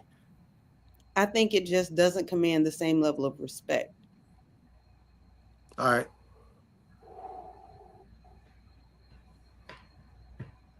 There we go. Anybody else want to share their thoughts before we read super chats? I would have to say the only time that my decibel meter on my phone or my Apple Watch has gone off, the taller man on the panel was speaking. So petty. You're so petty. That motherfucker be like the decibel level's too damn high. I guess I'm just trying. I was genuinely attempting to understand what the real issue is, Slimmy, because even just now you said, so me sitting up and saying that is like that justifies me being cut off. So now I'm wondering, do you feel like we are disrespectful to you when you're talking? Like, you feel like we cut you off a lot? Like, what is the real thing? Because it doesn't seem like it's really that we didn't push back with Myron and we push back with you. It doesn't seem like that, but I could be wrong. I don't want to be mistaken. I just literally said y'all didn't have nothing to say. Okay, I found it. Slimmy, What did you find, Baker? This is what it is, real quick.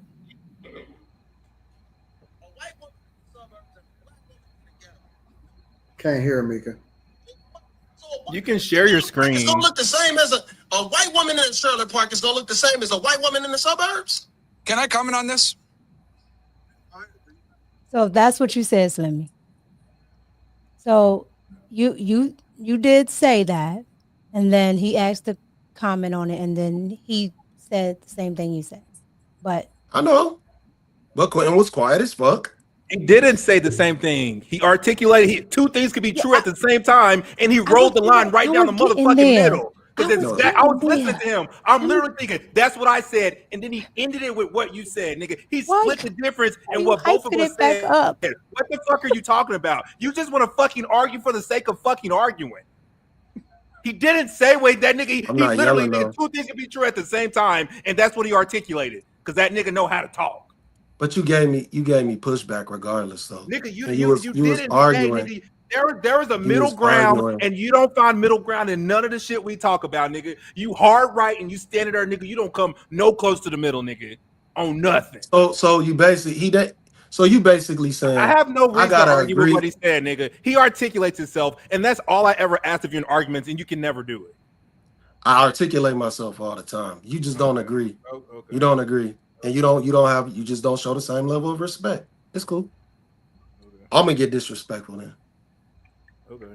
You're not gonna get disrespect, Slimmy. I'm gonna make sure that I stand in the gaps. And why are y'all laughing? I'm serious. I'm laughing at Quentin because I was trying to.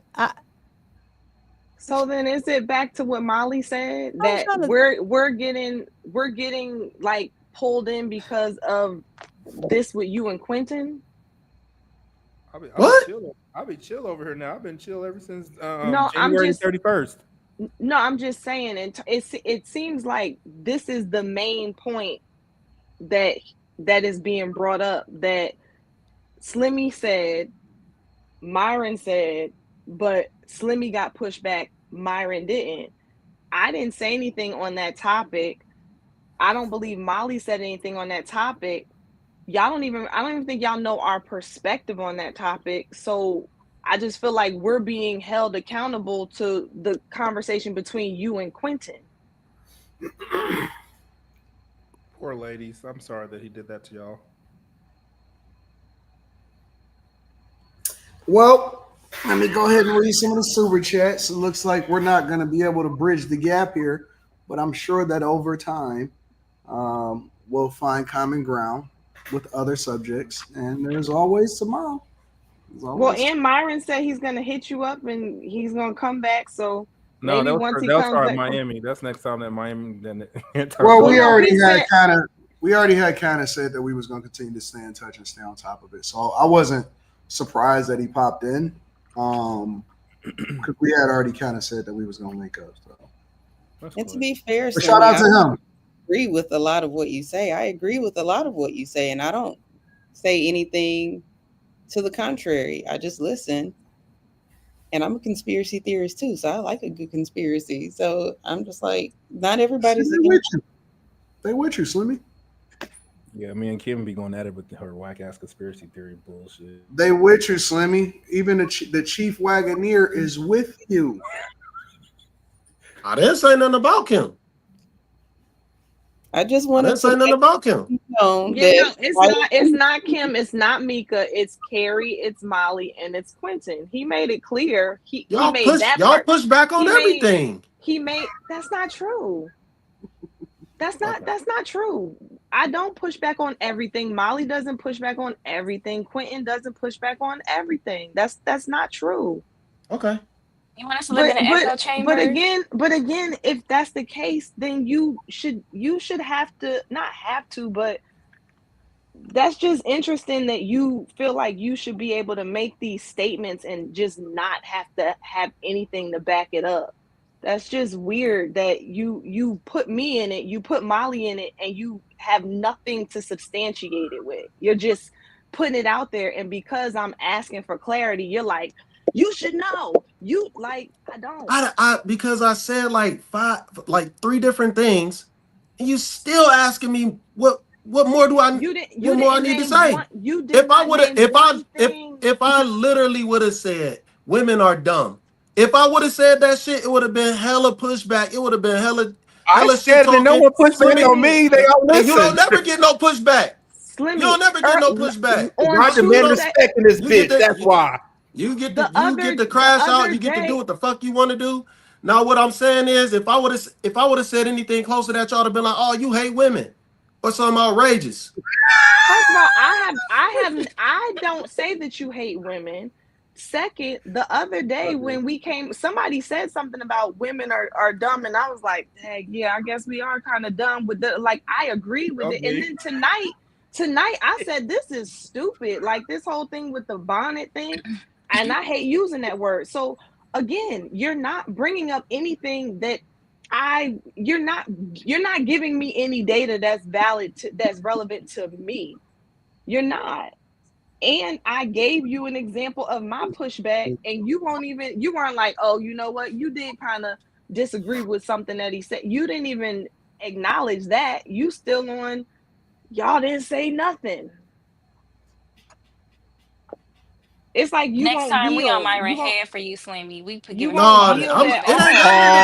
has nothing to do with me. It has nothing to do with me. It has nothing to do with me. It's the fact that somebody came up here and sentiments were completely different. That's all I'm saying. It does have it sounds like it does have something to do with you because you compared it to us with you. You said how we are with him. No. I'm talking about what Molly said directly. She said we're gonna be on his head for me. Don't do that for me. Do it for you. We're gonna be on my head next time he come. Who else? Do it for you. Here? I don't have nothing to do with me. Come up here. We just gonna give them pushback because Slimmy wants us to. So it ain't about that because if you got an issue, if you always got an issue with something that I'm saying, and I'm not gonna say always, but often, 60% of 70% of the time, I don't understand how you could just be quiet when somebody who says very similar sentiments that I do. Y'all don't say shit. But your conversations are different. That's the other thing. I don't really think that a lot of what he said. I mean, I could be wrong. Let me preface this. But a lot of what he said, when I was listening to it, I wasn't like, oh yeah, Slimmy made these points. And I'm not saying you haven't. I'm just saying I don't necessarily recall these being your talking points so much so that I've pushed back on you and I'm agreeing with him. You know what I'm saying? Like, it didn't come across like that. But I don't know. I'm really trying. I feel like a lot of times I'm really attempting to not be in this back and forth with you, and I don't know how to communicate to you in a way where it gets beyond this. So I don't know what to do with our conversation, Slimmy, when I don't agree with you, because it seems like we kind of get stuck here.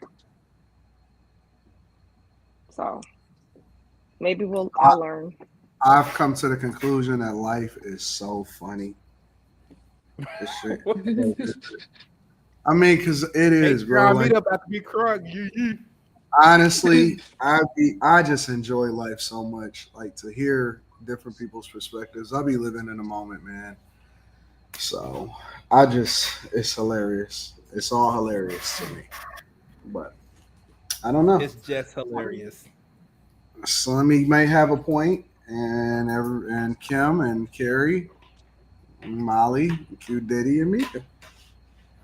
I've identified the issue because when Carrie gives pushback, she's just looking for clarity. It's not like you're fucking wrong and I hate you. She just wants to understand. And when those sentiments aren't articulated, that's when the frustration sets in. Because it's really hard to argue with Carrie, let's be honest. Well, I'm going to love you, Carrie. Read these super chats, and then we're gonna get it on. Is there a link to join the conversation? No, it wasn't one tonight, my friend. I'm sorry, yo. Dr. G says, nah, JJ Slimmy Walker has never dated a white girl. Stop the cap, bro. Time to go viral. Myron is here, says Lonnie. Ismail says, I agree with Quentin. People are a product of their environment. All things aren't 100% or absolute. In general, there are differences with women. OG Warmer says best collab move, Anton bringing Myron on. Joshua says, Myron and Anton, let's effing go. And dub to Castle Club. Shout out to Myron. Isaiah Hunter says, holy shit, Anton brought on Myron. Malik, shout out to Malik, says, good evening, ladies and gentlemen. This is the first time donating and committing to your content, Mr. Daniels and friends. I do hope you guys are having a great night and day. And I thank you for the informational content you have spread to the public. Thank you, Malik, and I appreciate you. Thank you for always supporting the platform. Ismail says, Myron is cooking. I love feminine black women, but Myron is correct. Like Anton said the other day, the biggest enemy to a black man is a black woman. 6'8" Aquarius says, Myron got to be an Aquarius. Be careful asking us a question if you don't want to be unintentionally offended. Kenny 3 Stack says, Slimmy want to disagree with Myron so bad, but the logic makes too much sense. D-Lock says, Myron for president, logic and common sense matters. Live from the motherland says, this really isn't a race issue. It's neo-feminism issue. It's divided the gender and trained the modern woman to view all men as an assailant instead of an ally. Hot Don John says, X is cooking on all skills. Myron Gaines X. Ismail says, thanks, Myron, for visiting my alma mater, the University of South Carolina last week. I was out of town in Atlanta and missed your visit. AD Go Blue. My dad and sister are Michigan grads and grew up in A2. Shout out to the people that grew up in A2, Ann Arbor, to be exact. Macaroni Tony says, bring Jazz and Jess up now. Tariq Walker, shout out to you. I appreciate you. Myron, please connect Anton with Andrew Wilson, says Joshua. Mayor 963 says, mic drop for Myron. Ismail says, I wish Jazz was on here to hear Myron and sit and learn. Dash says, often try to publicly emasculate men when he expresses anything she doesn't like. So the pick me label is just the female equivalent of it. They're basically being defeminized or unwomaned. Never heard that one. GameWise DJ says the godfather of SP Scent Pill. 6'8" Aquarius says, Myron, I hope Molly isn't calling herself a pick me because she supports Anton because she supports any man with money that uncover conservative feminist is her. Kenny 3 Stacks says, good thing Jazz isn't here. D-Lock says, get this man an Oscar mask. Yes, ladies, you were so beautiful, mature, and open-minded. Awesome show tonight. Big Hurt in the building says, AD, bring Tariq Nasheed on the panel since you're into getting different approaches, especially relationships. He's qualified. Dr. G says we need to see Jazz get Frank Castle by Myron. OG War Machine says this is like watching the Avengers in Endgame. After tons of build-up movies, Captain America voice, Avengers assemble with Anton and W. Myron.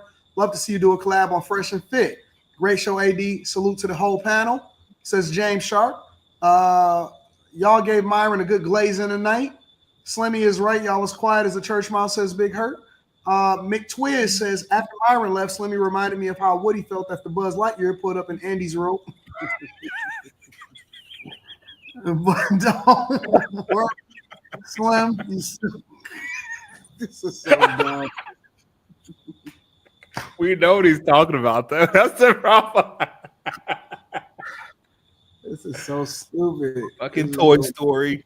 Beginning 30 seconds. McDice says, Carrie trying to say that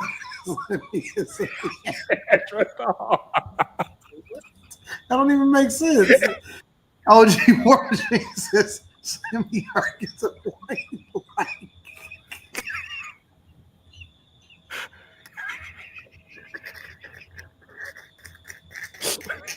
My cheeks hurt. Molly, come back.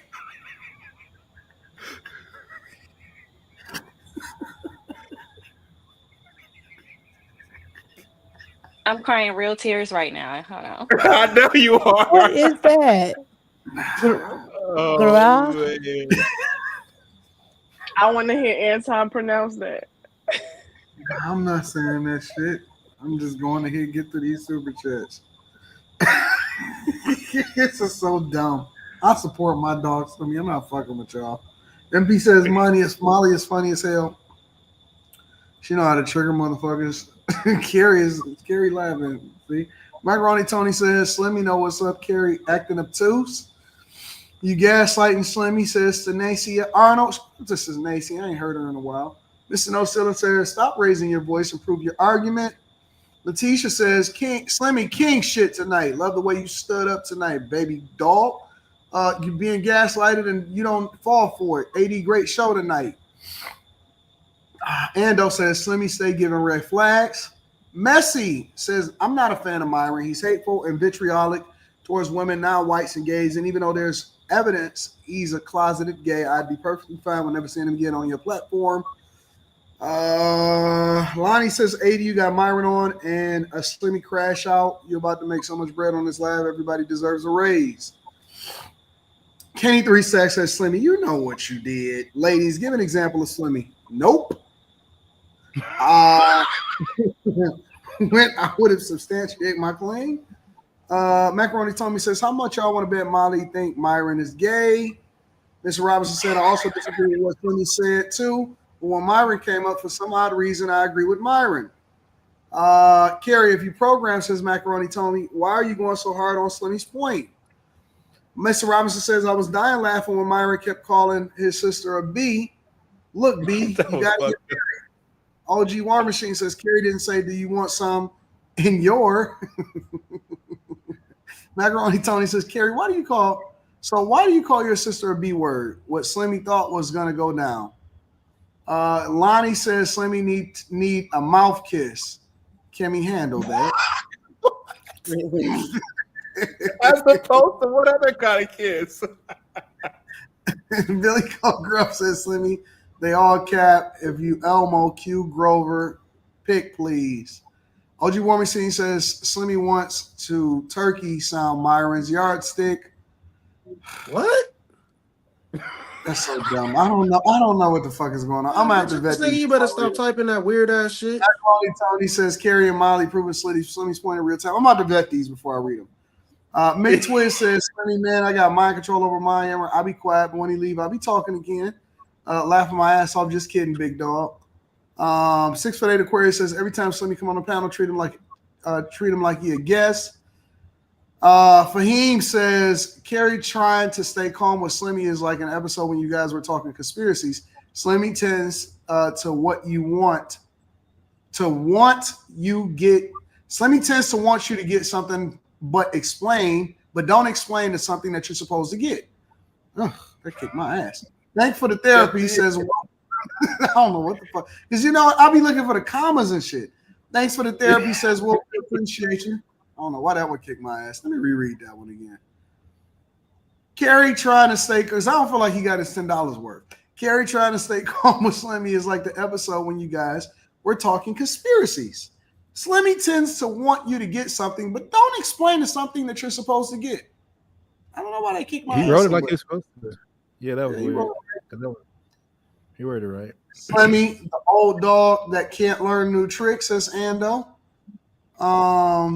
McDice says Slimmy saying y'all treat him like a street rat. What?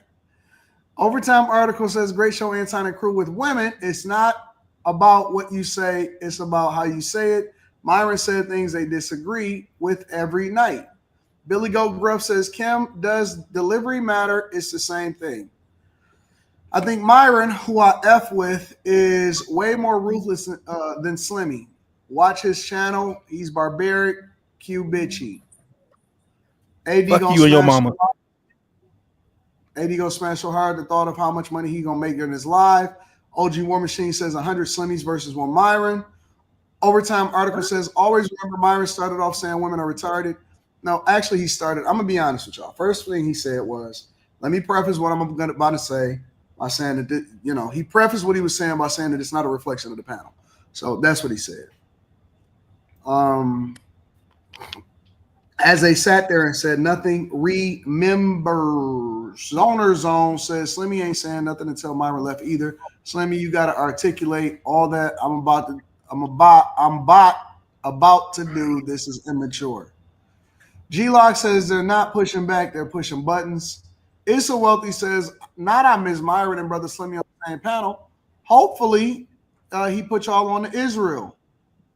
Put my girl Molly. I'm gonna get Molly back up here in a second. Tyrant and Tyrant says, Slimmy, are you asking a panel to be consistent in their pushback regardless of who's speaking? Billy Goat Gruff says, so if you talk to black women like children, you're okay, Q. OG War Machine says, Slimmy, I got mind control over Myron. He'd be like, shut the fuck up. I'll be quiet, but when he leave, I'll be talking again. SJ says, Slimmy, you are right. They did not push back on Myron because he is sharp and you are dull. You are still right. They know who to push on. Raheem Jackson says Slimmy needs to articulate his points better. He knows what he wants to say, but it doesn't come out the way you might want people to understand you. Ando says Triple OG Slimmy needs his respect, not that half-back shit. And if you disagree, it's fuck your baby. Myron had to dumb it down. You're right, Q. Black woman dumb. Zoner Zone says get Slimmy a Minute Maid quick. He crashing out. JW, shout out to you. SJ says Slimmy start with green eggs, ham, and Harry Potter. Myron sus is false, little bro. JW says Slimmy got the spirit of a grandfather. What does that mean? I don't even know what that means. What the fuck does that mean, bro? Wild Dalen with the fire snacks under a bed, not here, says Barley. Random chat ninja says Slimmy dude from class Slimmy dude from class act that let Duncan Penderhughes take his girl talking about why you don't play with my frog, Demeter. Billy goes just died. I see you, Slap City. McDice says y'all gonna make Slimmy get voodoo dolls on y'all. Sour Vodka says Slimmy look like he's studying for a urine test. What? I don't even know what the fuck we talking about, but thank y'all for the super chats. Thank y'all for holding me.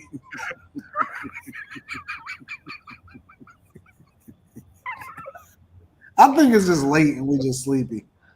I think that's what we all just. I gotta go to work at 5 o'clock. Yeah, I gotta get y'all up out of here. I'm sorry. Slimmy, I just want to say that I like how you stand up for yourself. I have to respect that. You stand up for yourself and you take all these hits on the chin like a champ. OG War Machine says green eggs and ham is diabolical. I can't. Thank you to everybody that continues to support the platform. Any final thoughts before we get out of here? This was fun. I love everybody on this panel. That was hilarious, though. Oh my God. We heard Well, Slimmy, they really love you, bro. They just be joking. Oh man. I got I'm gonna go see which one call it tomorrow, so I'll be here a little late. Sinners again? Thunderbolts. What's that? What's Thunderbolts? It's a Marvel movie. Come out tomorrow. It's a Marvel movie. Well, listen. We love y'all. I think this is personally the best late night show on online in general. Can I say one thing? Do your thing, bro. I love you, Brittany. I don't even know what that means. Another one? I was say, how many are there? We'll talk because I don't even know what that means. But I think that this is the greatest show late night, and it's past everybody's bedtime, I'm pretty much thinking, except for Carrie's. But we love y'all. Now I know we're officially a late night show. Yeah, we love y'all. We appreciate y'all. We're going to be missing a couple people tomorrow. So, Like who? Who missing? Mika. Me. And Slimmy is going to be a little late, but we're going to get there. We're going to get there. All right, y'all. We love y'all. We appreciate y'all. We out till tomorrow. Bye. I never miss.